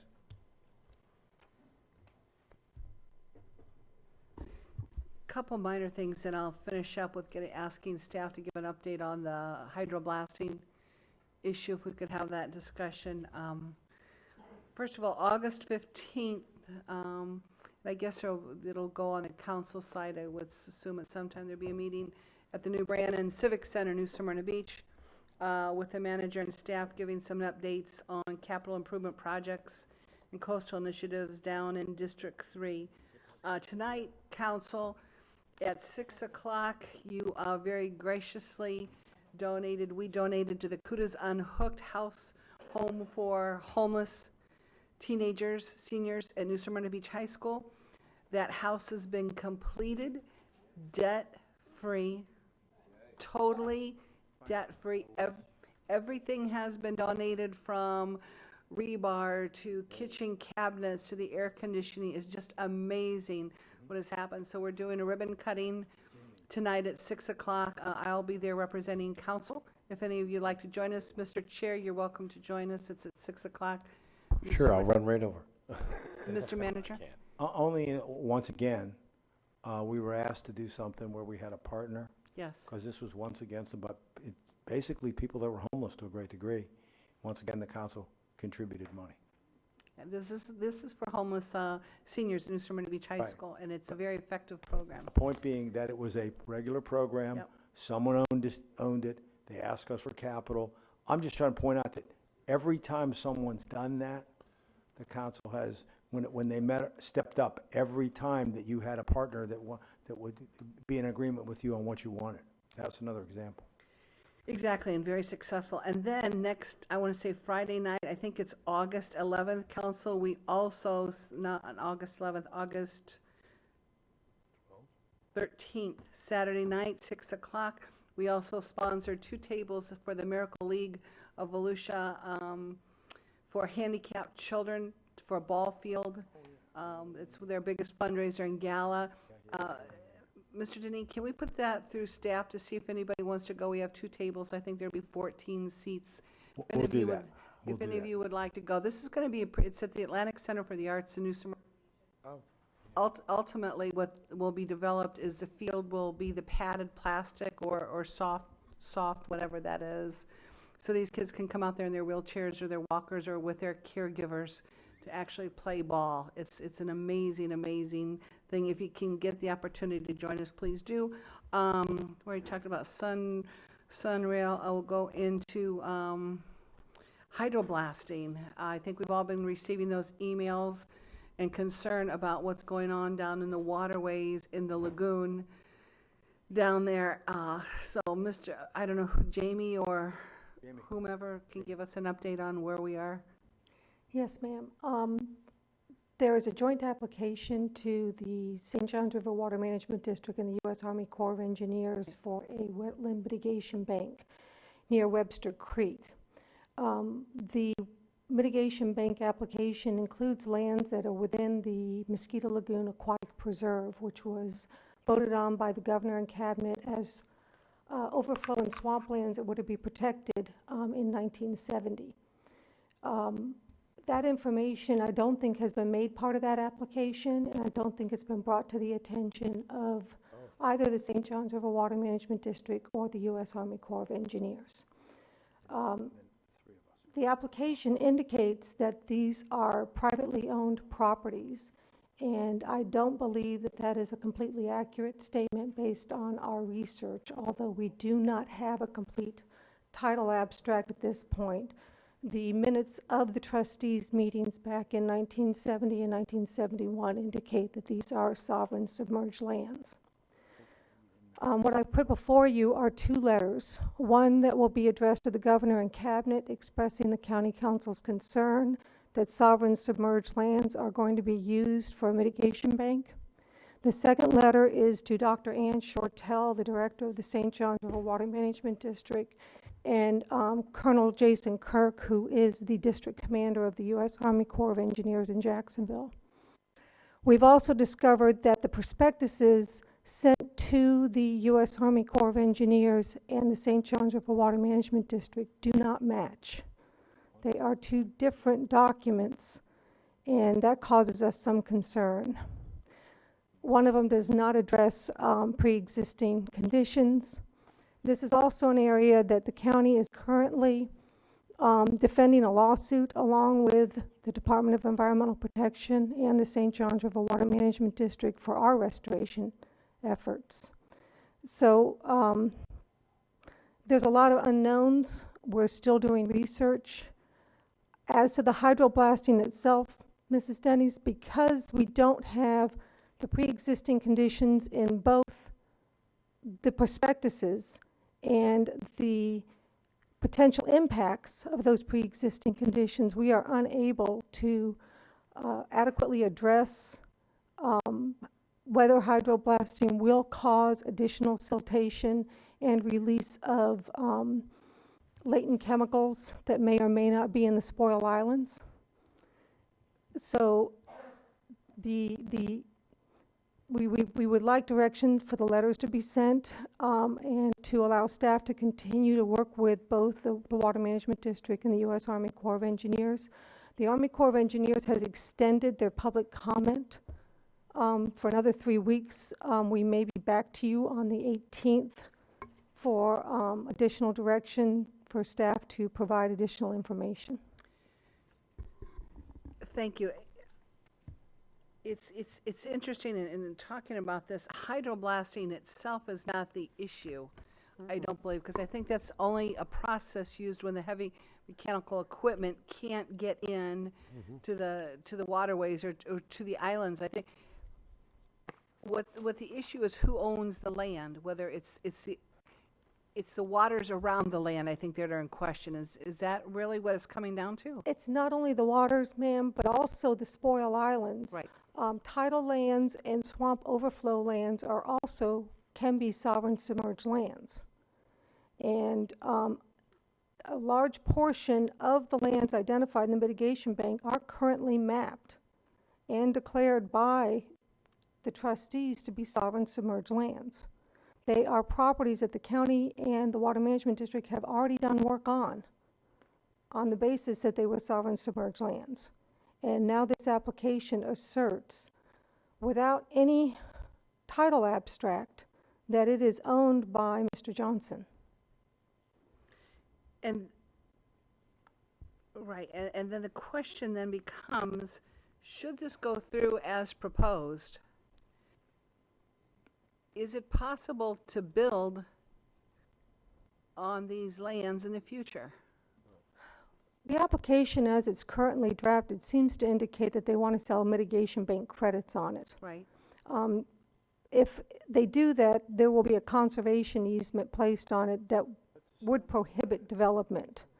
But instead of selling development on it, it's basically selling mitigation credits at about $135,000 of credits. So the owner, or the asserted owner, rather than developing the property, is trying to make money off of it through the mitigation bank. So the likelihood the development would be no. But would he somehow assert that the public's access would be restricted? We won't know that until the application processes and we see what a potential conservation easement would look like. So, and Mr. Daniels, you might know this better than I do because you're on the Indian River Lagoon Council. What should our position be? Should the council, we challenge the information? I don't, Mr. Daniels, you want to speak to this? Please. I would. We should always challenge anybody who claims to own sovereign lands when DEP is not taking an interest. It's very important. You know, the state of Florida owns it, and it should not be given up to a private developer, even if that developer wants to do a mitigation bank. That does not save the issue. It allows him to go out there, take state-owned land, do a few things to it, and then make a tremendous amount of money from land he does not own. It's not reasonable, it's not fair. It's odd that the first case I worked on when I graduated from law school was Coastal Petroleum versus Mobil Oil Corporation, which I think you guys are probably familiar with. It was a bloody, bloody case, and it was similar to this. It was the phosphate companies had mined land owned by the state. You know, the Peace River, that type of thing, river bottoms, they had deeds to the property, but the question was whether or not the Board of Trustees had actually issued those deeds and whether or not those deeds were in the public interest. They wound up not faring, well, they got it out of federal court, which really helped a lot, but they wound up not faring all that well in some of those title issues because even if you were in their position and you had a deed, but the deed was improperly issued, it was an improperly issued deed, the state owned it, well, that's just tough luck. And that would be the same situation here. It would be something that actually the landowner should not want. He should not want to be put in this position because he may have to dig into his pocket later on and make good. The damage he has done to state-owned land, should damage be found, and to disgorge the amount of money that he received from the mitigation. And if I remember the measure of damages correctly, because that was my role in that lawsuit, you don't get to deduct your expenses. It is the amount of money you make, and the expenses that it costs you to make that money, well, that's just too bad. You have to eat that. This is a very serious issue. It's something that is going to probably come up more and more as time goes on, given the way the regulatory system is now, and we should not let it slide by, not for a minute. Thank you.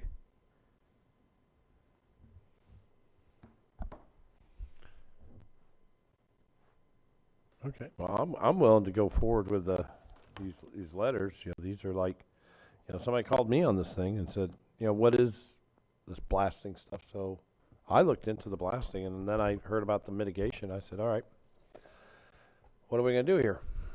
I think we should basically just back up 10 yards and hold, say, okay, until we find the real deed.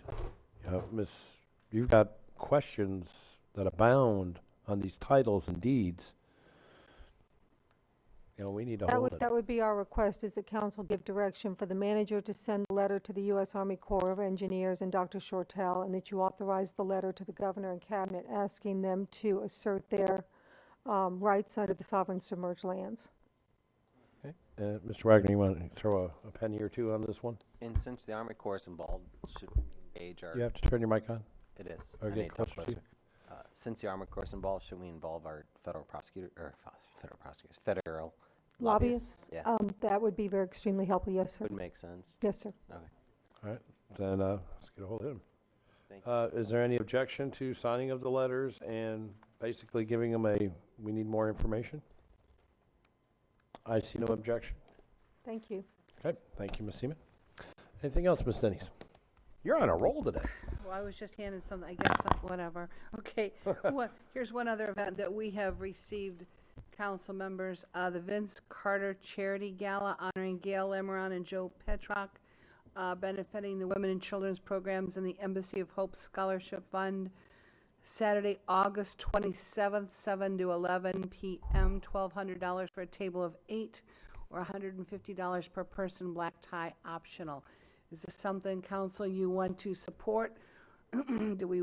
I think we should. I think we should have a table at this particular event. August 28th? August 27th. Oh, we already did that. Why did you give this to me? Oh, who's going? Black tie optional, just so you I'd, know. you know what, Ms. Denny's, I would love to go to that event, but unfortunately, 27th. that's on 27th. I might be a little busy for a few days. August Yeah, I'm out of pocket. I'm out of pocket that weekend. Sorry, I can't help you. I'll give you a copy. Are you going, Pat? I'm going. August 27th. All right, Mr. Patterson, Ms. Denny's, Mr. Wagner, you going? Ms. Cusack, you going? Ms. Cusack's on her way. Mr. Lowry? I'm looking at my schedule. He's checking the schedule. Mr. Daniels? Yes, it is. I can make that. I don't know. Oh, Gail Limeran and Joe Yeah. Petrock. Yeah, I like them both. Yeah, I'll go. And Yeah, I like 'em before both. you go there, there's a happy hour in New Smyrna at Cheeseburger in Paradise. For all the parrot heads, you can go there, then put the black tie on your shirt and make it to both events. I do get to take a Yeah. significant other. Yes, your choice. Yeah, I'd like to go, but unfortunately, I think I'm a little tied up that weekend, so. Where's that? Vince Carter's, right? No, it's closed. Yeah, I know, but I mean, he owns the place. He could open it up just for that, couldn't he? I think it's on, we have it, maybe staff can research and make sure we get where we need to go for that event. Staff can Yeah. update us. Thank Right, you. Sam. Okay, Ocean Center is the general consensus. All right. Anything else? No, that's it. Thank you. Thank you, Ms. Denny. Mr. Lowry, do you have anything to say before we leave Park Company? Just real briefly, I know Mr. Deneen and I have had conversations about debt, and I'm just excited about your program that you brought forward on that. I just want to say kudos. Thank you. All right, Mr. Patterson? Oh, yeah. Okay. It's only, he's been waiting all day. I'm excited. I'll tell you, I'm just a quiver with excitement and Get your anticipation. slippers on and get ready. Okay. I'm gonna pass these out. Even have handouts. Handouts, yeah. This is guy. Yeah. Oh, be careful. It's Be short and careful sweet. of the handouts. Okay. These are supposed to be in our agenda packet. Well, Mr. Daniels, then throw the doggone thing away. I don't really give a big bear behind, okay? Mr. Daniels, that only applies to people that work for me, not people that I work for. This is what happens when he goes to DC before the meeting, when he's in DC the week before the meeting, it gets official. I needed the break. Okay, hey, Mr. Patterson, short They don't need one. There's more coming. Y'all might be aware, July 14th, we sent out, or I sent out a letter to Jim Boxall, the Secretary for Florida Department of Transportation, regarding Sunrail, and just kind of get an idea if Phase 2 will be funded and constructed in Volusia as contemplated by the subject agreements. And I got a response back today from Rachel Cohn, Assistant Secretary for Finance and Administration. rather long and talking about things that I guess we're gonna have to look into, because I don't, the SIB loans, but to date, the department has not been able to secure a commitment by the federal government to provide its 50% share of the expected cost for implementing the portion of Flood Phase 2 that will be located in Volusia County. That's in the second paragraph. I guess when you have an opportunity to send a grant forward to Washington and the secretary holds it back, I mean, there's no explanation from them as to why that grant application was not submitted. I have some questions. I think I'd rather just kind of get to the point direct with them about submitting an application and why it wasn't sent on, what was the problem with it when it was something that the federal government met with District Secretary Noran Downs. Well, I'll tell you this, being over 60 is tough sometimes. Amen. Hey. I feel you, man. Yeah, don't feel me. Don't touch me.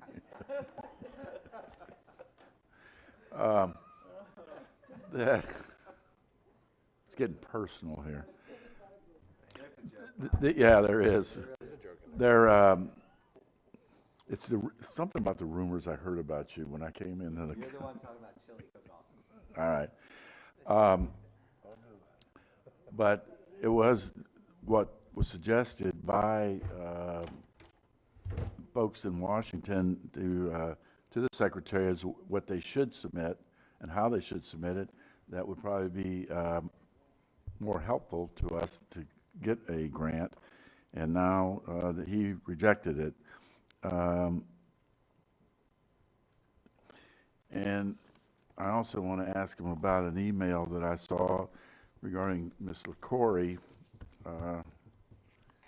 that the only thing that she was mentioned in there as having responsibility to was the Sunrail to the airport and Sunrail going south, but nothing about the Sunrail north. So I guess I'm going to do a follow-up letter, and I guess maybe get an, I think Dan and I had talked a little bit about these SIB loans, and I don't really understand all that there. That it sounds like they want to eliminate some of the these loans and use their money for something else. And I don't know if that money for something else is going to go to. It appears that's what they want to do. As I read this, we did not draw down on these loans that that county council had approved. Once you draw them down, then the clock starts ticking on payments. So they want us to actually close those out so they can redirect that funding to others. And what they're, that was for the DeLand project. However, one thing I think it's important to understand, there was some money that still owed the county of about $99,000 from the first phase. And we still haven't received that money, to my knowledge. I believe that's true. We have not received it. So I think give us $99,000, I'll officially close these out. That's kind of my feeling about it. Okay. That's right. That's I general mean, fund dollars. That's a It's big an implication. That's now agreeing by your action that the stuff in DeLand ain't gonna take place. Not really what that's saying. Well, I mean, if you're I mean, closing them out. wait a minute, we gotta be indication careful you here. don't think you're gonna need them. Well, they're going to come back and offer another. You don't know that, though. Okay, Is we have to be very careful with the wording here because we will have big problems in the future. That this is all part of the slippery. I got is that. Is that you were asking, is this going to happen or not? And the longer this stays in Never Never Land, the worse I think it gets. And then if you say, okay, we'll close out the SIB loan, they may say, which they have it here, that they'll give you another one. They probably would, okay? But the fact of the matter is, if you do that, then you're admitting by your action that that's off the table. That's how it can be put this way. In my opinion, that's how it will be interpreted. And I'll tell you why I believe that. Because if you remember, Ms. Cusack, you'll remember this very directly. No, you'll remember this. Even though you're over 60, you'll remember this. Oh. Well, she said that when she was talking to Pat. Okay? Oh. Hell, I'm over 60. I say you can't repeat. Okay. I'll remember because I'm well over 60. Point is, if we remember we were going to show the money for DeLand, I was going to set it aside and not identify it in the budget and just keep it in reserves and take it out of the account labeled for that next phase. And you got criticized wholeheartedly that we were backing out of our commitment, even though I explained that the money was still there. Everyone remember that? And then we said, no, okay, so we put it back and we labeled it that way. And if you look in the 5-year forecast and the go to zero, you'll see it labeled. So because we never wanted to indicate we weren't there. You were that's why I thought you'd remember. Bottom line though is that if they ask it to do something, obviously the council decide what you want to do. I'm only a little cautious because I think whatever we do can be misinterpreted, that we are in agreement with something that we may not be in agreement with. We may want the answer to find out, but I'm not sure we want to make it look like we're leading the way towards that answer. Why don't we just ask the question directly? If we give you the SIB loans back, does that mean you are canceling the DeLand deal? That was something I was thinking about also. I'm just That's a wondering. good question. I mean, ask the question directly. Let's not play around with it. I because think we've we been ought to getting just jerked. send another letter up there to them and with 2 or 3 of the things that I talked about here today and just be pretty direct about it. So I got a long direct letter that really didn't answer my original question. So there's a deep conversation going on over there. Yes, I see that. Under hushed tones. Hi. you're Now, over there we're like this. discussing the nature of something on this in terms of this loan. Why don't we get together and talk about that? Mr. Eckert, Dan, you were looking at something. Well, it's already been covered in the conversation. I wasn't sure of the, I was inferring from when you were over here earlier today that SIB loan was for phase 2 in Volusia County, but I was unsure from the reference without checking. Yeah, okay. Now I got another, maybe more direct question to them. If this means that the land is not going through, if they take the SIB loan and all this stuff goes through and they say, yeah, that's what that means, then are they going to come back to the table to renegotiate this contract? Well, that was a question we asked. It's not answered. It's not answered. They have yet to answer. We've been asking it I've been asking it for 3 years. Well, if you look at the letter that Mr. Patterson first passed out, the July 14th letter, Right. I think it's fairly Real clear. direct, I- and it's not answered. And also, because I'm in defense of the county government, if you look at the last line in the first paragraph, that was deliberate. It says, though the county has stood ready to fulfill its commitment. I mean, how many times have we kind of heard this rumbling, well, you didn't get the money because you really weren't committed.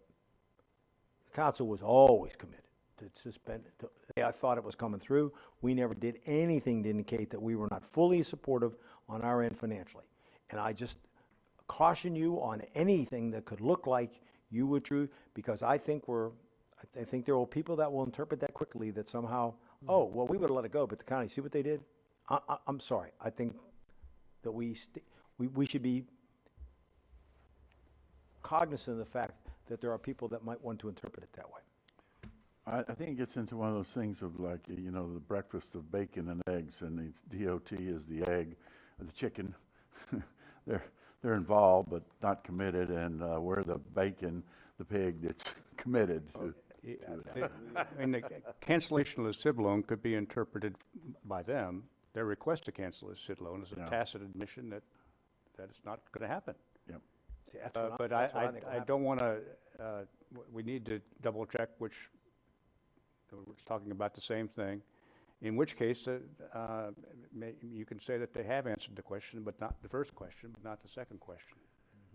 I think something, a statement to the point of that our feelings are that if we cancel this SIB loan, that it means we are not really committed to getting this project done, and therefore we don't want to cancel the SIB.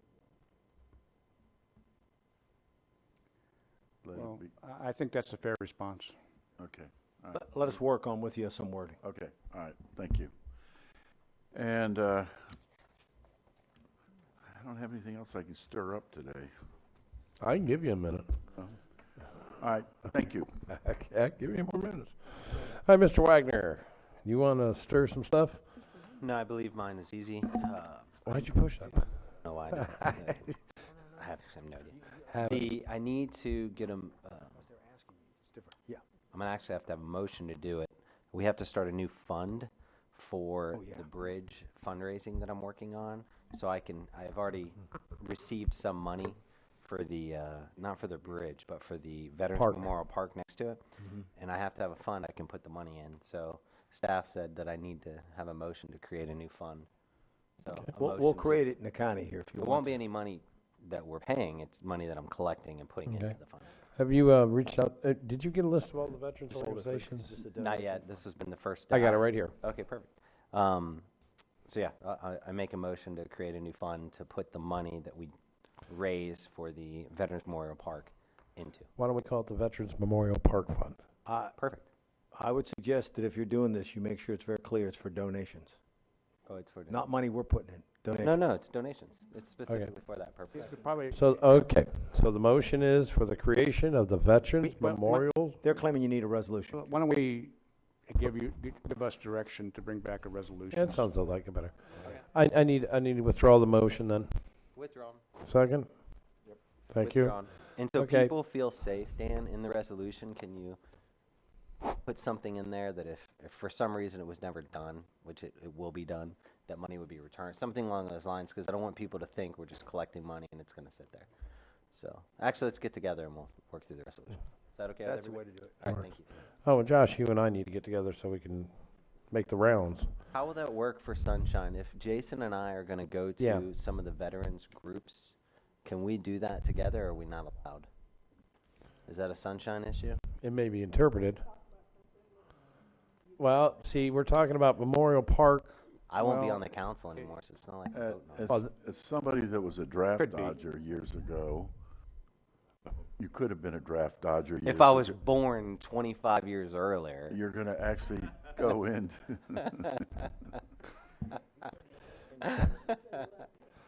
At this current time, we would need an opinion on that. Mr. Wagner and I I. don't need to worry about it right now. Yeah, We'll yeah. figure it out. Yeah, we'll need an opinion later. Here's the Pressing situation. Mr. Wagner and I, at the Veterans Memorial Bridge, he says, I need to go to these veterans organizations to raise this funding for this Veterans Park. I said, hey, let's go to the VFWs, the Legions and all that. I'm a veteran. I can walk in the door. I've got the cards. Well, if you establish the project here and the nature of the project and resolve the public policy questions, then if you appear subsequently to ask for private donations, then it's not Then that's not a violation. a violation. But So we we need- will, need to establish the parameters. okay, please do so that we can go out and do this. I think you'll have a hoot. I'll even buy him enough beer to, You're driving. yes, I'm driving. I don't drink, so I'll drive. He's going to be funny. I'm going to have a video with me. Anything else, Mr. Wagner? That's it. Thank you. All right, Ms. Kuzak. Mr. Daniels. I'm sorry, sir. Say again. Nothing. Okay. Sorry, I was choking to death. All right. I've only one statement with 47 subsections to it. No, I have nothing at all. Mr. Deneen. Only one comment, and that is, I want to thank the council for giving me the authority to deal with issues like what came up with Embry-Riddle, where I could confidently figure out ahead of time what I thought would work for us and would work for them. I think this is, as you said, for economic development, you need to do that. I think I appreciate the confidence because I think it was a lot better that we were prepared and I felt it was better I was able to give you something in writing that shows the implication of your decision financially. And so I just want to say that I appreciate that confidence, and I think that in this case, and it can in other cases, work good in economic development. So thank you. That's it. Mr. Eckert. Yes, sir, I have, well, now that Jamie's spoken, I have 4 items. I apologize, but there would have been, and I'm glad we covered the earlier item in Councilmember Denny's. The first is this, this is a bit of a routine item, but it requires your action, and I apologize that it requires the necessity for it at this point. There is an application due for the Medicare CMS revalidation application. This has to do with the operation of EVAC. To resubmit the application, which you did in 2011, as I say, the initial application was 2011, you have to agree to be legally and financially responsible from legally available non-ad valorem funds in the event that there's any outstanding debt owed by the County of Volusia to the Centers for Medicare and Medicaid Services arising from Medicare payments received by the county, which should not have been made. In other words, you're saying if we get money that's not owed to us, we're agreeing to pay for it, but you have to be it's a commitment of debt for potentially for a longer period than from a year from now. So I need the council action to say that we'll sign this letter as you did in 2011, saying on a contingent basis we'll be responsible for repayment on legally available non-ad valorem funds. And it was presented to you, Mr. Chair, for signature, but respectfully, this is not something that either you or the manager individually have the authority to sign. So if I could have your approval. What happens if we don't sign it?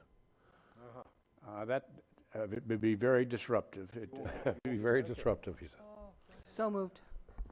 I have a motion for approval. I have a second by Ms. Kuzak. Which one were you talking about? I'm sorry. Please on the microphone, sir.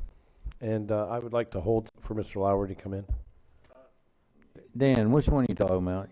You're not talking about the letter I'm going to argue with you about, are you? No, sir. Okay, go ahead.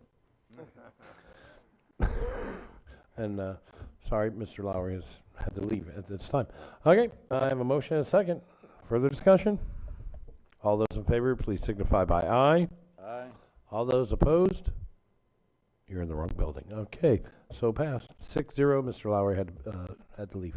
Okay, here comes the letter that Mr. Daniels is going to argue with me about, as he put it.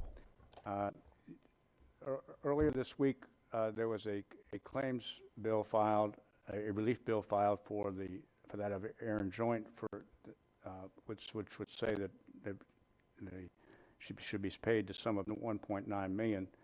I put a letter in front of you. I have to assume that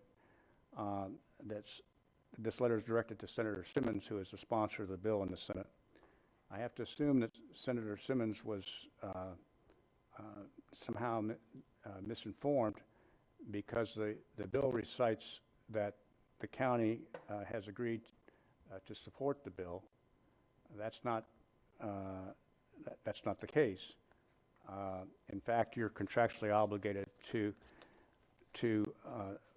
oppose the bill, and more than that, if this bill, the amount that would be paid is all for non-economic damages, and it would be unusual for the legislature, at least in the past several years, to pass a bill that would compensate entirely for non-economic damages, or for the full amount of non-economic damages, at least to my observation.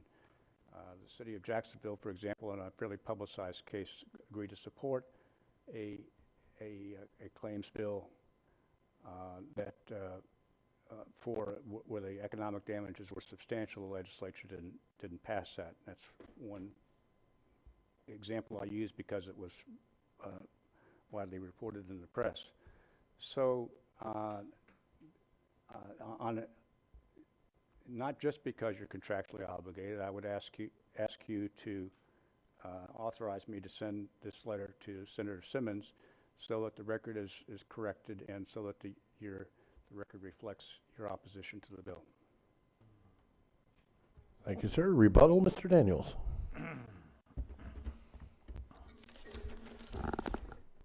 I think we should go out in the parking lot. I have a Ford F-150, and Dan, you can lie down and I'll run over your head, and you can have $2 million. Are you willing to do that?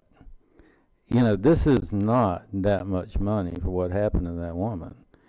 And for us to be able to, for us to oppose it is to add gross insult to injury.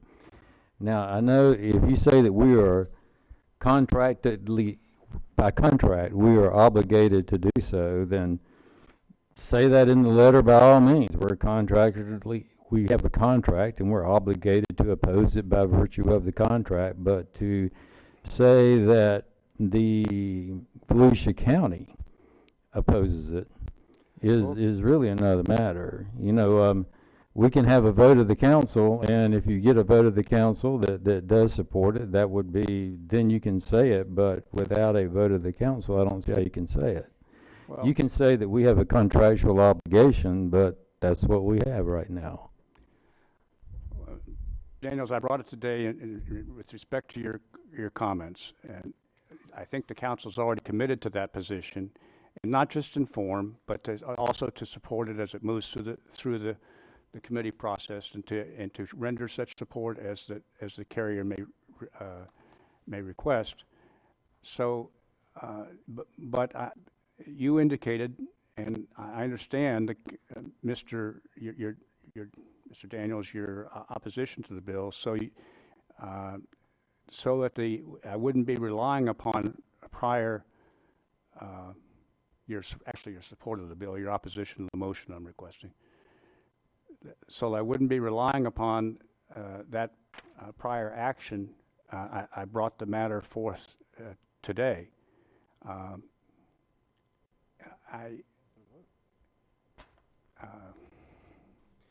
Well, why don't we put it on the agenda? Her come in, and we can have her come in and show us her injuries, and we can make some sort of determination as to what we think it's worth, and actually give her an opportunity to present her side of it, and then make a decision as to what the council wants to do. Now, if we're contractually obligated to take to support it, then I think the letter should say that. But it should not say that we all are jumping up and down in favor of not giving this woman a dime when that is not the case. Perhaps it is, you know, perhaps it is. Perhaps when she comes in, that we look at her and we say, hey, she looks fine, you know, it's okay. If I may, is this time sensitive? Does this have to be done within the next 2-3 days? I think it would be helpful to correct the record. Okay, so we kind of need to do this. Okay. Because I was going to suggest, why don't we, take the week, next week, and this little half a paragraph here doesn't really mean a lot. I mean, it's got a whole bunch of legal jargon in it, and I'd like to see a little bit more, information. Are you done, Mr. Daniels? I'm done. I don't object to it saying that we're contractually obligated to take a position, but I don't think that the county ought to be represented as taking a position as opposed to her claim. We just you should say what it is. It's a contractual obligation. Okay. Mr. Kuzak.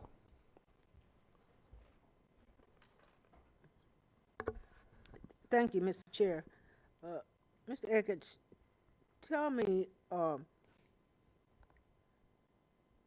we have paid for damages as it relates to the injury. Is that? That's correct. That's correct. And we're paid in the amount of?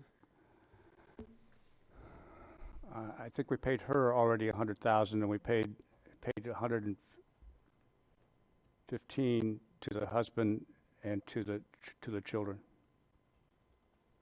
total between them. And you said that the jury award for economic damages was set aside on appeal.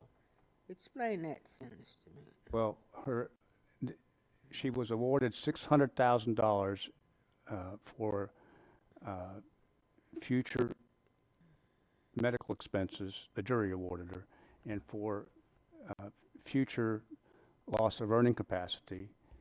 And the Fifth District Court of Appeals set that aside because of a lack of sufficient evidence. So the leaving the $2 million, of which we paid $100,000, and so when the legislature awards claims bills, they don't award many, but it's usually to compensate the victim for the economic damages that they've suffered, the expense. What I'm saying here is that this is all for either previous or future pain and suffering, and that would be an unusual event for the legislature. At least I'm speaking to a council that has two former legislators on it, but as I understand the claims bill process, and I think you'd be well advised to just state your position, even if in part it's contractually based, because if I don't think you want to end up in a dispute with the carrier at some point in time. Well, we're doing it, but we really don't mean it. And so, legislature, you mean to go ahead, because you may, if that's what you mean, you may end up paying the bill.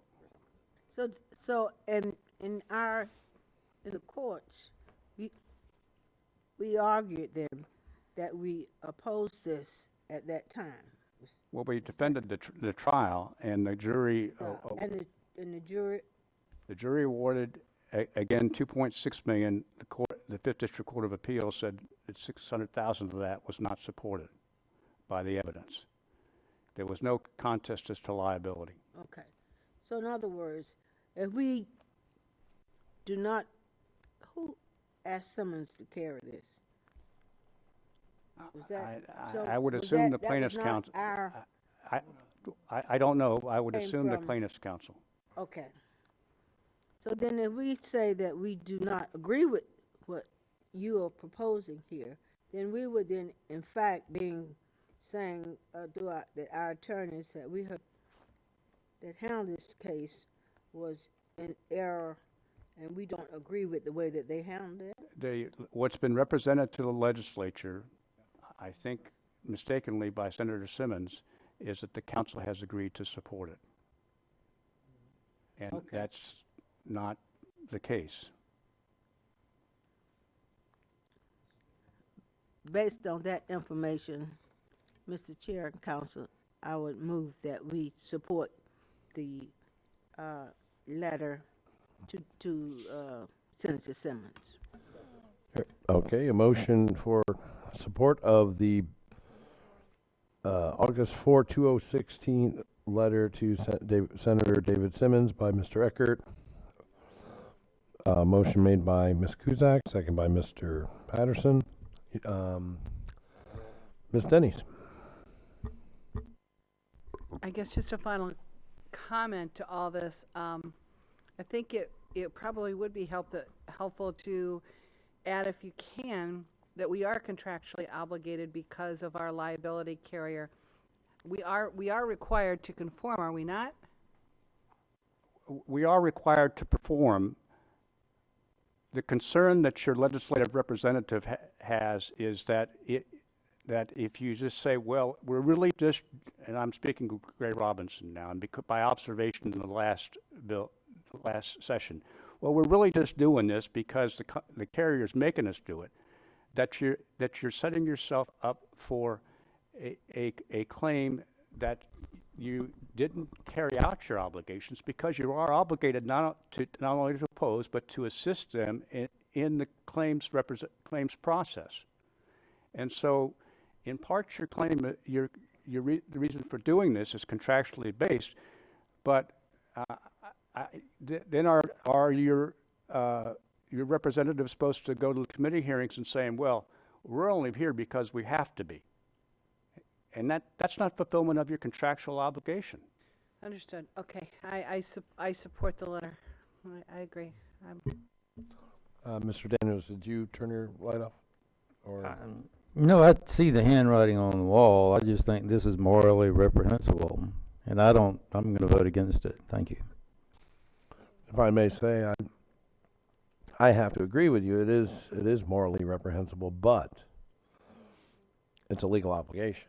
And as a wise man once told me, sometimes 4 votes beat a good conversation, good argument. But also, we can have all the morality we want, but the law is the law, the contract's a contract, and if we bite, we can end up in a lot of problems later. So, I'm with you on. I'm with you on the. This is against my morality, but the law is the law, and our contract is deal. So I have to support Mr. Patterson. Yeah, I'm sitting here reading Senate Bill 30 that's been filed. In the last whereas, Volusia County has agreed to support the passage of a claims bill to ensure that the remainder of the judgment is satisfied. Yeah, so I mean that's in the language in this bill right now, which I think is extremely misleading. Now I do know from experience legislature on claims bills, yeah, I wouldn't see any, it's taken years to get some of them, and I mean some of them a lot more egregious than this situation, and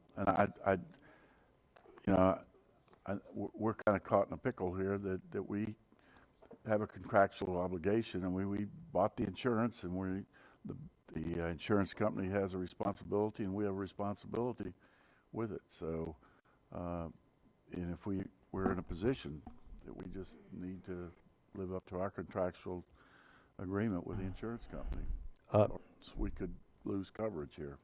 Just to be clear, I'm not saying to leave that statement as it is and to support the statement as is in the bill. I'm just saying that, let's say what it is, that we are legally obligated to take a different position. That's all I'm saying. I'm not saying that we let that statement stand. That statement is not true. We have not agreed. We have not voted in favor of handing over that money. We have not. And to say otherwise is just wrong. It is just absolutely wrong. But we are saying no, and we're saying no for a specific reason. We have agreed. It would be in the accordance with the terms of our insurance contract. We are not supporting the claims bill. Seems to me a simple way to go about things. And maybe we should, particularly with the beach, which is where we've created a dangerous situation with cars riding through a playground, and this is a special case. We have set up a dangerous situation, and we need to pay for it. If we're, we need to take some responsibility for it. We ought not to always be hiding behind sovereign immunity for this kind of thing. There is some morality here. When you set up a dangerous situation and somebody gets hurt, then, you need to own up to it instead of run and hide. Go hide behind sovereign immunity. And all I'm saying is not give up your sovereign immunity. I'm just saying that at least say the reason why you're doing it is because you're contractually obligated to do it that way. Mr. Chair? Yes, sir. Please, Okay. Mr. Patterson. I have a feeling here that Senator Simmons, who I know very well, and we served together in the House of Representatives along with Representative Cusack here, somebody's misleading him for him to put that in the bill. That's what concerns me, is that he was given information that we support the bill. That's what's troubling to me, and that's what we need to correct in this situation. I think that's the only thing that's important here, and it's just getting a message across to him in this letter that the statement is mistaken, and that we will have to oppose the bill because of our contractual right. I think, I don't know if it's the attorney that's representing the joint family, or if it's the staff there, but somebody, 'cause I know David, I know Senator Simmons very well. I can't speak to that. I do encourage you to support, to authorize the letter in this form so that your opposition is not said to be for form only. I agree. That's why I'm seconded the motion on this letter. I'm just stating, Yes, sir. it makes it clear to Senator Simmons that somebody misled him, period, and that we're just not in a position to support that bill, and we would oppose it. So, With that, Mr. Chair, yes, go ahead. I will call for the question. All right, there's a motion for a call for the question. Do I hear a second for a call for the question? Okay. All those in favor of calling the question, please signify by aye. All those opposed. So carry, the question has been called. The question is for approval and signature and sending of the letter from Daniel D. Eckert, County Attorney, to Senator David Simmons on our behalf, opposing Senate Bill 30 as filed on August 1st, 2016. Please signify by aye. All those opposed. Mr. Eckert is opposed, or I'm sorry, Mr. Daniels is opposed. You can't be for and against. Okay, I knew that. Let the record state that Mr. Daniel is against. It's a 5-1 vote. Mr. Lowry absent. He wants to be adamantly against. Okay. Mr. Eckert. I also wanted to update you on the litigation involving the beach.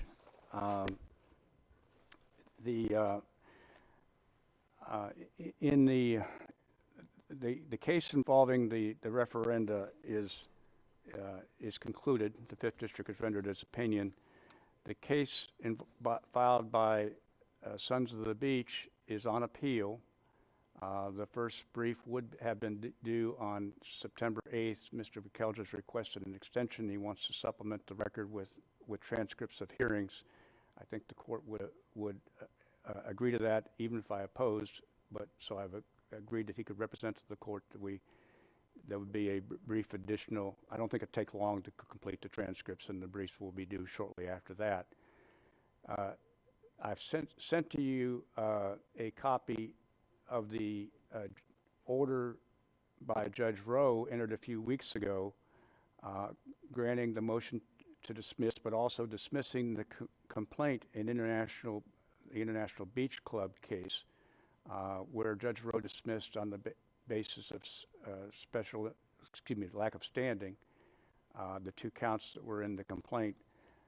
The plaintiff moved for rehearing, and I spent time preparing a rather what would have been a fairly lengthy response, which proved to be unnecessary because Judge Rowe entered an order denying that before my planned filing today. So yesterday he denied the motion for rehearing. The consequence of that is that that issue is concluded in the circuit court. The plaintiffs now will have 30 days to decide whether they wish to appeal, and it's possible, particularly given the extension that Mr. McKelger requested, that the cases could be consolidated. But I don't want to. That is the Sons of the Beach case and this. I don't know how that will work itself out. But I wanted to let you know that a motion for rehearing was filed, and that it was denied. So that's my update on that. I also, I'm sorry Dr. Lowry had to leave. We had circumstances in the, life gets in the way for all of us. We've had circumstances in the legal department where two lawyers have retired. Within the last year, where two lawyers have retired, one after 25 years, one after 15 years with us. We had a lawyer get appointed to the bench. We had two lawyers leave for private practice or private business for more, actually, those were offers which they felt like they couldn't refuse, so to speak. They were financially more lucrative circumstances. So I've asked, and then in the last few years before that, we had a lawyer move back to Tampa. And so I've asked the lawyers who have been here, who've come to us in, say, the last 3 years, 5 of them were hired this year, 2 of them within the last month, reported to work, so that you could see them. And I could talk, and if I could indulge me, just talk a little bit about them, so you can be familiar with them, because they're really the people that that you're accustomed to talking to, and you're welcome to talk to them because they're the ones that know it. And if I could, I think if I could call back upon something I remember vividly and.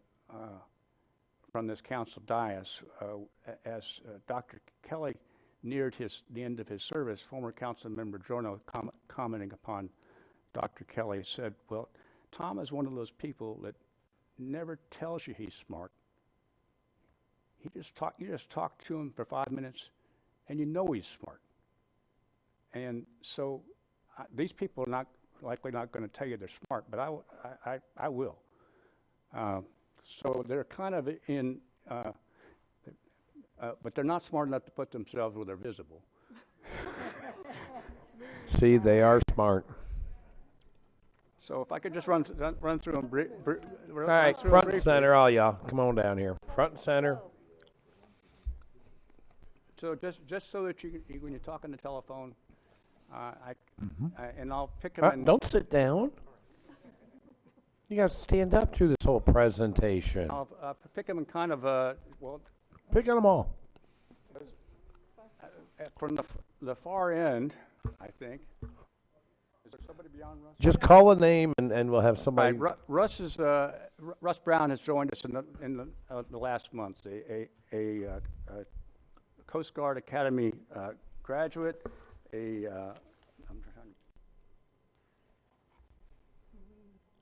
Marine Environmental Sciences undergraduate. I think that I say that because it may have come in handy. University of Miami law grad. He left the Coast Guard after 20 years as a commander. Had he stayed a few more years, I think just another year, he was in a position to be captain. The Coast Guard is a small service. Rank is hard in the Coast Guard. So that's saying something. He's moved his family and his 4 children here to land in the last month, and he'll be working in Jamie's section.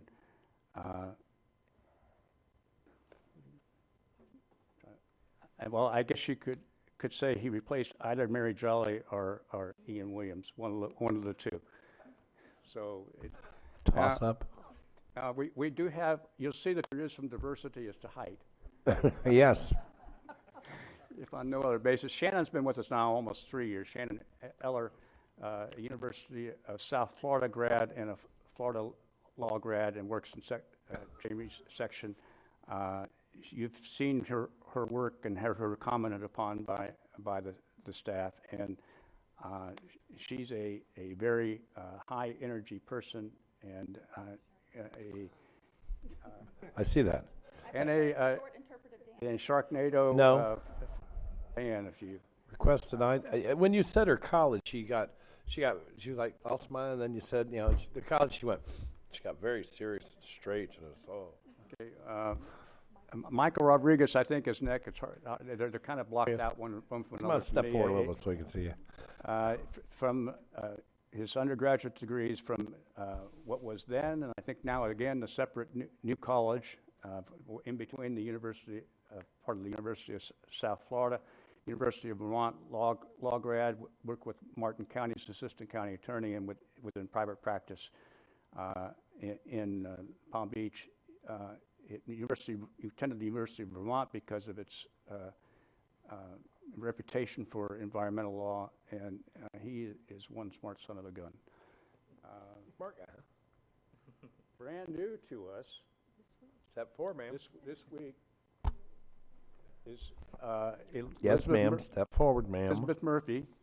I've heard Mr. Daniels' voice in my ear as I've interviewed. That's true, Mr. Daniels. For reasons I'll explain. Mr. Daniels has always encouraged me to have someone with commercial experience on the staff, and I think that was good advice.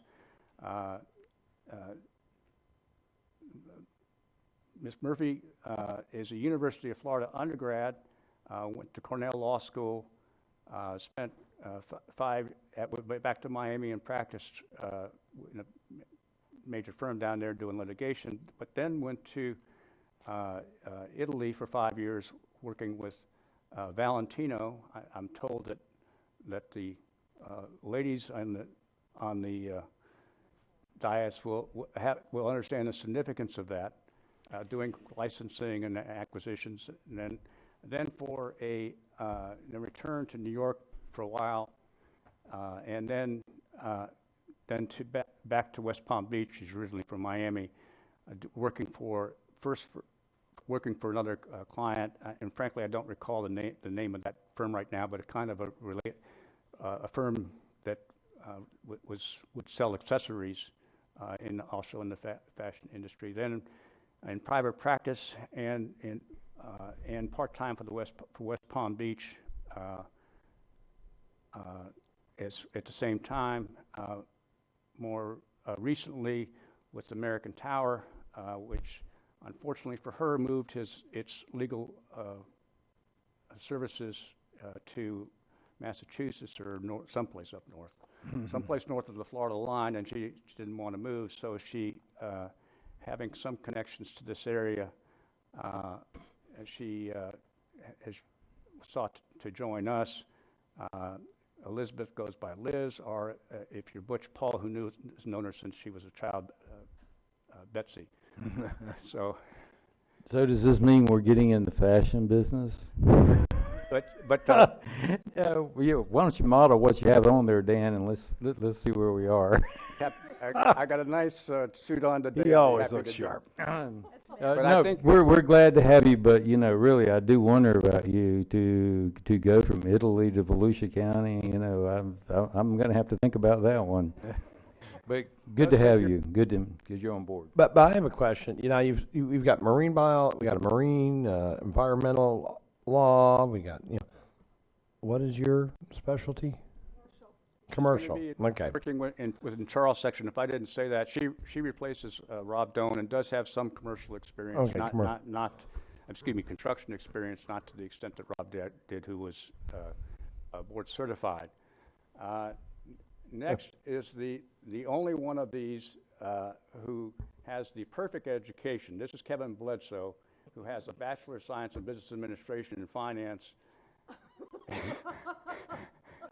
from the University of Florida, and the university and a law degree from the University of Florida.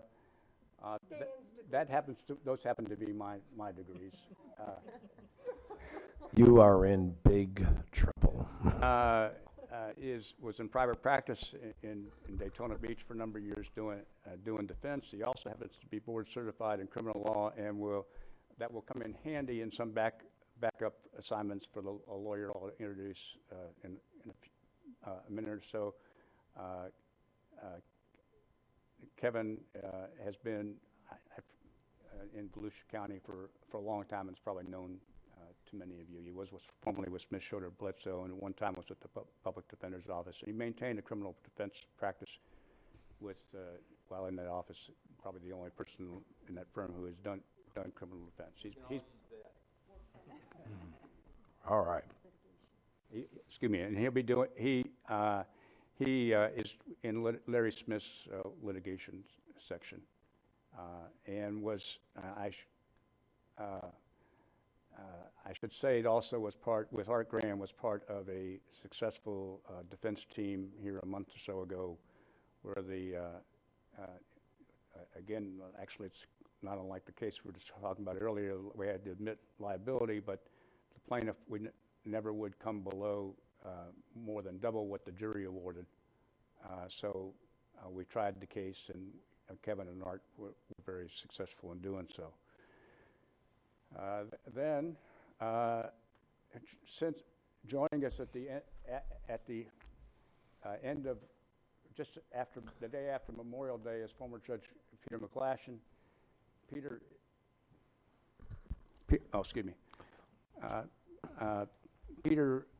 was with the State Attorney's Office in Volusia County, then on the county bench, and then after the Miami trend of running against incumbents came to Volusia County, went back in practice with the State Attorney's Office in Lake County. Peter, a former cricket player, a wonderful lawyer. He's is fulfilling the role that John McConnell formerly did,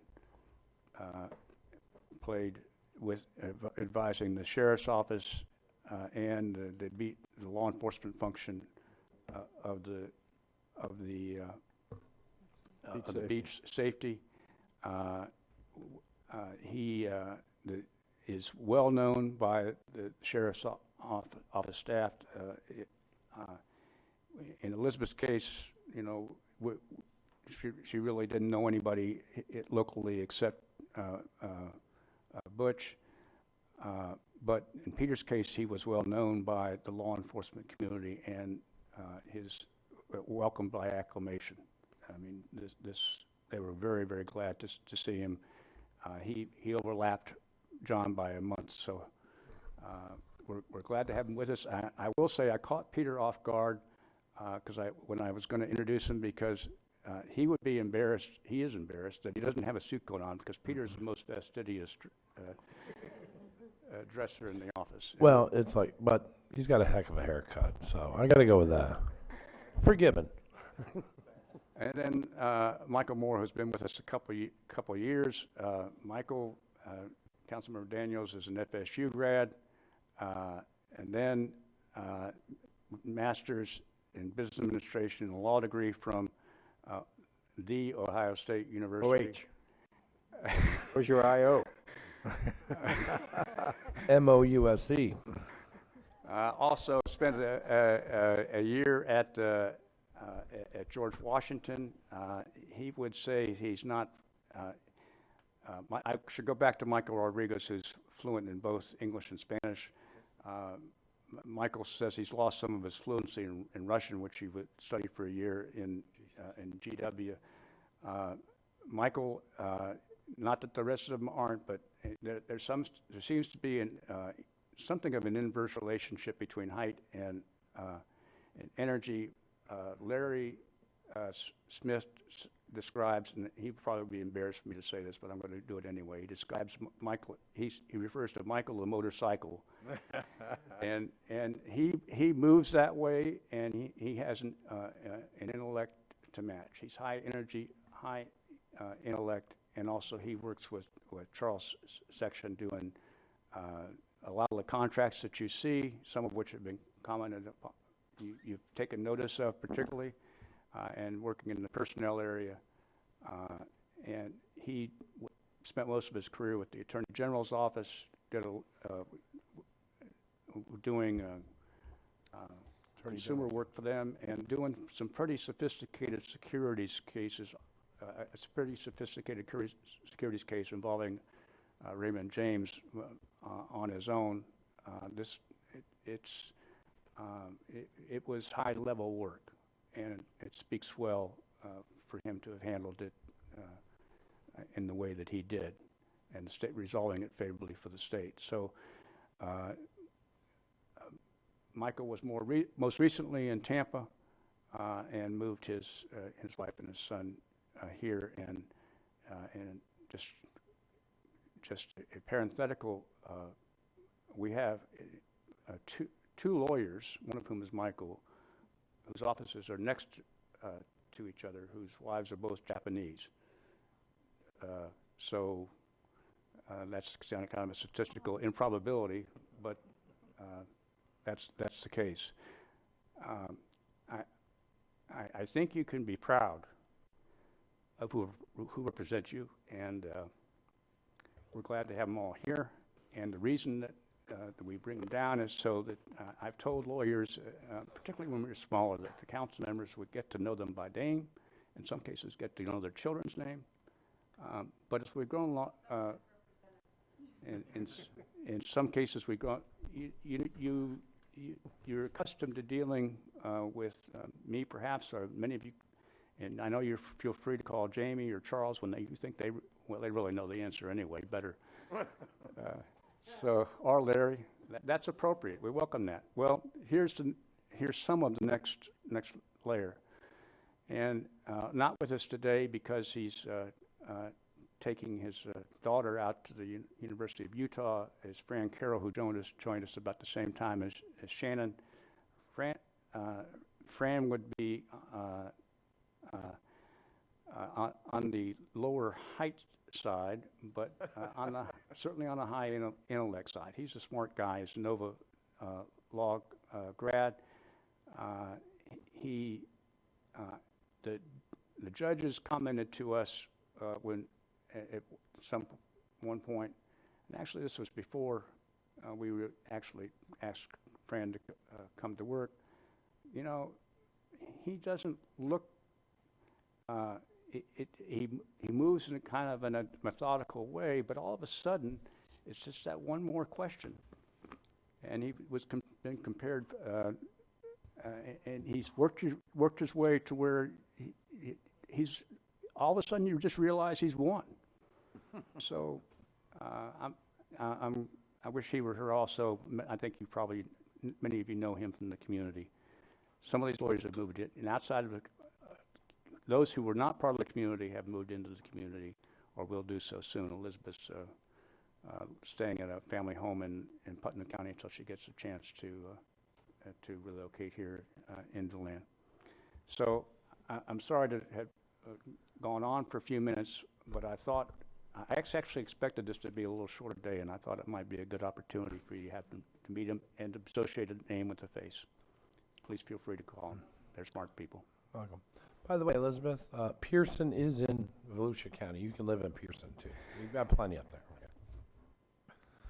That's all. That's all. Well, guys, welcome aboard. Good to see you. Met a couple of you here and there, bumping into each other in the hallways. And to the new people, welcome aboard. We'll try to keep you as busy as possible. How's that? Right, Josh? About that. All right. Has anybody else got a comment? Nope. Right face, forward march.